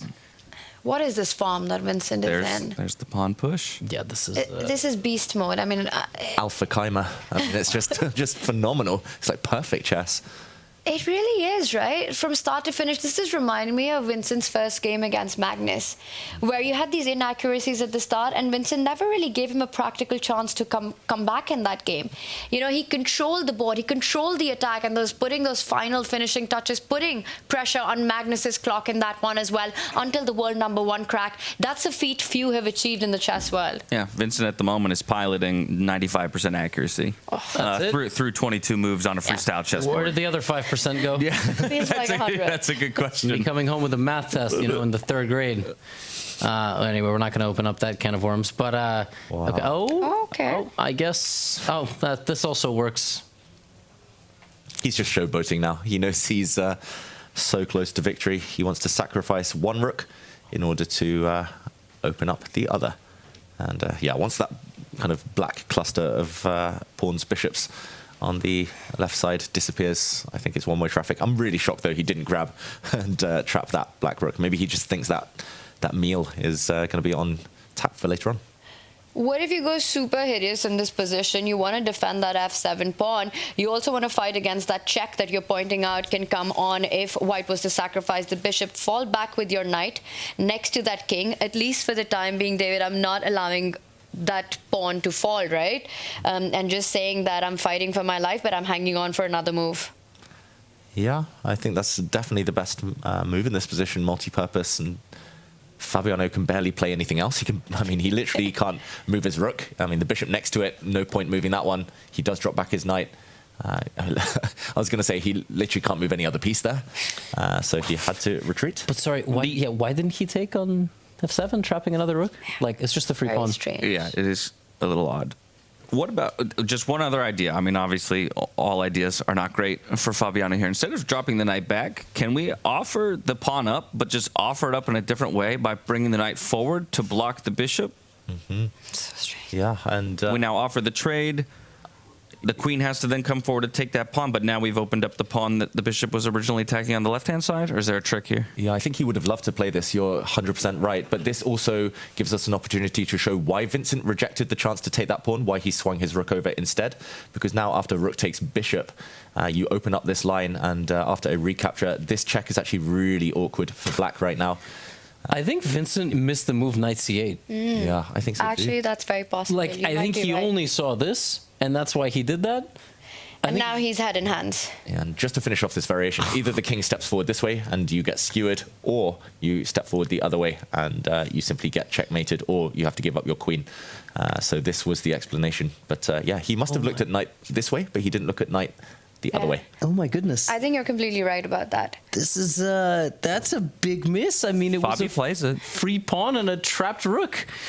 You don't even have to take the rook. You can just move you could have just moved the bishop somewhere just to keep that is so crazy. I mean, and let me tell you, like, this is the moment in the game you feel so stupid, because you're like, I could have taken a pawn and the rook was trapped. Like, what am I doing? Like, this is unbelievable. Like, he knows he's still better, but now he has to play moves like retreating the bishop back to the f3 square and then repositioning it, and he will probably find a second win and win this game, just because, quite frankly, black's position is so horrible. But like, yeah, recovering from moments like this is not easy. You suddenly get the feeling that you have to win the game all over again. Yeah. And then you start thinking, had I just played the most obvious move, I'm winning more material, why didn't I go that? And again, only explanation, knight retreats are easily missed in the chess game. And I think this was one of those moments where Vincent completely forgot about this resource. He just thought, rook to b1, can't fight this threat, I'm winning on the spot. And this gives Fabi just that little chance to survive for a little bit longer. And sometimes in chess, that's all you need. Fabi has survived like 30 times in this tournament. I was going to say, I think resilience is the story of Fabiano in this tournament, right? Just surviving in seemingly unsurvivable moments a few times. Some would call it luck, but I feel like in chess, you earn your luck. Mm-hmm. You know, Make your you own just, luck on the board. You make your own luck, yeah. Like, not getting bishop f7 played against you. Like, I would have played that move just because, like, I'm too stupid to think of anything else. I'm just like, it's just free pawn. Like, but yeah, sometimes it happens. And I've also had moments like this. You just have a good move, you have another move, you're like, I'm winning. You play the move, you go, wait, what have I just done? So I actually think we're gonna get a time trouble in this game. Like, I think Vincent's gonna end up tanking a little bit. Yeah, that was a case of that kind of idiom we were saying the other day, you know, see a good move, look for a better one. But he should not have looked for a better one. Settle for good. Just settle for good. Settle for winning. But now he's, yeah, we should mention the count right now, the material count. It's so imbalanced, this position. He's not even material up, Vincent Keymer. Currently, he has a rook. The opponent has a piece and 2 pawns, so it's level material, but he finds one of the best moves. He, changes focus. He's going after this bishop. And coming to that point of adaptability, right? It's not that as he went into a 10-minute think and just thinking about, hey, I should have grabbed the pawn. He just recomposes himself, perhaps realized that he missed one of the resources, but that's fine. Everything's still under control. And David, you're saying this is one of the best moves, and it looks incredibly strong, right? Because that bishop has got nowhere to run. That knight rerouting itself can also further go to the center of the board, targeting some other pawns. You could win the bishop. And again, for Fabi, the disconnection in the pieces. What are those back rank pieces even doing? Where are the targets? Yes, he got that one small hope of not losing on the spot, but it's still pretty lost. Yeah, I mean, there's nowhere to go with your bishop, simply. That's the worst bishop I've ever seen. But, I mean, the rook now at least can breathe, but it's got nowhere to go on this line. And likewise, the black queen a bit trapped, so still very smelly. Yeah, that poor bishop has been on that square the entire game and may still be there when all the dust settles. But I do think we should check back in with Magnus Carlsen versus Javokhir Sindarov, as Fabiano has a breath of new life while still not out of the woods just yet. Magnus continues, I think, to extend his advantage here. Javokhir with only 3:40 on the clock. Of course, it is Magnus's move to make. Yeah, and these top players, we mentioned Vincent in the confessional. Magnus in the confessional also mentioned, literally, what was it, 8 moves ago, that he was going to line up on this diagonal. He was going to push his pawn to c4, and that there would be a second wave of attack. He also mentioned bringing his bishop out to this nice diagonal. And I think that might be the move he plays. It just feels like the white king is caught in the crosshairs. Material is actually in favor of Sindarov. He's 1 pawn to the good, but that's totally irrelevant. It's more just the fact that he is pinned and totally immobilized right now. And I think he can follow up that idea of the bishop move by sliding the rook as well further into the game to the second rank. Notice how the white knight appears to be defending a key square for the rook to come into, but you can't move that knight. It's essentially just stuck on that square because of the checkmating ideas on the board. So bishop rook lined up against that f2 pawn would be incredibly dangerous for Javokhir. And you're absolutely right. That extra pawn, who cares about that right now?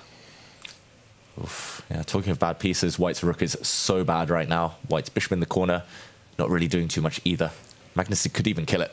Magnus could just push a pawn forward and lock this bishop in for life, entomb it. I think maybe the one concern for black here is giving white enough time to collapse your entire right side of the board. Queen targeting that loose pawn again over there, and then in essence targeting that second pawn. And then from there, you're pretty close to promoting. On your own, but of course I don't think Magnus is going to allow his opponent the time to make that full trip. Looking good for Magnus, but I will say that we might be seeing the last few moves in our game 1 of the finals championship, championship game. So huge pressure on Fabi, completely busted. Can a miracle save him? Should we jump back to Vincent's board? Let's Van Gogh back. This time I can say it, and we will move. And yeah, here we see Fabiano. He's just given up a pawn with his last move to try and get the black queen into the game. But this looks like desperation. The black queen now, she has a couple of squares to use. The black bishop is actually threatening to jump with a double attack. So some logic behind Fabiano opening up this c-file. But you mentioned the last few moves, Tanya. How is Vincent going to shut the door on Fabi's counterplay here? Is it just a rook sacrifice for the bishop? Is it just stepping across onto the c-file? Is he just bringing his knight into the game? Still many tempting moves. I like what you said at the end. We're talking about Vincent, so maybe we'll see a starry knight on the board. You can get that knight, and then further get it across to target those weak pawns, get your worst placed piece into the game. Do we continue with positioning that knight, attacking the bishop, or the square that you're highlighting right now? Yeah, the only fear I have with bringing the knight across is that bishop to this square is a threat with a double attack. So maybe first this move. I also kind of wanted to protect this pawn, but maybe that one is less relevant right now. Yeah, I kind of want to put my rook on c6. Yeah. But it doesn't accomplish anything. It's just a nice move, supported by 2 pawns. I was also looking at bishop back to d1, which originally I thought just wins the game like on the spot. But then I guess black has bishop c4, which is kind of annoying. Yeah, hitting the queen, and next move. Apparently not. There might have been something stronger, but... Yeah, both of the pawns are attacked, so I don't know where the white queen goes. Like, maybe I want to stop rook to e1, but you can't save both of these at the same time. The rook slide looks like the most natural move in the position. You know, you control all the squares, all these threats that you're highlighting for black, also eyeing that juicy spot on c6. Next, your knight can come forward into the game. I would expect Vincent to play that move next. Yeah, he's just working out the follow-up. Vincent Keymer. 5 minutes for Fabi. Yeah, Vincent's got him on the ropes. This is the second time he has to win this position, but luckily it's all good. And we should say, when we left, I think the position was something like +2.5, and now it's +5. So Fabiano, even in the low time, was not able to exactly navigate the defenses because they were very mysterious. I mean, it was always winning for Vincent, but not taking a free pawn that traps a rook will really mess with you a little bit. But this is... He just needs to do a few more things correctly, and the cake will be finished. Just don't knock it off the counter and onto the floor. But he's putting the icing on right now. Yeah, he's just figuring out how to kill the counterplay. He brings his knight forward, one of the most natural moves. Okay. Covering all the squares. Fabi's just still so stuck. Down material, can barely move anything. It just looks horrible for black. Stockfish wants to take the knight. I mean... Another exchange sacrifice. But, like, you can't. I mean, no human being plays like this. Like, Fabi's going to play knight b6. I mean, you do, and then you resign 2 moves later. Yeah, but you can't get rid of your pieces so easily. Go down fighting. Go down swinging. Throwing all the pieces off the board. Maybe he'll move his pawn to f5. Just to finally try and give the dark square bishop some life on the diagonal. That would make some sense as well. But 4 minutes, I mean, one thing is having a hopeless position. The other thing is having 4 minutes to try and bluff your way out of it somehow. We'll just say Sindarov has 1 minute and 40 seconds, but we don't. Well, let's stay here. This is our game for first place. Oof. But Sindarov is likely on his last few moves as well. Nodirbek and Hikaru have had by far the calmest game. They've just vibed all day. Gukesh could have had a draw an hour ago. Could have walked around in the snow. Like, if you're born and raised in India, do you see snow? Is there snow in regions? Up north, yes. Up north? Yes. Okay. Yeah, I remember I spoke to Sagar in New York, and he was like, I didn't come with a coat because I didn't know it was like 25 degrees less on Celsius, which is... But where Gukesh comes from, their winter in Chennai is like a really nice summer. It's almost like spring. It's like 23 degrees. Oh, wow. Yeah. So that's the coldest it gets. Fabi, meanwhile, does decide to make a move. Yeah, the winds of change keep blowing here, but Vincent not yet wrapping it up. I also want to just say that, you know, just his entire journey in this tournament, getting to this finals and now staring at a first round victory against the world number 2, it's sort of like a test by fire he's gone through, right? Where in the round robin, you finish at the bottom of the leaderboard. You get picked on by Alireza, who is at the top as your opponent, and then you prove him wrong. You take him down. You know, he could have won that match 2-0. That is how dominating he was. He wins the first game, draws the second one, then goes on to knock out the world number 1. And did I see a little bit of a... What happened there? I thought Fabi just threw in the towel, but the game's still on. The game's still on. It's actually the other board that's about to end first. It looks like Magnus is about to wrap up his victory any second now. He's about to win material and the game. And here we see the white rook dropping on the edge of the board. Yeah, it feels a formality at this point. With material advantage, positional advantage, and a much safer king. Yeah, he's just going to go grab this rook. And will we see resignation from Sindarov? No, he keeps fighting. He keeps playing King March. Not sure where that king's going. I'm expecting the black rook now to come in with a double attack against the 2 pieces. I thought Magnus was up a rook, but he's not. He's up a rook for a knight. He's up a rook and a pawn for a knight. But... A knight and a bishop, yes. So. Yeah, it's a weird position, you know, like, but he can take a couple of pawns and then Javokhir can take some pawns. And White's king is kind of safe. Bishop c8, maybe not, but maybe it's not safe at all, actually. And just to show as well, there were 2 brilliant moves in a row from Magnus Carlsen just a few moves back to get this material advantage, this decisive edge. We actually just left it one move before that sequence happened, white bringing a bishop forward, and Magnus now just jumped in. Knight takes pawn, double exclamation point. This is a pure piece sacrifice, because if the white queen retreats and takes the knight back, the black rook could have lunged in and finally overpowering this blockading knight, the guardian of the diagonal. And next move, no matter what, there would have been a sacrifice on this square, and black would have broken through with checkmate. So the knight wasn't captured, but the second brilliant move was another sacrifice, knight into e3, a fork. And when the knight was captured, another fork, another double attack, this time the king and rook.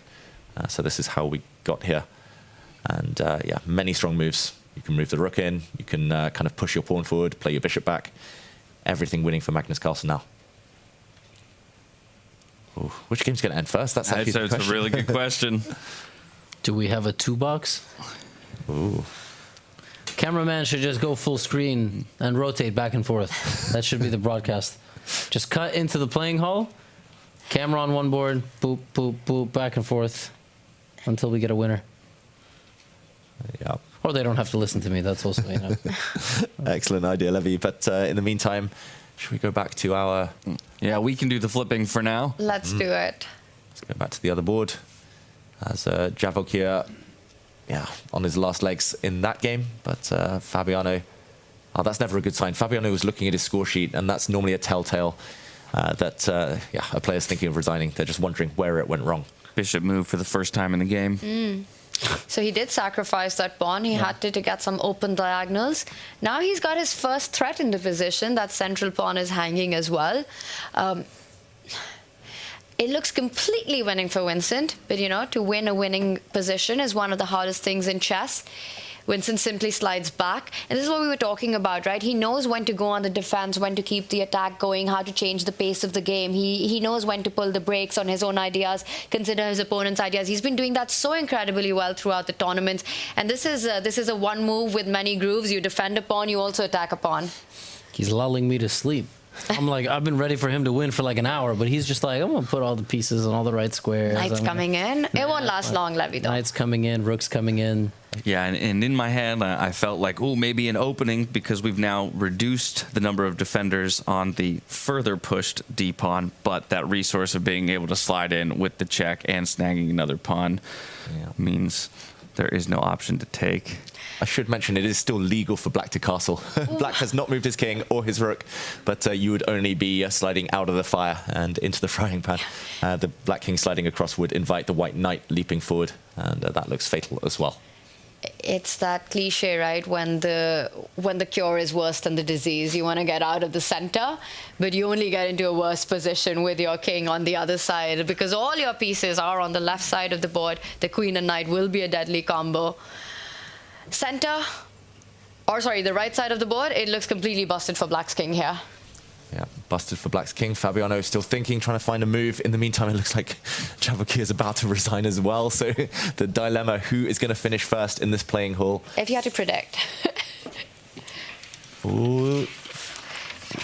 Right, there we go. It looks like there it is. We have a result. It is Magnus Carlsen who comes out on top in game number 1 of our third place match against the youngster in Javokhir Sindarov. Beautifully navigated from him. From the first confessional that we had of Magnus, where he talked through the position, even predicting quite a few number of moves in the early sequences and how it would set him up for success. He then delivers on that confessional brilliantly. Yeah, exactly what he predicted came to pass, Magnus Carlsen. The final position, Javokhir was the exchange down, rook for knight, but about to lose another piece as well. So resigning. And that leaves us with one major focal point in this final, well, penultimate day here in Weissenhaus. I think the terrifying thing for me, David, is that you mentioned while castling is still legal and how precarious that decision would be to make, it is one of the top engine lines being considered here. Every move just feels absolutely losing for black. I mean, there are such few that you have. Where do you even hide? Because that idea of lining up the queen and the knight against the king, if it castled, if that's one of the best lines, it just shows how bad the position is. And Fabi's clock now under 1 minute. Yeah, he might resign. He might play a few moves. Right here, right now, I think. I think you still have to play a move or two. Which move do you would you even play here, Levy? You just make one or two moves. You know, maybe something happens. Maybe he blunders his queen, or you resign. You know, you think down, you go, this is crazy. I just have absolutely nothing. I mean, the white rook is coming in. This pawn is hanging. The white knight is coming in. It's just too much. I think he might stop the clock. You know, Fabiano. At least he won't be the first game to finish today. That's some consolation for all chess players. 20 seconds. No. I had a feeling he would make at least one more move. Yeah, that poor bishop. Every move feels like a waiting move, but just a move waiting for death. Yeah. That poor bishop, it made its first move. It finally stepped into the limelight, and then it goes back home. Perhaps a recognition of, you know, one of the piece or, you know, spots on the board that played a major role in his demise here. Mm-hmm. Now the rook is coming in, guaranteed. The move Levy predicted a few moments ago. Beautiful outpost for the white rook. There are some sacrifices in the air. Black can barely move again. Oh, this is painful. And once again, I just got to bring it back to what a beautiful game here out of Vincent, start to finish. Absolutely stunning. Fabi just never got going in this one. And maybe to that point that Vincent also spoke in the confessional, right? Just how difficult it is. By the way, a stunning line here. He gives up that rook to open up Black's king. It gets the double exclaim, which means it's a brilliancy on the board. Giving up a rook to win the king. Rich get richer. You know, he was already doing very well. He does not need a double exclam to confirm that. Obviously, Fabi's going to take. I mean, I don't think that he can not capture, although. Yeah. Well, and speaking of the rich get richer, Artie had guaranteed himself $140,000 just by landing in this finals bout. And if he manages to conclude this one, putting himself up in a 1-point advantage, he's that much closer to an extra 60 grand and a $200,000 top prize. He's going to get 1 foot in. But David, can we see what would have happened had Fabi taken that rook? Yeah, let's just backtrack. Fabiano blocks the check with his knight. If he had captured the rook, accepted the sacrifice, we would have seen a queen check, hitting the king, hitting the knight. The most logical way to block this check is with the knight, and then a change of angle here from Vincent Keymer. He would have stepped back, grabbed a pawn, hit this bishop, which is actually trapped, and also picking up this pawn in the process. So this would have led to a huge material advantage. Fabiano decides instead to try and keep fighting, but now this rook can save itself. I mean, the danger is not over, and I mean, that black king is just guaranteed to be checkmated in the near future. It's just doomed. You know, the two pieces that Fabi managed to get out in the game towards Vincent, both, one of them lost to a knight, the other trapped on this side of the board. And that's it. Vincent does it, gets the first win against the world number 2. Amazing. Amazing. A result that Vincent should be proud of, but only half the job done.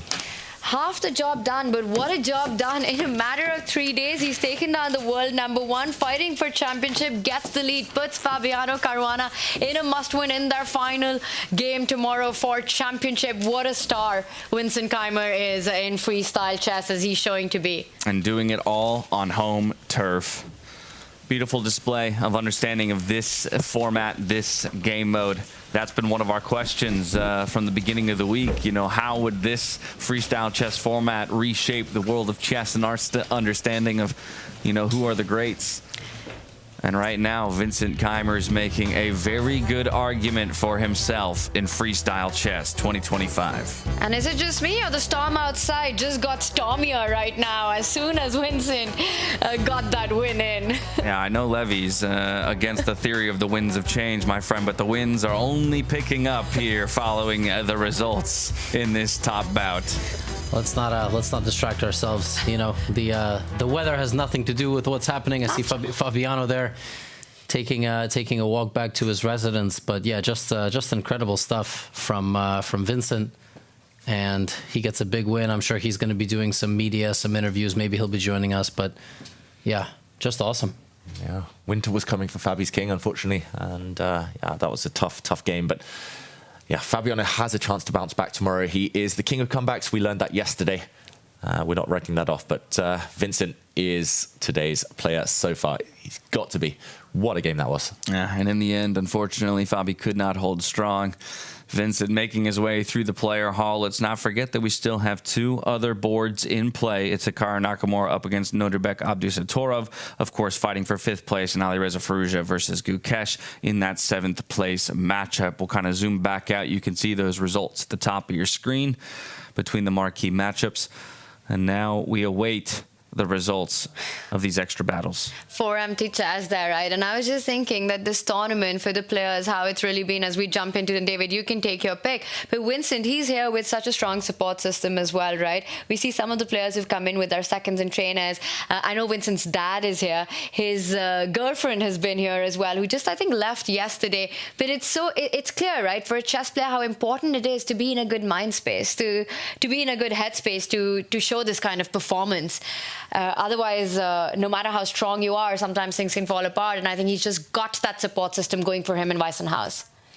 Yeah, he's got this support system. It's well worth noting that Vincent isn't superstitious. He was winning all of his games, beat Magnus Carlsen while his partner was here. I think she stepped out for the day. He just won anyway, his routine. I mean, he's just on fire. And in the 2 games we have left, there are imbalances. There's 2 sides who are the clear favourites at the point we jump in on. The clock situation is pretty dramatic for Gukesh. Out of the 4 remaining players, he's the lowest on the clock, and his position looking pretty dire. So his gambles earlier to keep the game going not paying off. Firouzja, a big favourite with a huge time advantage too. And in the meantime, Nakamura maybe with a small missed opportunity, but with a long-term advantage on his board, extra pawn for the American. Yeah, and we can find our way to those boards in just a moment. But I think as Jan Henrik has joined us once again in the studio, my friend, the fairy tale seems to be playing out in front of our eyes. Vincent Keymer with another decisive victory and the advantage going into the final day of play against Fabiano. It is insane. I mean, I was just in the hall because I had to talk to Magnus about a thing. I will tell you like in a minute. So I was waiting for Magnus' game to end, so I was standing there, and obviously it was ending like just quickly before Vincent's game. And when he came to me, I said I had to talk to you for a second. He said, Vince is going to win the whole thing. That's Magnus' reaction, right? Wow. So really deserved, because also he was very appreciative of Vincent's play, and Alireza was the same. You know that these guys are all very dear to my heart. So it's like bleeding, seeing Alireza fall and feeling Magnus not succeeding. But also I said to Magnus, it's like for our tournament, it is very good to not have the same final like last year. Like if we had have Fabiano, Magnus, so because a lot of the criticism that we hear is like, this is just a tournament where Magnus invites his old friends and people he can beat, and so that he can have a nice retirement game. But I think what we are seeing is quite the opposite. We are seeing that the young guys are really taking on the challenge, that we are having great talent, like Javokhir is like insane, has moved up. I mean, nobody would expect him to beat Magnus anyway right now.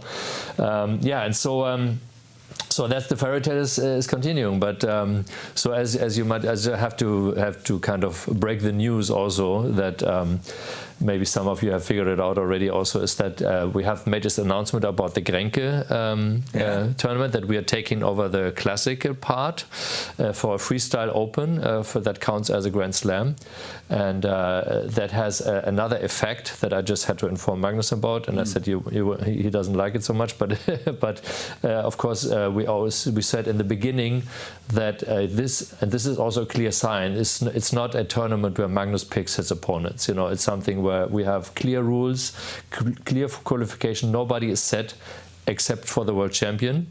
Thank you, FIDE. so it's in terms of right. So it was also an acknowledgement of FIDE again, that Gukesh is always set like for the Grand Slams, as long as he's world champion. And so now, do you know who won the GRENKE Open last year? Because this person is qualified for Paris. Oh, wow. We're going to look it up quickly. Yeah. Oh. Yeah. Whoa. So Hans is into the Paris Slam. Yes. Levy, you get your wish? Yes. Official. So I just had, because it was in the media, and the Norwegian television also was asking me, there's a big media news everywhere, and so before he is kind of stormed, I had to inform him also that he knows what's coming out, so I had to tell him that, and he, of course, yeah, he doesn't like it, as also Henrik, I talked to his father before, it's like he will not like it, but he is accepting it, of course. We talked before that, you know, we are, as long as everybody, you know, adhering to the rules, and we are, basically we have this Freestyle Chess Players Club, and once Hans Niemann reached the 27-25 officially, we accepted him in the role, and it would only be a matter of time that he would play, and it's earlier than expected, so it's going to be the next Grand Slam, it's going to be, Hans Niemann is going to qualify, has qualified for this. So the invitation has been extended and accepted? Yes.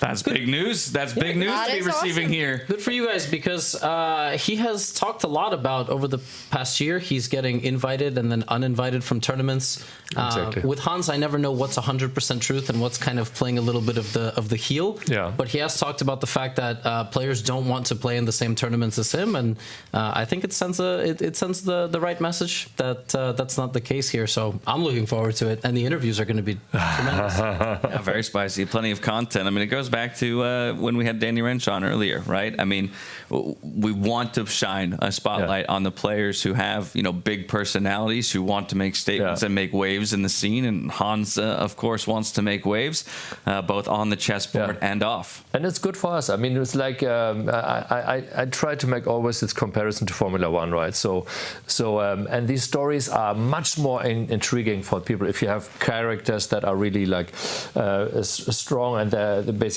not liked by everybody. If you just have a harmonious thing, then you wouldn't have a show on, right? So it's like in Formula One, like Max Verstappen was the bad guy in the beginning, the bad kid, because he was basically running with his car into the world champions and kicking them off the course, and they were very mad at him, and so you know, eventually he even became the world champion for Formula One. So that can all happen, and yeah, it's going to be really exciting to see what's going to happen. We're going to have some additional challenges also, but I think it's good, you know, to have these, you know, just yeah, we'll see what's going to happen. Yeah.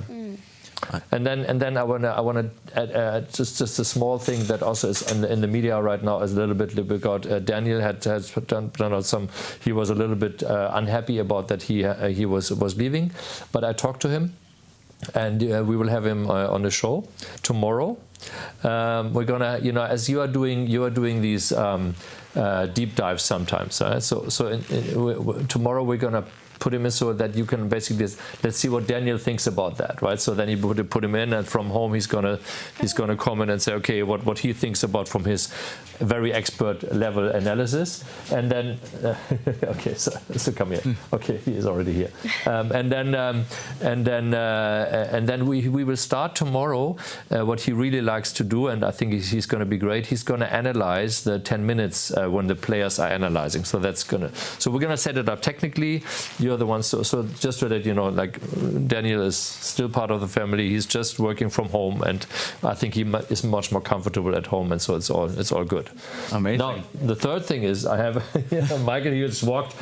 You had to go through this round, but anyway, doesn't wait. So I wanted to introduce you to another guest, and I will leave then. So leave it with him, Michael Lutzeyer. He's a very dear friend of mine. And he owns the resort in South Africa where we're going to have the Grand Slam final. Wow. So maybe a lot to talk about with you. And I'm leaving you with Michael. Well, thank you very much, Jan. Thanks, Jan. Appreciate you. Sit over there. And Michael, yes, we're getting many peeks into the future with some of the information that Jan-Henrik just revealed to us about Paris. But as he just mentioned, the Freestyle Chess Grand Slam is going to end, of all places, at your very resort in South Africa. So let's start with your involvement in the chess scene and what it means to you to be able to play the host to the final stop of this year-long endeavor. Well, that was a big surprise. I've known Jan-Henrik for many years, long before he even started chess. And when he started it a year ago, he said to me, what do you think if we do it at your place, the final? But I didn't know how big this was and if we could handle it. And anyway, I said, yes, I think we can do it. And then Torsten came through and had a look at it, and we agreed we can host it. And so I think we're on board.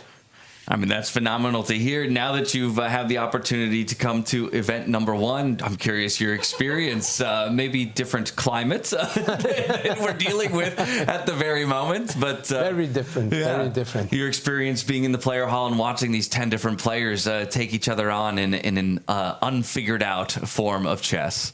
I'm actually blown away, not only by the whole setup, but by the commentaries, the live. I was watching it yesterday, and I used to play chess when I was a youngster, quite intensive, so I can follow it a little bit.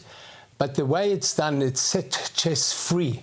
No, that's almost like freestyle. It's set it free, and you get close to everyone. You're literally part of it. I was watching Inside Now for the last 2 hours. Fascinating. Trying to think I could work out the moves. I had no idea. But so nice to hear you've been enjoying the commentary. What more can you tell us about your place in South Africa? Because it's going to be a grand final, right?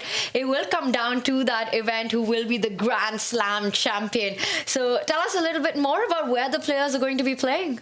Well, it's 2 hours from Cape Town, on the east coast, near the coast, in a nature reserve, a very big nature reserve, and we specialize on flowers, and we specialize on the sea life, on dolphins and whales and seals and penguins, and it's a very beautiful setting. And I think within the nature reserve, it's very private. It's going to be a lot of fun. We have beautiful accommodation, lovely staff, good food, and especially good wines. Love it, Michael. Can we come as well? I was going to say, can my dog come? Oh. Or in the nature reserve, very difficult. You might not survive it. Yeah. Maybe one of the other stops before we make it to South Africa. To meet a whale and maybe get eaten by one. But it would be great. Will you all be in South Africa? Not counting chickens before they hatch. I think the jury's out on that one, but each of us probably hoping dearly. Depends how we do here, you know? Exactly. But it sounds like the commentary is good, so we have Michael's blessing. Right, if we have your vote of confidence, maybe we will all get to book our ticket there. I think one of the beautiful things about going to all these amazing and different locations is our opportunity to not just experience the location, but celebrate the location. Yes. And that's where I'm kind of curious for you. South Africa, somewhere I've never been before, and you talk about the beautiful position of your resort in this nature reserve. But to you, what are the elements of South Africa that you hope will be, spotlit and celebrated when we arrive? Well, I think South Africa is also very European, and there's no jet lag. So coming from Europe, it's direct. It's 1 hour difference at the moment that we're having. We have amazing friendly staff. We have excellent cuisine in South Africa. It doesn't matter actually where you eat. And obviously it's a wine country as well, especially in the Western Cape where we're going to. And so I think this combination of lovely weather, it's going to be different than here. I was talking to my wife this morning. I was telling we're having -2, and she said we have +29. So I was still cuddling in bed and it was dark. So I think all in all, it's going to be great because the weather's going to play along. There'll be a lot of excitement, and in this nature reserve, going for walks, being in a little forest, the Milkwood Forest, and I think it's with these incredible views, sunshine, going to the beach, playing golf nearby. It's going to be a great place to have If it's anything like the picture you just painted for us, I'm sure it will be spectacular. I just want to bring it back to the chess with my final question before we let you go. We've already had 2 results in our final and third place matchups. Vincent Keymer now with the lead against Fabiano. Do you have any sense of whether or not the German native is going to take it tomorrow, or Fabiano will strike back and take us to a playoff tiebreaker? Well, if you ask me that, I think Vincent is on a roll. He's got a lot of confidence behind him at the moment, and he should take it. He's got a home run. He's playing in Germany. Well, it's amazing. There you have it. A declarative statement from Michael. Michael, thank you so much. We look forward to the South Africa event, but I'll let you go take advantage of everything that this beautiful resort has to offer while the final games conclude. Thank you so much. And thank you for giving me the time to sit with you. And looking forward to seeing you in South Africa. Thank you. It was our pleasure.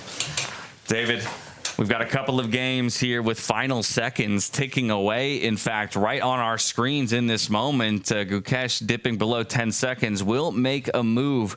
He as well finds himself in a dire straits here up against Alireza Firouzja playing with the white pieces. Yeah, it just looks fantastic for Alireza. All of Gukesh's worst nightmares have come to pass. And essentially, it's good night versus bad bishop. It will be good night for Gukesh in this one because a pawn is dropping, the white king very active. Just no counterplay at all. This one almost over. I just want to give a quick shout out to Levy, who about 3 hours ago mentioned that if this game went into an end game, it will be that night that will make Gukesh's life so incredibly difficult. So you were quite the prophet in this one, and it's all come true for Alireza. I don't know why he didn't repeat the position. Like, David was also very... Sometimes it works, sometimes it doesn't. Well, the knight making Gukesh's life difficult. Vincent Keymer making Fabiano Caruana's life difficult by putting the pressure on with yet another day one victory. And we're joined by none other than the man himself in the studio. Vincent, you have come out in pretty explosive fashion in a number of your knockout rounds on day one, really kind of putting the screws to your opponents. Where's this confidence coming from, my friend? Yeah, I mean, after beating Alireza and Magnus, you kind of feel well. But also, I think today, again, the starting position was really putting a lot of pressure on Black. I'm not even sure it was that bad, but simply from a practical point of view, there are so many tactics and weaknesses you need to watch out for that it can be quite tough to find all the right moves. And even though I saw Engine was kind of accepting the position for him after the first 5-10 moves, to me it felt extremely dangerous. So, yeah. Something you mentioned in the confessional, which thank you so much for diving in there for us. We love getting a peek inside your mind. Was that pawn positioned on f7 and just identifying it as a weakness? And it really did feel in a lot of ways like that was the crucial square, the crucial piece to attack from start to finish. Yeah, I mean, this is kind of the key weakness. And yeah, when discussing the position, we were not really sure whether, like, how to exploit this weakness. I was trying to push for c4 with the idea that, yeah, as soon as the knight from h8 moves, f7 becomes even more vulnerable. And that's why I think, at least for us, it was very natural that knight f6 is the move to be played, because knight g6, knight f3 seemed kind of dangerous. And then here, of course, yeah, things are getting really weird. I mean, knight f3 also, I'm never sure, like, when Black is playing e5, white e4, it's so tough to calculate, because also often the resulting positions are so difficult to assess that it's very hard. Yeah, I mean, b6 actually seemed like a quite interesting move, but of course there we see all these move order things. Yeah, for example, I also could have started with b3 instead of knight f3, putting immediate pressure on the h7 pawn, but then again I would have eliminated my option to play b4. So yeah, everything had its up and down sides. You've obviously understood a lot of the positions, especially the ones that you're winning, very well. Like, you go into the confessional, everything you tell us, the engine 100% agrees with, which is just very interesting to see.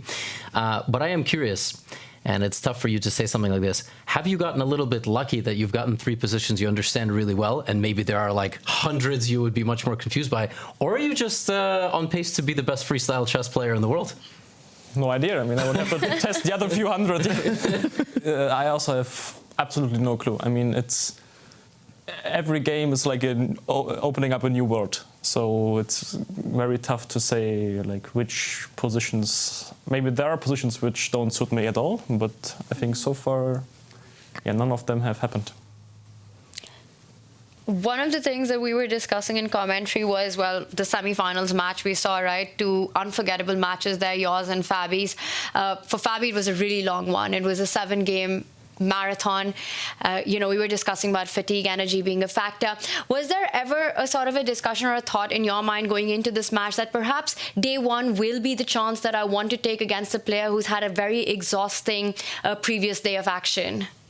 Yeah, I have to admit I didn't think too much before going into the game. I mean, first of all, Fabi is a top player. He's used to having these tough matches, and also once you win these very difficult matches, it gives back quite a lot of energy. So, I mean, if you lose these ones and have to come back the next day, it's incredibly tough. But if you finally come out on top, it gives back quite a lot of the energy you wasted or kind of had to use. And yeah, so I was expecting him to come to the game kind of fresh and play a good game. So I didn't really cross my mind. But in general, I haven't been really preparing much. Like last year I was trying to, I don't know, do some tactics in the morning to get ready for the game. This year I don't think I've even opened my laptop for anything chess related in the whole tournament. So that's, yeah, maybe that's a better approach, just to be fresh and try to then use your brain for the games. That's something I've been preaching for years. When people complain about my terrible openings, I'm like, yeah, but at least later in the game I have some energy prepared. But Vincent, going into tomorrow, I guess just more of the same old routine? Yeah, I mean, incredibly, it's already become a routine that I am leading after day one. So, yeah, I'm sure it will not be an easy game. But, of course, it's basically the best situation I could have after the first day. I have a bit of a tangential question, only because it's something we talked about a bit last night, and a curiosity for me stepping into the chess world. Chess players and superstitions. Do you find yourself to be a superstitious player, or have a specific routine or superstition going into games? Because I know this guy over here is quite superstitious, or so I've learned. Yeah, I think in general chess players are quite superstitious in the sense that once a routine works out, you don't really have the urge to change it. So, of course, once things go wrong, you start to doubt yourself or what you could change, or maybe what is the reason for something going wrong. But as long as things are going smoothly, you can just basically enjoy that that's the way it is, and yeah, stick to your routine.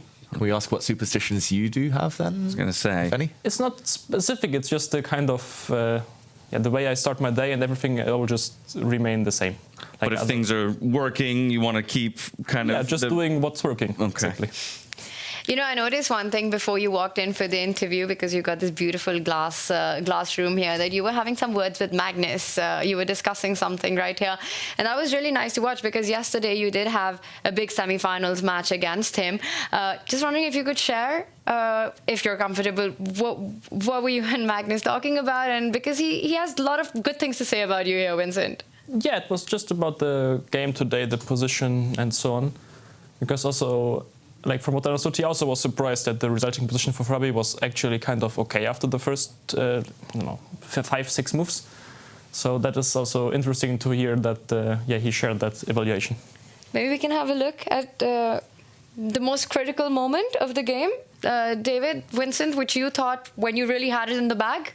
Yeah, I actually think that his move Rook c5 is something I was kind of thinking about, but I don't know, Rook c5 is the kind of move that you play if you're not happy with your position. Like, playing Rook c5 can never be really good.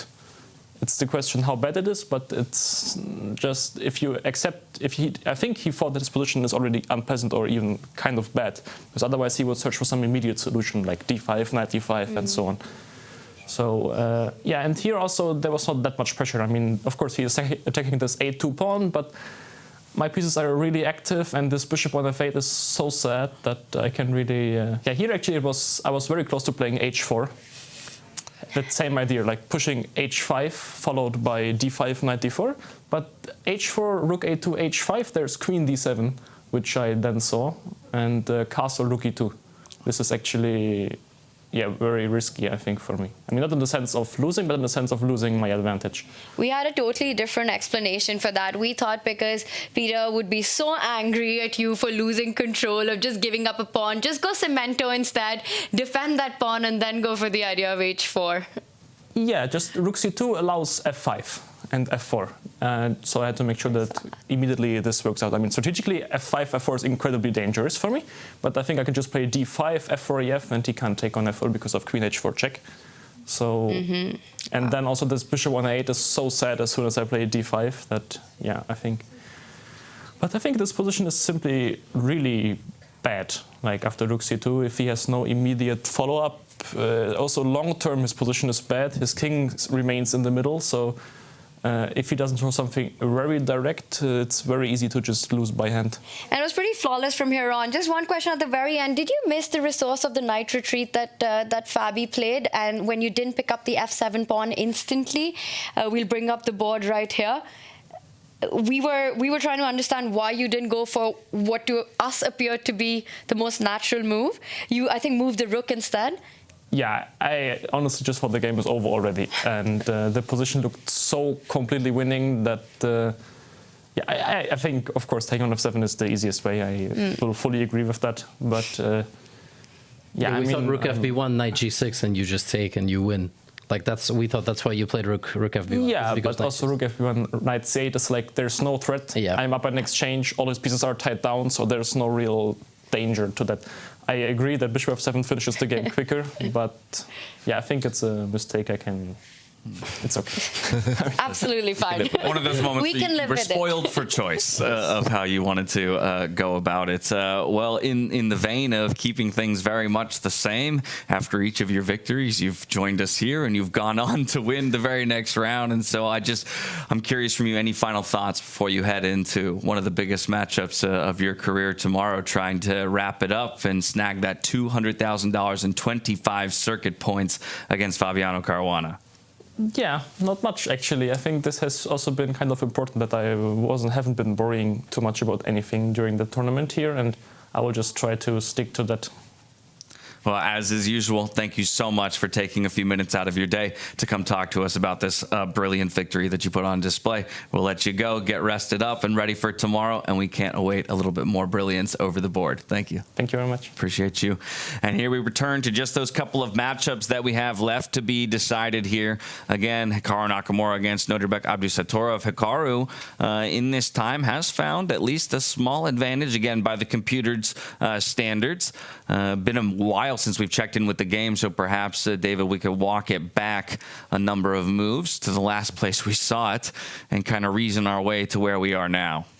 Yeah, we last saw this a long time ago, actually. But the drama started happening about 15 moves back. And it was here where, in a slightly better position for Hikaru, he played this move, knight takes pawn. And maybe here, white could have tried something a bit better, just tried to grab this pawn. Instead, he brought his bishop across, given a question mark, Nodirbek, and there was no real way back for him. He simply allowed the knights to protect each other. Maybe the best move would have been bishop to this square to prevent that from happening. And here, Nodirbek would have been mostly kind of out of danger. But instead, Hikaru, as we see the next few moves progress, he's just been doing Hikaru things, kind of maneuvering. It's two knights versus two bishops. He's been maneuvering around, not perfect play from either side. But if we catch up with the current position, we're actually on move 52, so a long way down the road. But not too much has been changing. It's the two white bishops very strong, but Hikaru with an extra pawn. I love that when things are described as a Hikaru move or a Magnus move, when it feels like there's no better way to describe a type of play than to just use rather the person's name themselves. Yeah, I mean, it's a Hikaru position. Like, we could imagine him playing Title Tuesday. This will go around for 50 moves in a row. You'll be going around in circles as he tries to find a path forward, and eventually he tends to break through. I don't even think it's going to last 50 moves here, David, because Hikaru's idea is really simple. Get the king closer to that central pawn, defend it, and then eventually win a second pawn on the right side of the board when your knight is free to jump across. And notice how the bishops that Nodirbek has, yes, bishop pair, we're all a fan of that in the studio, but it's really not coming to the rescue of that side pawn. And once that happens, the G pawn can start moving forward. I've got a question. Is it Zugzwang, since we're here in Germany? White doesn't have a useful move. So Zugzwang is when any move you make worsens your position. You'd rather just say pass. Here, the white light squared bishop is tied down, cannot move. It has to defend its pawn. The white dark squared bishop wants to sit still, kind of keeping an eye on this pawn. The white rook, likewise, keeping an eye on this pawn. And if you move your king, there's only one square to go back to with your king. Then this pawn might drop, although there I've realized I blundered. Actually, that's a cool trick. The king might go back because knight takes pawn is a check, and you walk into a skewer due to those pesky little bishops. So you can still find a way to lose for sure. Yeah, both sides can. But maybe it's just the fact that, yeah, maybe he's just been going around in circles. Maybe he's just paralyzed the white pieces. And Tanya, you mentioned grabbing this pawn eventually. You do need a bit of help here from the opponent. He does go back, so no time yet. We should mention rooks coming off the board would be terrible for Hikaru. Since white will go pawn hunting. He does drop back. But now you could drop back with your own king because there are counter tactics, right, David? If you pick up the g6 pawn, you're walking into a big fork in the position, and black might just be in time to defend his own pawn and in the next move grab the hanging pawn of white. And maybe it really was a zigzag because white has placed the king in a less ideal square where now the rook cannot in fact pick up the black pawn. Yeah, that's really cool, I've got to say. Hikaru kind of staged this so that White would walk into the danger zone. And as you're pointing out, Tanya, do not get greedy. Rook takes pawn meets a knight fork. Knight takes pawn on the edge. So, yeah, Hikaru... Yeah, I mentioned Hikaru things. He's found the perfect moment to set up his pieces and go 2 pawns to the good. How you win after that is probably another long-winded affair, but still, he's in the zone, Hikaru. Hikaru's in the zone. Does drop that king back. Onus back on Nodirbek to make a move. That Hikaru face expression, lean back, is perhaps the scariest thing to deal with. And then when that nod comes in, you know you're done for. Mm-hmm. That's the face of a confident man, a confident Hikaru. Very focused here. He got the win yesterday eventually. Maybe that's just going to help him build up this head of steam, help him keep the momentum. It looks like a 2-pawn advantage should be more than enough to win this game. In the meantime, Alireza Firouzja also with a big advantage on his board against the world champion Gukesh. That one's still in action as well. Yeah, let's dive over there. Let's check that one out as well. See if there's anything to glean or to learn. Mm-hmm. As Abdusattorov retreats his king, but Hikaru about to pick off that pawn on the edge of the board. This game, meanwhile, has been winning for Alireza for a long time. For a long time.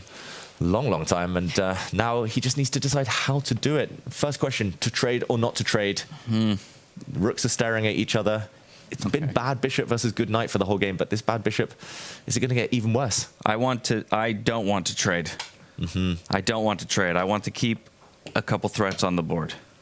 He wants to trade. That's commentator's curse in a nutshell. Whatever move we would have predicted. But it doesn't look good. Whoa. It doesn't look good. How is this not winning? Exactly. David, when you threw that question, I wanted to give you a big yes on that because you're up a pawn. You go into a minor piece endgame. That's the strat to get the win in. I mean, my thinking there, right, is that, yes, I'm up an extra pawn, but my king is nowhere in defense of that extra pawn. Yeah, and here the black king is going to come and gobble up the white a pawn. That's inevitable. I think Firouzja here, he's relying on going to get these black pawns while the black king is busy and sidelined. But the problem is you can grab one, but not the other. Now, Gukesh can do nothing. He only has one move. His pawn is going to fall anyway, so he moves his king up. And what Firouzja's probably missed, Tanya, is that king takes pawn. The black bishop just drops back, check, defends, and then you take. And you've run out of pieces with white. Still winning chances, I'm going to say, but not objectively winning anymore. This is amazing what you're showing because, yes, white can use the king and the knight to double down on that only remaining pawn if this line was to happen. But then it is Gukesh's king activity. The moment that knight leaves the spot it's on to try to find a route in, the black king will have time to step forward closer to the defense as well as the attack of the other white pawn. And now you just slide up the bishop one square, retain the contact with the pawn. Or what am I missing there, David? I guess you don't do that. That's... Wow. And talking of Zugzwang, Tanya, this is crazy. This is what Alireza's missed. He's not missed what happens here. Okay, we see a shake of the head from Alireza, but he missed what happens later. The black bishop goes the other way. This is incredible. You give up this pawn, and then you just jump in with your king, and there's no way to save this little soldier because the bishop is coming to undermine the knight, and white is actually frozen. This is deep. What? So if the king comes back, you just slide with your bishop, attack the knight, but you still can't take that knight. Yeah, you can't take the knight, but white cannot make progress. You don't care about... You just need to... Just wait with the black bishop to a safe square far away from any knight forks. And we're going to see this play out. Alireza is shaking his head. It's a forced sequence of moves, right? It's not a difficult one for Gukesh to find because you have to give the check. You're going to grab that pawn on the next move. And you're right, Alireza, with that shake of his head, it felt like he just realized that the line that he thought was completely winning is in fact a draw. Yeah, and this is deep because what he was relying upon as we go a couple of moves down, we see a check, the king move, and king takes pawn. What he's relying upon here is that exact move that I wanted to put on the board, Tanya. You mentioned it as well, bishop to e7, but now the white king drops back and that move, Zugzwang, that concept Zugzwang, where black has to give way, comes into effect again. Black would love to say pass and everything's defended, but black's bishop has no safe squares on the diagonal, meaning the king has to move, and now you lose the pawn, and now it's very different. the black bishop is just worsely placed. And that's the key point, because now, David, if you just pick up that bishop and put it on the other diagonal, white would not have the possibility to push that d pawn further. But where the bishop is placed in this line that Alireza went down and wanted on the board, the d pawn can in fact start moving forward. So no zugzwang here. Will Gukesh find the right spot for the bishop is the big question to save this one. He'll be forced to find it. Alireza should just move, by the way. He shouldn't give Gukesh time to think. He should move confidently. This is where you need to act strong. You're like, yeah, I'm winning. And then Gukesh won't be able to focus, won't be able to find the best moves. But right, because we've had the benefit this entire time of the evaluation bar and the engine. I think it's quite telling that initially when you asked the question going back a few moves ago, the answer felt obvious to the two of you, and it might have felt obvious to the players as well. And so the question, do they even realize, the situation that they're in? But Firouzja here, he should not be shaking his head. He should not be telling Gukesh that there's a draw in the position. He's giving it away. He's giving it away. He's completely letting him know, even if whether Gukesh has figured it out or not, you look at him, when this happens, you look at your opponent and you realize there's something going on the board. Even if you've missed it at first, that's sort of a tell, right? It's that tap on your shoulder that, hey, find something. There's something in this position that saves your game. And Alireza, he pauses. And look at that. He realizes, he knows he was completely winning and he's messed it up.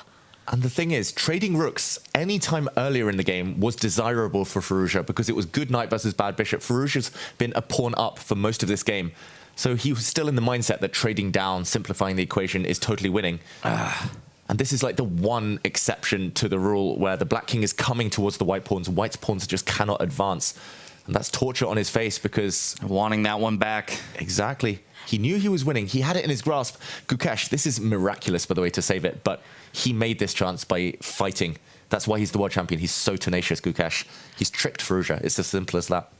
David, you've got to show that drawing line one more time, because how difficult is that and how difficult of a spot it was as well. Alireza makes his move and he's going for it. Now is the moment, right?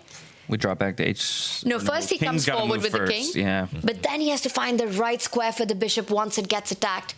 David, what if there's a check? What if the white knight slides and then wins a pawn?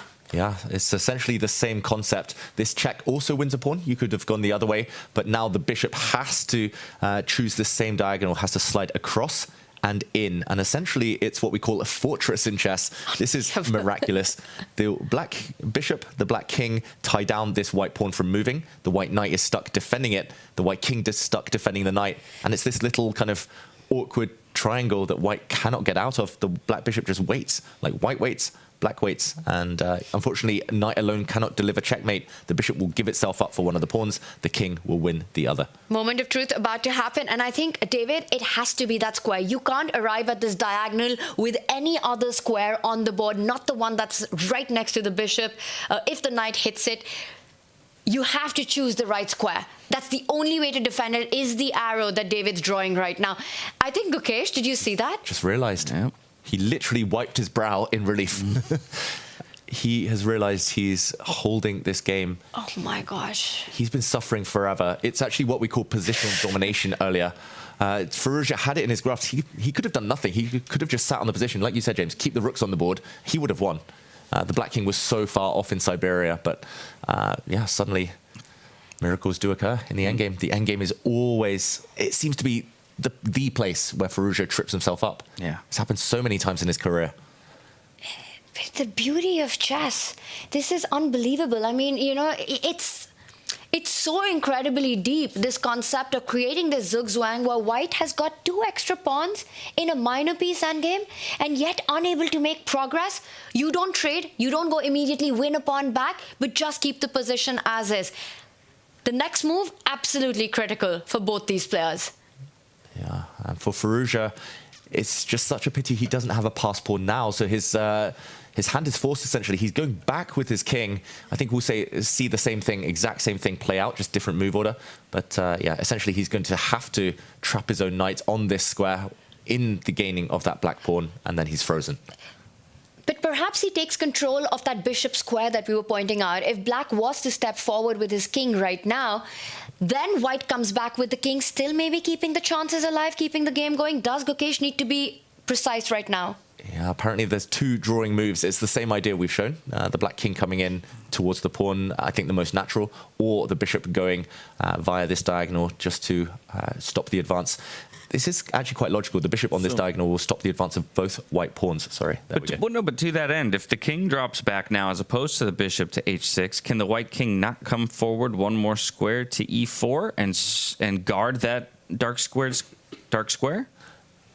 Yes, the white king can, but now there's only one potential attack against this pawn, so now black will wait. Now the black king will just hang out and keep the white king tied down, and the knight alone cannot overwhelm this pawn.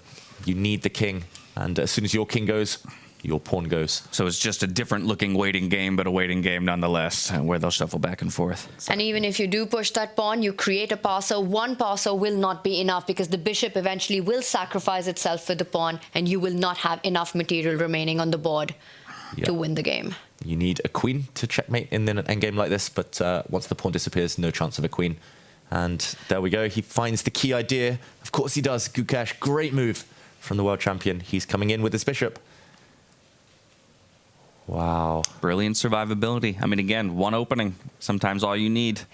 But this was Alireza's game to throw, right? Going into that, rushing into that very natural decision. First, Gukesh over-pushing, as David and I were earlier discussing, you know, when do you take this measured risk of denying a repetition? You need to evaluate your chances correctly. And in this one, look at that death stare that Gukesh just gave as it becomes clear that he's figured out his path of how to hold this on. But he was in big, big trouble. And that one mistake is going to be so extremely costly for Alireza. And this game here, in some ways, painting the picture of Alireza's tournament so far. What started out so brilliantly with a day 2 round-robin push from the middle of the table to the top of the table, it's been the knockout rounds where he's really struggled, sometimes with brilliant advantages, to ultimately put the close on it. Yeah, and actually his strategy of playing quickly has paid off, but it's just the endgame. It's the later stages where he falls short. And when it comes to end games, we feel like the drawn ideas are here for both of these players. We do have a result in our other matchup between Nodirbek Abdusattorov and Hikaru Nakamura playing for 5th place on day 1 of the final round. Here it will be Hikaru who comes out on top with a win. Hikaru winning, and this was the final position. He won a second pawn as we predicted. He was closing in. He got the rooks off, more importantly. A third pawn about to fall, and Nodirbek does not try to resist any longer. Very impressive from Hikaru. He grounded out, long endgame grind, but successful. He's on a roll now, Hikaru. Yeah, and it feels like only if it had happened a few days ago, right? Because getting that big win against Gukesh yesterday, putting the finishing touches there, winning that match, and then starting with a lead against Nodirbek, this is what he's been struggling with, right? He's been getting the awesome positions, but not being able to convert them. And the last 2 games, he's managed to do that, but in some ways, too little, too late for the world number 3.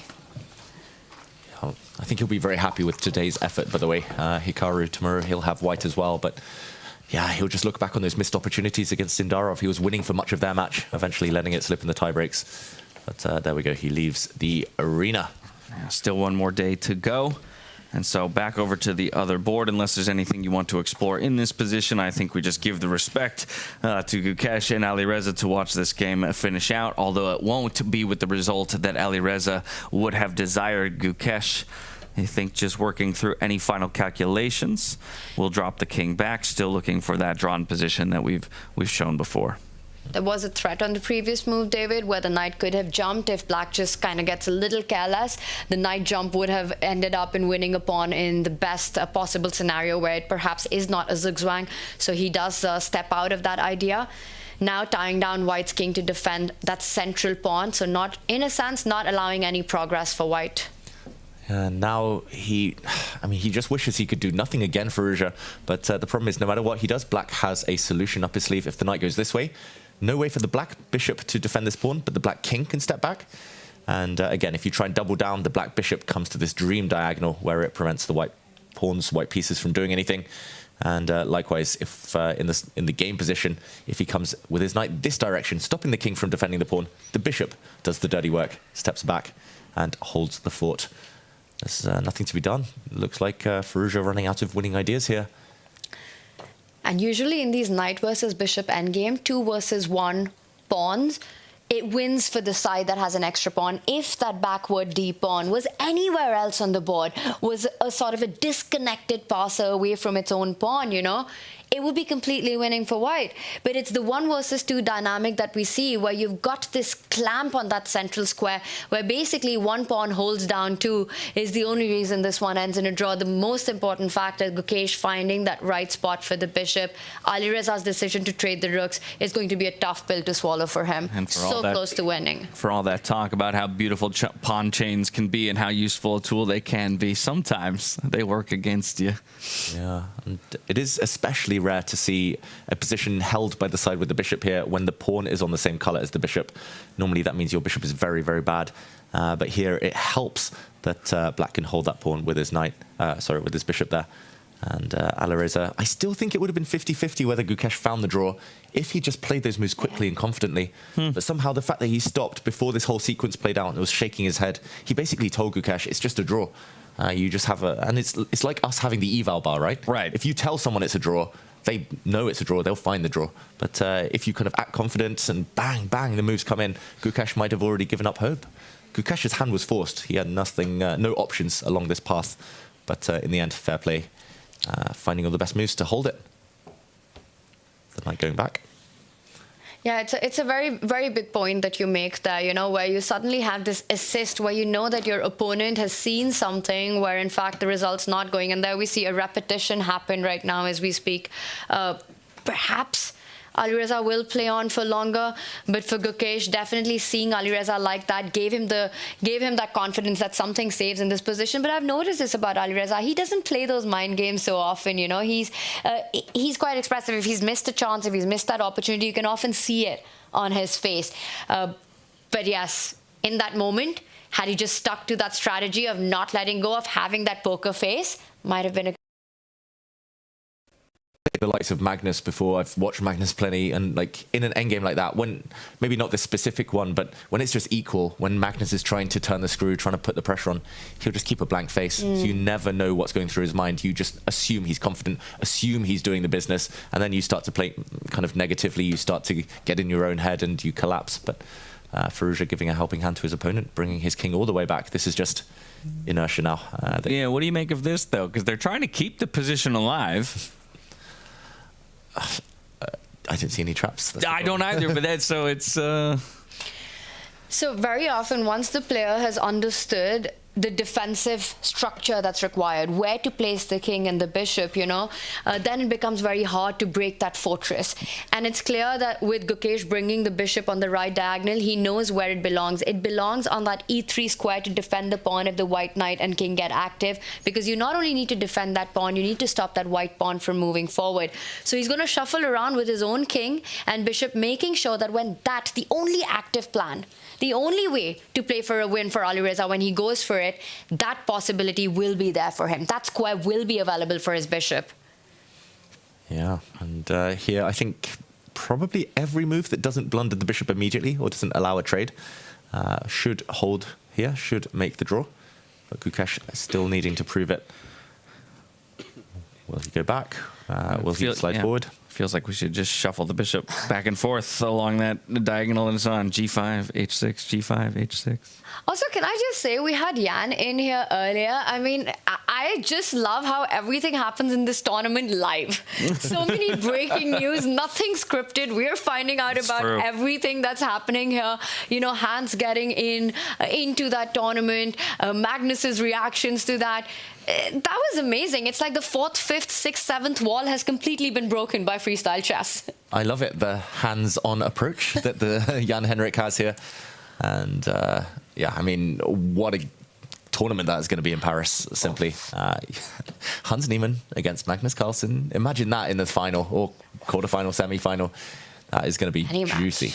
Very, and I think it's going to be heartbreaking if Alireza, who is the French #1 player currently, does not make it to the Paris Slam, you know, that's one tournament he really, really wants to be and wants to play on his home ground. Yeah, you'd like to get there without having to snag one of the wild cards from the tournament organizers. Of course, still one of the ways in which you can find yourself into a future Grand Slam.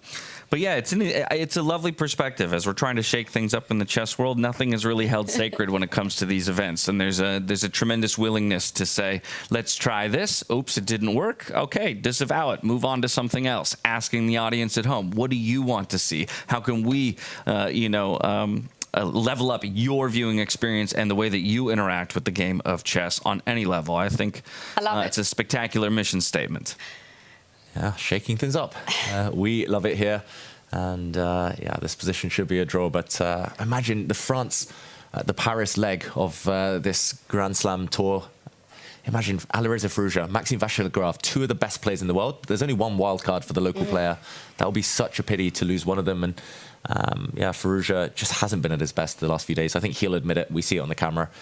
He knows it hasn't just clicked in the classical portion when the time control has been longer. Somehow it's affected his play. But yet he's trying to shake things up on the board as well here, right? He's re-maneuvering the knight to other pastures where it can hit the pawn from now a different square, the center of the board. And sometimes that can confuse the defender because you also have to readjust and readapt to that strategy. Where are your ideal defensive spots? Is it still tricky? Does Gukesh need to watch out for any big threats here? Alas, I don't think it is tricky. Really, the bishop can defend the pawn from two different ways now. Even just kind of putting it on the middle of the board and kind of effectively saying, I have a blockade. Yeah, park it there forever.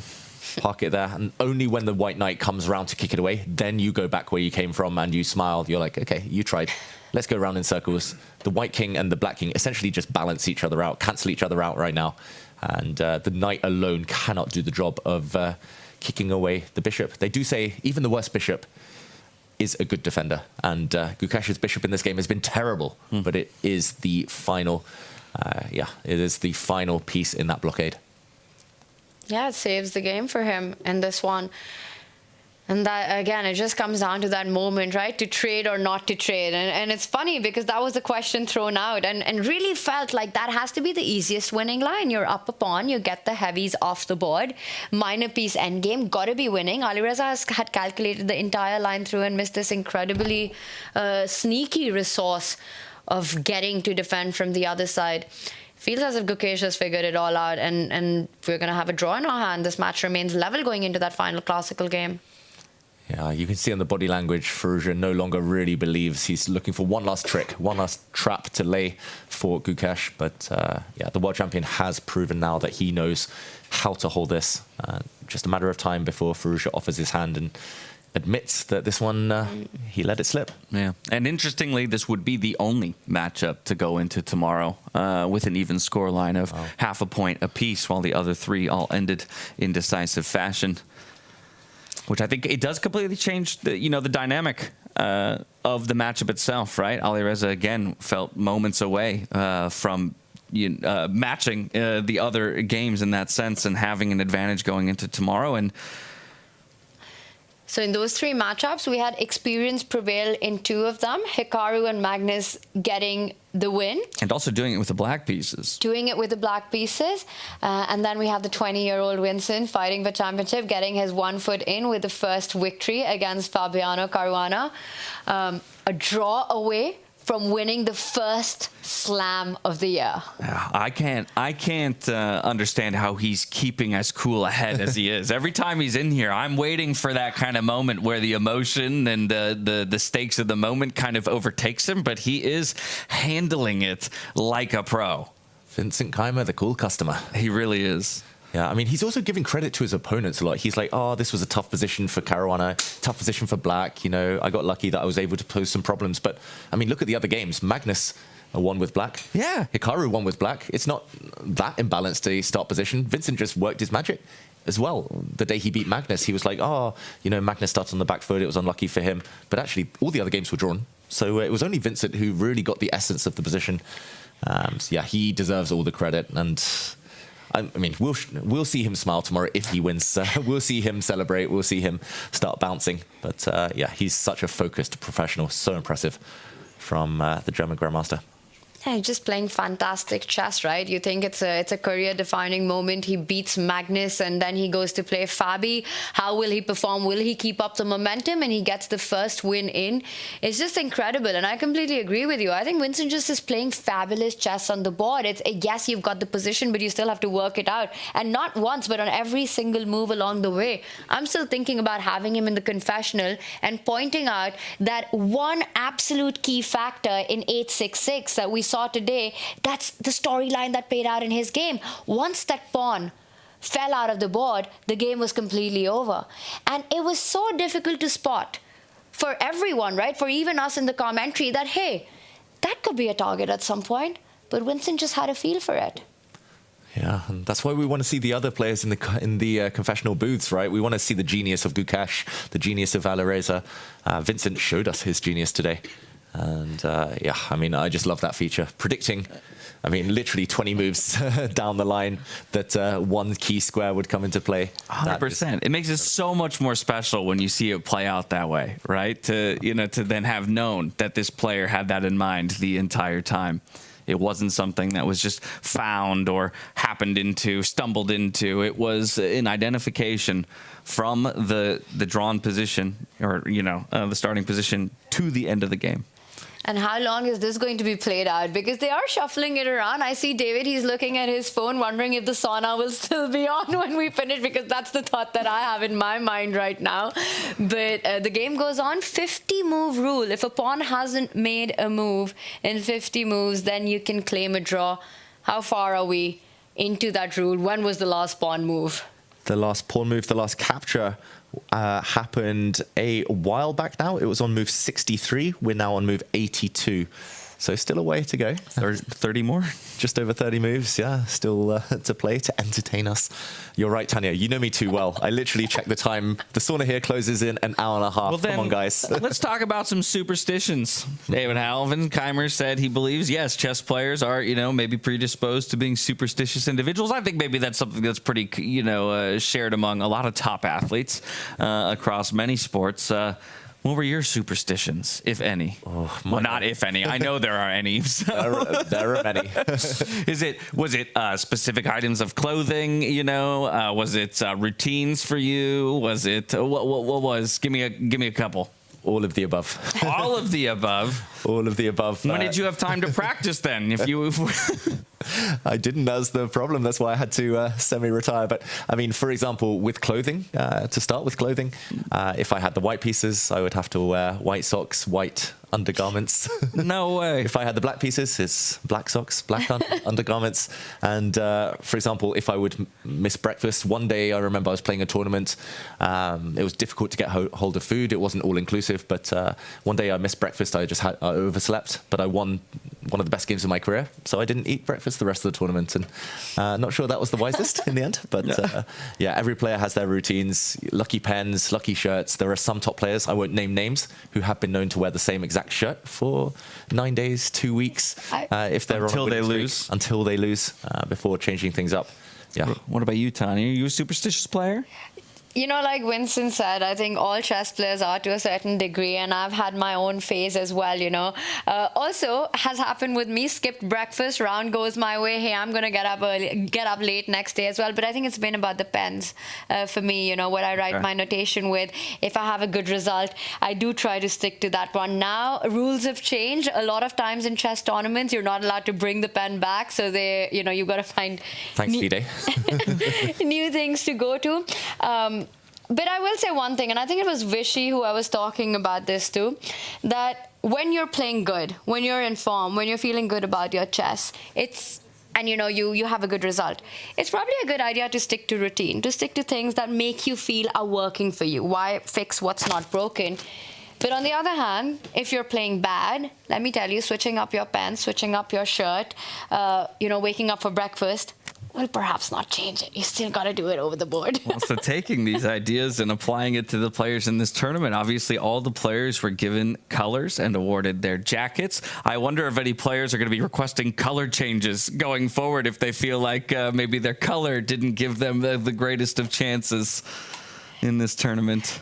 And maybe it's a deeper conversation, right? Like you said, the color of the jacket, you know, what's your morning routine, right? It kind of puts you in a mind space. It's got this placebo effect going on. Yeah. And whether you're superstitious or not, that could affect your chess. You know, you think things are working your way, do the same thing. You're just going to feel better about going to the board. Yeah, it's all placebo. That's guaranteed, but it doesn't stop us from really believing in it, right? And I choose to hang out with certain people depending on whether I won that day or not. What?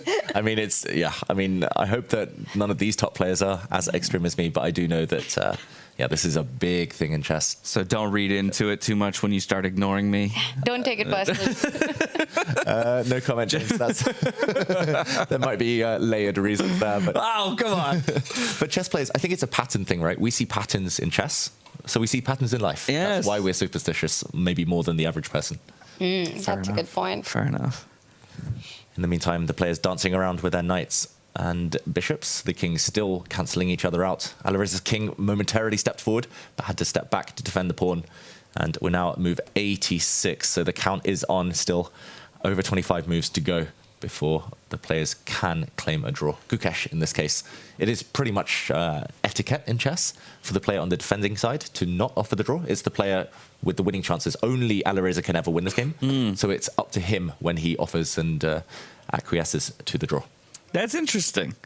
That's interesting because at the top level, at the very top level, I would imagine that at some point the minds meet and understand the position on the board. But even still, you show that respect. You say, if you want to play for your winning chances, I will respect that. I will give you that opportunity until the confines of the game disallow it. Yeah. At least nowadays. Back in the day, I think if you'd done this to Kasparov, he would have been like, nope, this is a draw. Sign score sheets, we're out of here. Or Korchnoi back in the day. But now chess players are stubborn, as we heard about Gukesh earlier, Magnus Carlsen. They play onto the bitter end, so it's become the norm, this kind of etiquette routine. But also understandable, right? You've got the knight on the board, the trickiest piece in chess. There are always these forks, these ideas of shuffling the king on one side, on the knight on the other side, finding different squares to get to that pawn, and you kind of want to juice out every single drop of the position. You want to make sure that you've kind of explored all your options. You've gone one way, then the other. You're testing your opponent here, then you're testing them there before finally conceding that, yes, indeed, it's a draw. The test goes on. The king steps forward, but we've actually seen an almost identical position before. Ironically, black can actually just move the bishop away and allow the white king to take the pawn as long as you keep an eye on the white knight or your own pawn. This one's still within the drawing realms. Not too much changing here, apart from Gukesh's clock. I think Alireza might just wait till Gukesh drops to 30 seconds and then set one last trap before finally agreeing to that draw. If there is a trap to set, I don't really see it, got to admit. Alireza under 5 minutes, Gukesh under 1 minute. The thing is, we know that the position is drawn and he probably has multiple choices to hold. But, you know, as a player, very often you're thinking that there's only one move that keeps the balance. There's only one precise way forward. So you want to make sure about finding that move. He keeps the bishop connected to the pawn. Alireza stepping in with his own king. And now he's got to decide because, David, do you have to switch diagonals here? You might just have to switch diagonals. I think... Wow, he doesn't. I was going to say switching diagonals would have been totally fine. The black bishop could have come round, as we saw earlier, kind of defended the pawn from the front. But instead, he drops back. And his trick here, it took me a second to realize, Tanya, but if the white knight goes chasing the black bishop, you just ignore the bishop. And the black king can actually start snacking on the pawns, eliminating the two white pawns while the knight is distracted. This is why I thought that you have to switch diagonals. Me too. So this is still pretty sneaky, right? And just then complete awareness that you've got your king as well as your bishop, so sometimes you don't have to defend a piece that's attacked. Look all over the board, look at your options, and I think we're seeing Alireza step in with the knight. Gukesh now 2 moves away from getting that draw. He's going to take that white pawn off the board. Alireza most likely is going to keep the tension alive. Just 1 or 2 more moves. He's going to drop the white king back.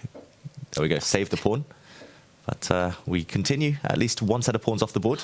The 50 move rule resets for everyone at home enjoying this marathon. But now the problem for Alireza is his pawn will never be able to move without being captured by the black bishop. Just don't trade the bishop for the knight. That single pawn will go on to promote a queen and give checkmate. So you just want to keep your bishop alive and guard the square in front of the pawn and then give itself up. Yeah, I must admit, when I was first learning chess, that was the one thing I struggled with in an endgame. It's like, why would you trade your bishop for a knight? Bishop for a pawn when it can be for a knight? When, okay, here the players do shake hands. They have finally agreed to that draw. Alireza giving up his winning chances, but he was winning the whole game. A escape for Gukesh, the world champion. He's had so many brilliant looks through the early and mid game, right? Time and time again, we've checked in on his board somewhere in the middle of the match, and he's had at least, you know, a point or 2 advantage, but just struggling to convert some of those advantages in the end, and it has equated to a tumultuous tournament. These 2 players will each enter day 2 of our final round with half a point apiece. And what a fight it really was, right? With Alireza pushing through, and then Gukesh, he had that option to just bail out. This game could have ended about 2 hours ago had he just taken the repetition, but keeps the fight on, but evaluates it incorrectly, gets into big trouble. Alireza gets the advantage, and he knows it. He's definitely the disappointed one. You know, up a pawn, it's almost just a technical endgame that you need to work out, and for players of that class, that should look almost clinical, but then that one inaccuracy, and chess is just brutal. All that hard work goes to waste. Yeah, straight out into the cold and on his way back to assess what happened. A disappointing finish, no doubt, but still, progress can be made tomorrow, right? And I think that's in some ways the beauty of chess, but also how painful it can be. You know, it is a harsh game. Yeah, you can't win these many matches in the first day anyway, so it all comes down to tomorrow. Just noticed you're wearing red, Tanya, matching Gukesh. We were talking about superstitions. You're backing your country, your countrymen there. Well, I'm just backing chess and freestyle chess here, but yes, today we did coordinate. I just realized it looking at that, and I will say I think red is my favorite color of the jackets. We were having this discussion. Yeah. Not being biased here, that's a pretty cool jacket on Gukesh. A nice red pop is beautiful. I'm still in that royal purple. Did you ever give us a declarative statement on which color jacket you'd be sporting?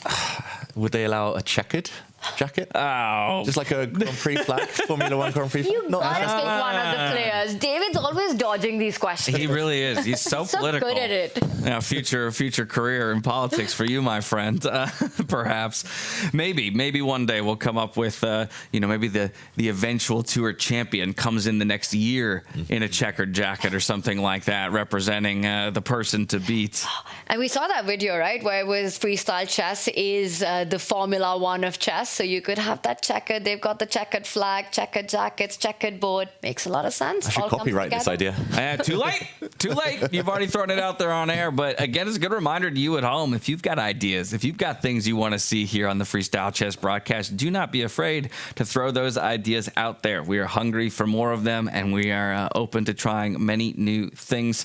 I can say from my perspective, I'm very grateful to those endeavors, because it's in part what allowed me to be here and to learn from you two brilliant individuals while enjoying amazing games of chess. It's mutual, James. It's just nice to be here, right? It's been such a fun week, and all building up to tomorrow, of course. And what a final it's going to be, right? What a day it's going to be tomorrow. Fabi on the ropes has to win on demand against Vincent Keymer. Yeah, but again, it almost is playing out perfectly to the story of both players, right? Vincent seems to have this, incredible mastery of the positions, or intuition rather, for the positions from the word go.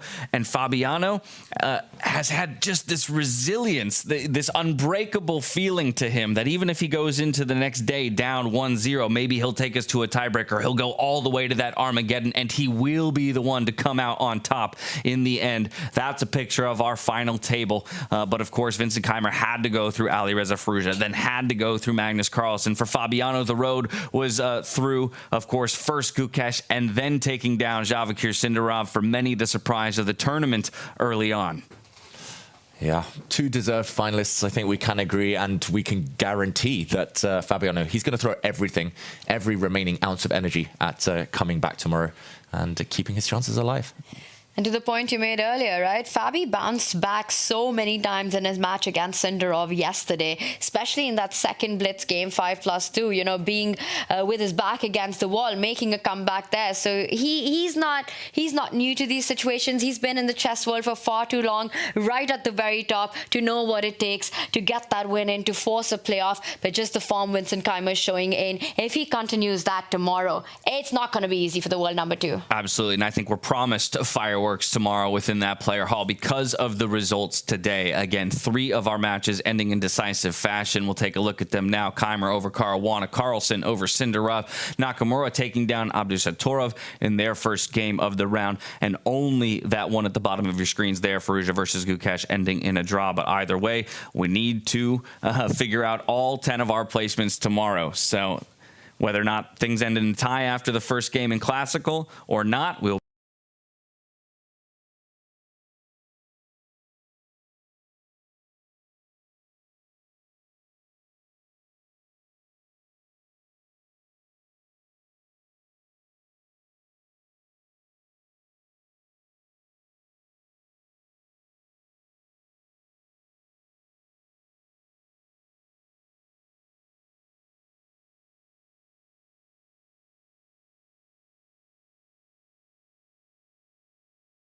still plenty to get done.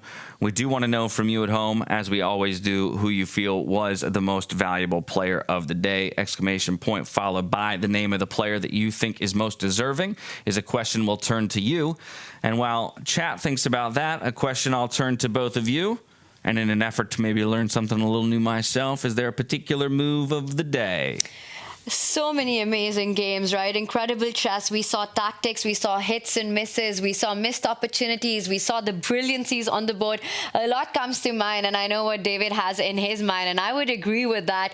I think it has to be Magnus's brilliant show in his game against Javokhir Sindarov, because that was a beautiful finish at the end. Yeah, I think I can guess who might be player of the day, so I went for another player here. But yeah, Vincent Keymer, while his win was very smooth, maybe no standout specific moves there. It was more about the overall strategy. For Magnus, there were some knockout blows. So I'm going to show one position where Magnus started a sacrificial attack and eventually broke through.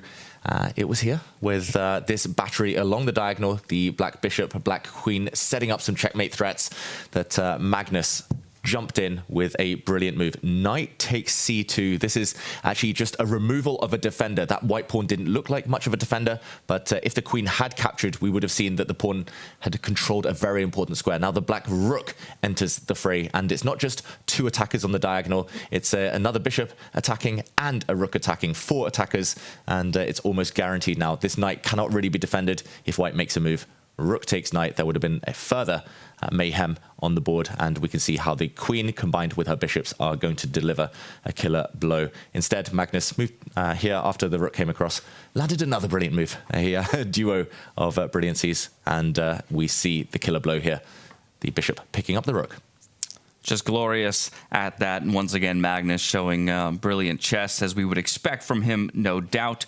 But maneuvering to a win with the black pieces, I think is in some ways even the most impressive thing, considering that Vincent had so well identified what the attacking plan for white should be. And not to be eclipsed, Hikaru as well, just to remind people, also navigated to victory with the black pieces. So 2 of those veterans, off of the ideas that they shared around the table, were able to take down the younger generation. But in the battle for the top spot, it's the younger generation that's being represented quite well. Yeah, and funny enough, we saw Fabi also sit there, but he chose a different path in the opening, and it didn't go his way. But a big fight coming up tomorrow, and I completely agree with this. I think Vincent, for his game, just start to finish, he just never lost the thread. He was completely in control of the position, of the ideas, of the understanding of how and where to place the pieces. He was able to adapt when tactics are on the board, incredibly sharp. When he required to step back and defend his own forces, he was able to do that at the right time. So once again, it reminds me of the way he took down Magnus Carlsen in game 1. Just a very controlled performance against the very best in the world, because these are the players, you give them one opportunity and they bounce right back. And Vincent never gave that to Fabiano Caruana today. Didn't give it to him today, and he only has to do that one more time. But, repeating that at this level, that level of consistency is, I think, again, the most difficult thing to find time and time again. Yeah, it can be so elusive. You can see world-class players, get there, but not quite make that finishing, kind of that final step. And Vincent on the brink now. You had an inkling as to who the player of the day would be, and that hence why we went for a brilliant move by Magnus here. And I think you are in fact correct. It is once again Vincent Keymer who is going to pick up the most valuable player of the day. Continues to impress us in such a brilliant fashion here. The youngster on home turf is causing us to change the conversation around freestyle chess. Again, a lot of people looking at this going, okay, well, will it just be the Magnus show yet again? And in fact, not the case this time around. Yeah, not the case. Still that youthful energy, the great understanding that the German Grandmaster shining through. And to help us conclude the day one more time, we welcome back Jan-Henrik Buettner and a very special guest, Harley. Harley, thank you so much for joining us, one of the main sponsors for this event, helping us end up in a position where we can see someone like Vincent shock the chess world. I wonder for you what it's been like here to witness history in the making. Listen, I think having enough plurality of potential winners is good for the sport. It's less exciting if it's Magnus winning 80% of the time. Don't tell him I said that. Right? It's better for the business of chess. It's better for the fandom and viewership of chess, right? And so it's amazing. And France will be a different story, I'm sure, as will New York and the rest of the circuit. So if it were so predictable, I don't think you'd have a lot of fun things to talk about, and people wouldn't tune in and stick around for it. So. Just let me introduce Harley properly. So he's not a sponsor, he's like our main investor. So it's a left lane company. They are the venture capital fund that provided the most money in the beginning for us to start all this. So basically his LPs are there funding what we are doing right now, everything here.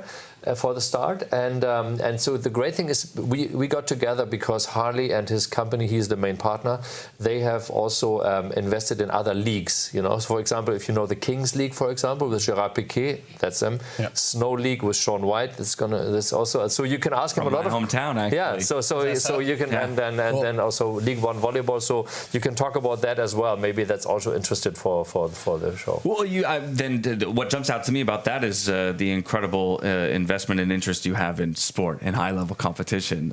For you, I guess, in your personal history, what is it about sport and competition that you find to be such a driver of something that you want to invest in? Yeah, well, thanks for having me. I'm fresh off the plane. I haven't even dropped off my suitcase yet. So it was New York, red-eye to Frankfurt, flight to Hamburg, and then driving 2 hours through the snow. And so it's worth every second to get here. As Jan described, I started a fund called Left Lane Capital about 6 years ago, which is a consumer tech-oriented investment firm. One of the theses we've been prosecuting over the last few years has been the future of sports and some of these emerging sports leagues or IP related to that. As a consumer fund, I think we had a point of view around some of these emerging sports leagues needed to exist, or you needed to raise the profile for certain sports. Everyone wants to have their Formula One moment, right? And not to sound a bit cliche about it, but I think there were certain sports where we saw such a gap between the level of participation globally, but not sort of a professional circuit that I think did right by the players who really should be lauded as athletes and as celebrities and superstars. And I don't think that was the case in chess until Jan came around and decided to do something about it. And so we had the privilege of sort of being his founding formation capital partner here. And so we invested last summer, and it's been off to the races since then. And Freestyle Chess was the third or fourth investment we had done in the future of sports. It started with League One Volleyball, which is a professional women's volleyball league in the United States. Again, it didn't exist. You know, women would play in the Olympics or at college, and they would go overseas. And so we saw an opportunity to bring that back home. Kings League with Gerard Piquet, which I think did an incredible job of fusing esports culture and streaming culture with a sport for whom the younger generation, I think, had lost some interest in traditional football. It's boring. It's 90-minute halves. It oftentimes will end 0-0. The rules are archaic and rigid. The players are scripted in their response, and the governing body is perhaps a little bit unsavory. If we want to keep it diplomatic, there's some parallels to this world, if you will. And so when Freestyle Chess came along, we spent a lot of time with Magnus and really architecting something around him.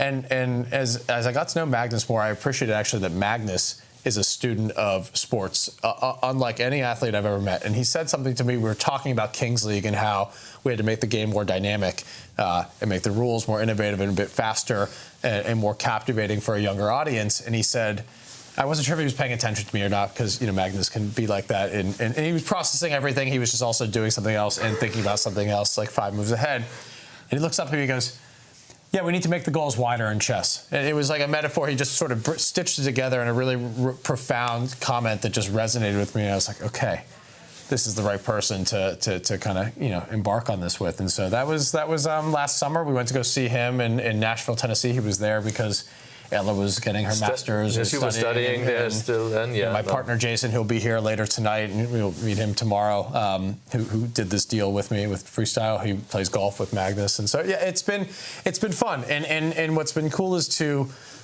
have the founders and CEOs of these different sports leagues actually spend time with each other. And there's some of that around the business of that or around the creative aspect. How can you actually learn from each other, have best practices, and it could be things around distribution techniques and commentating. Make sure you can cater to the absolute experts as well as someone who's a bit more novice and beginner and everything in between. I think those are common challenges and opportunities, irrespective of whether this is chess or it's snowboarding or whatever. Yeah. Where there's a technicality that only a certain inner circle might appreciate. And we also have the benefit through Left Lane that Gerard Piquet personally is invested in our company, Freestyle.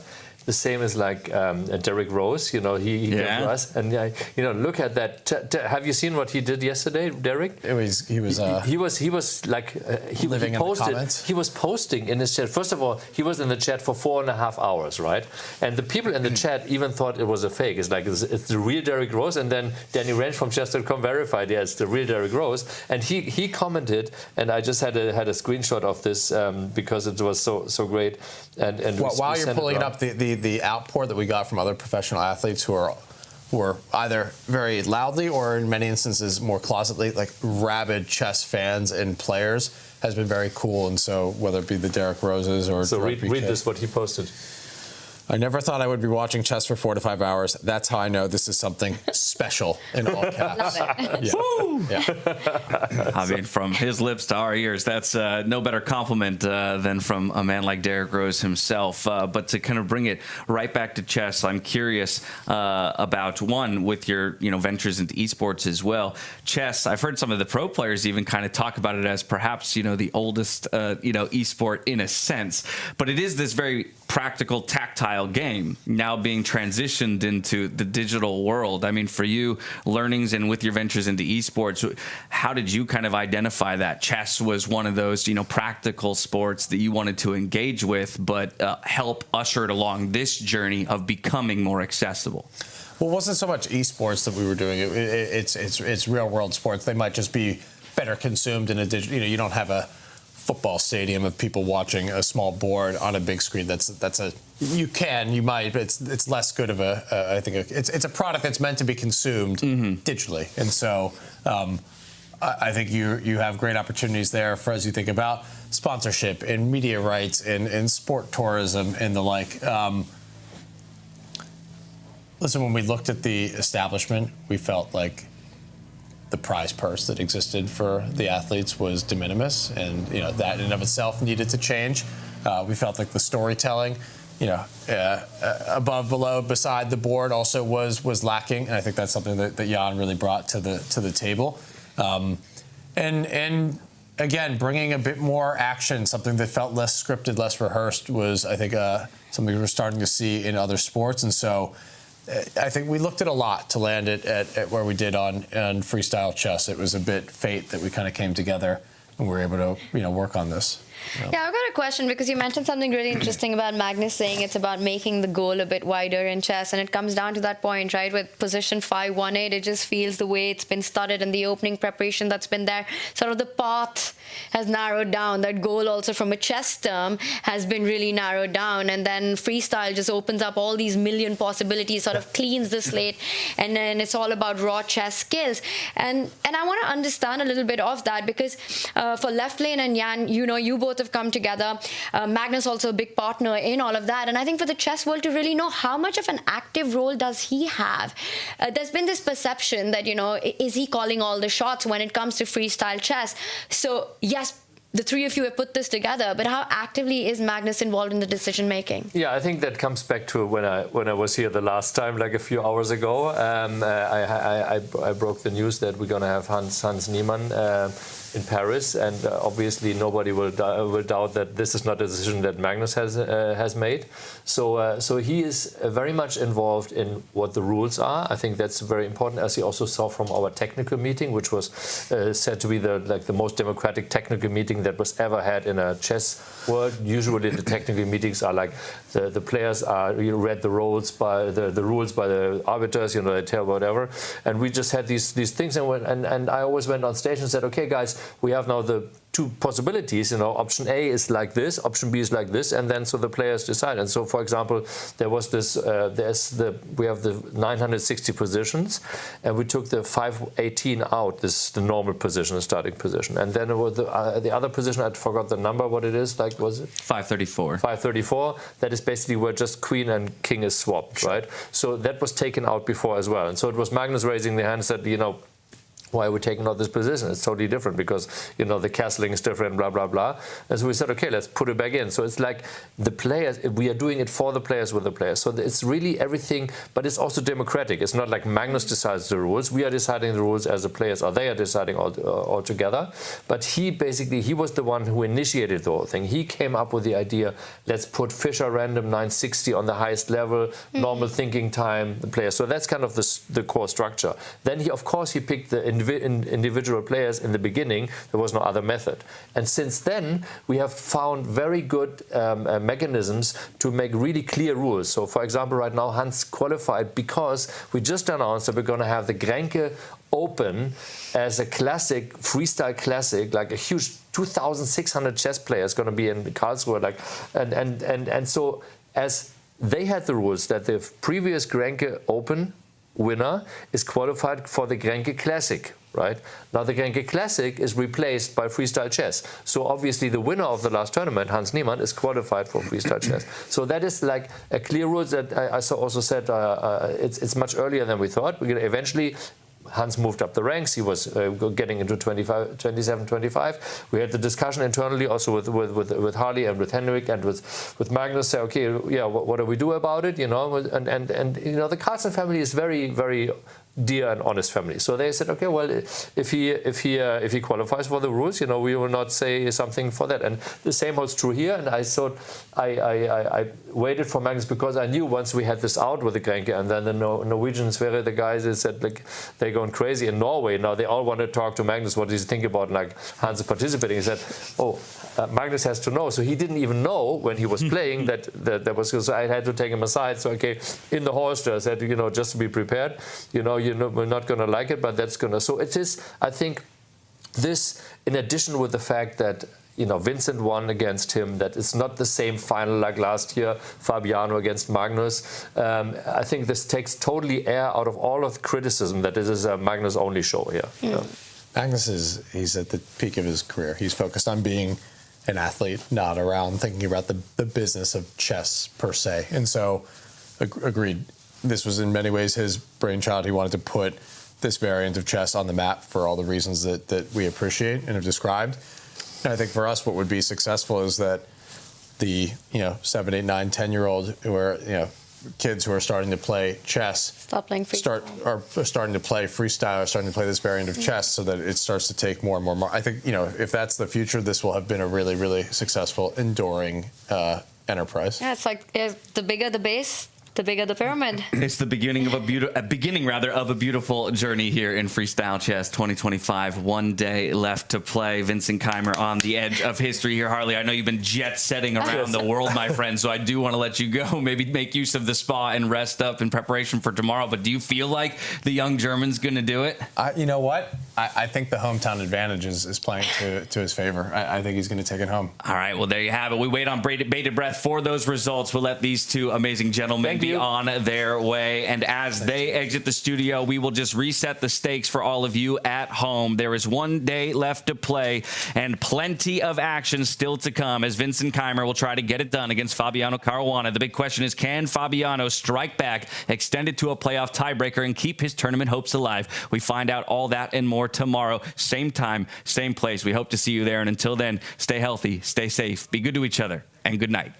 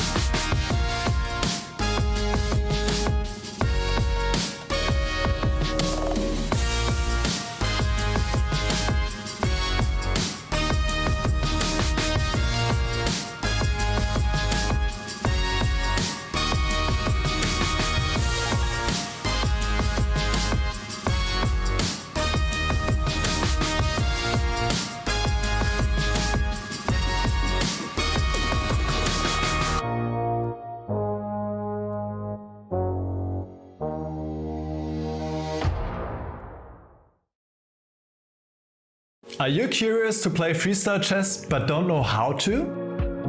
No opening theory, no memorized moves, just pure strategic creativity. But how do you navigate 960 possible starting positions with confidence? That's exactly what I'll teach you in my Freestyle Chess Masterclass. You'll learn how to develop your pieces effectively, recognize key positional patterns, and avoid early disasters. I'll break down some of the best freestyle chess games ever played, featuring Magnus Carlsen, Alireza Firouzja, and Fabiano Caruana. Freestyle chess is still in its early days. This is your chance to get ahead of the competition. Sign up now and let's take your freestyle game to the next level. Join my Freestyle Chess Masterclass today and save 20% only during the Grand Slam.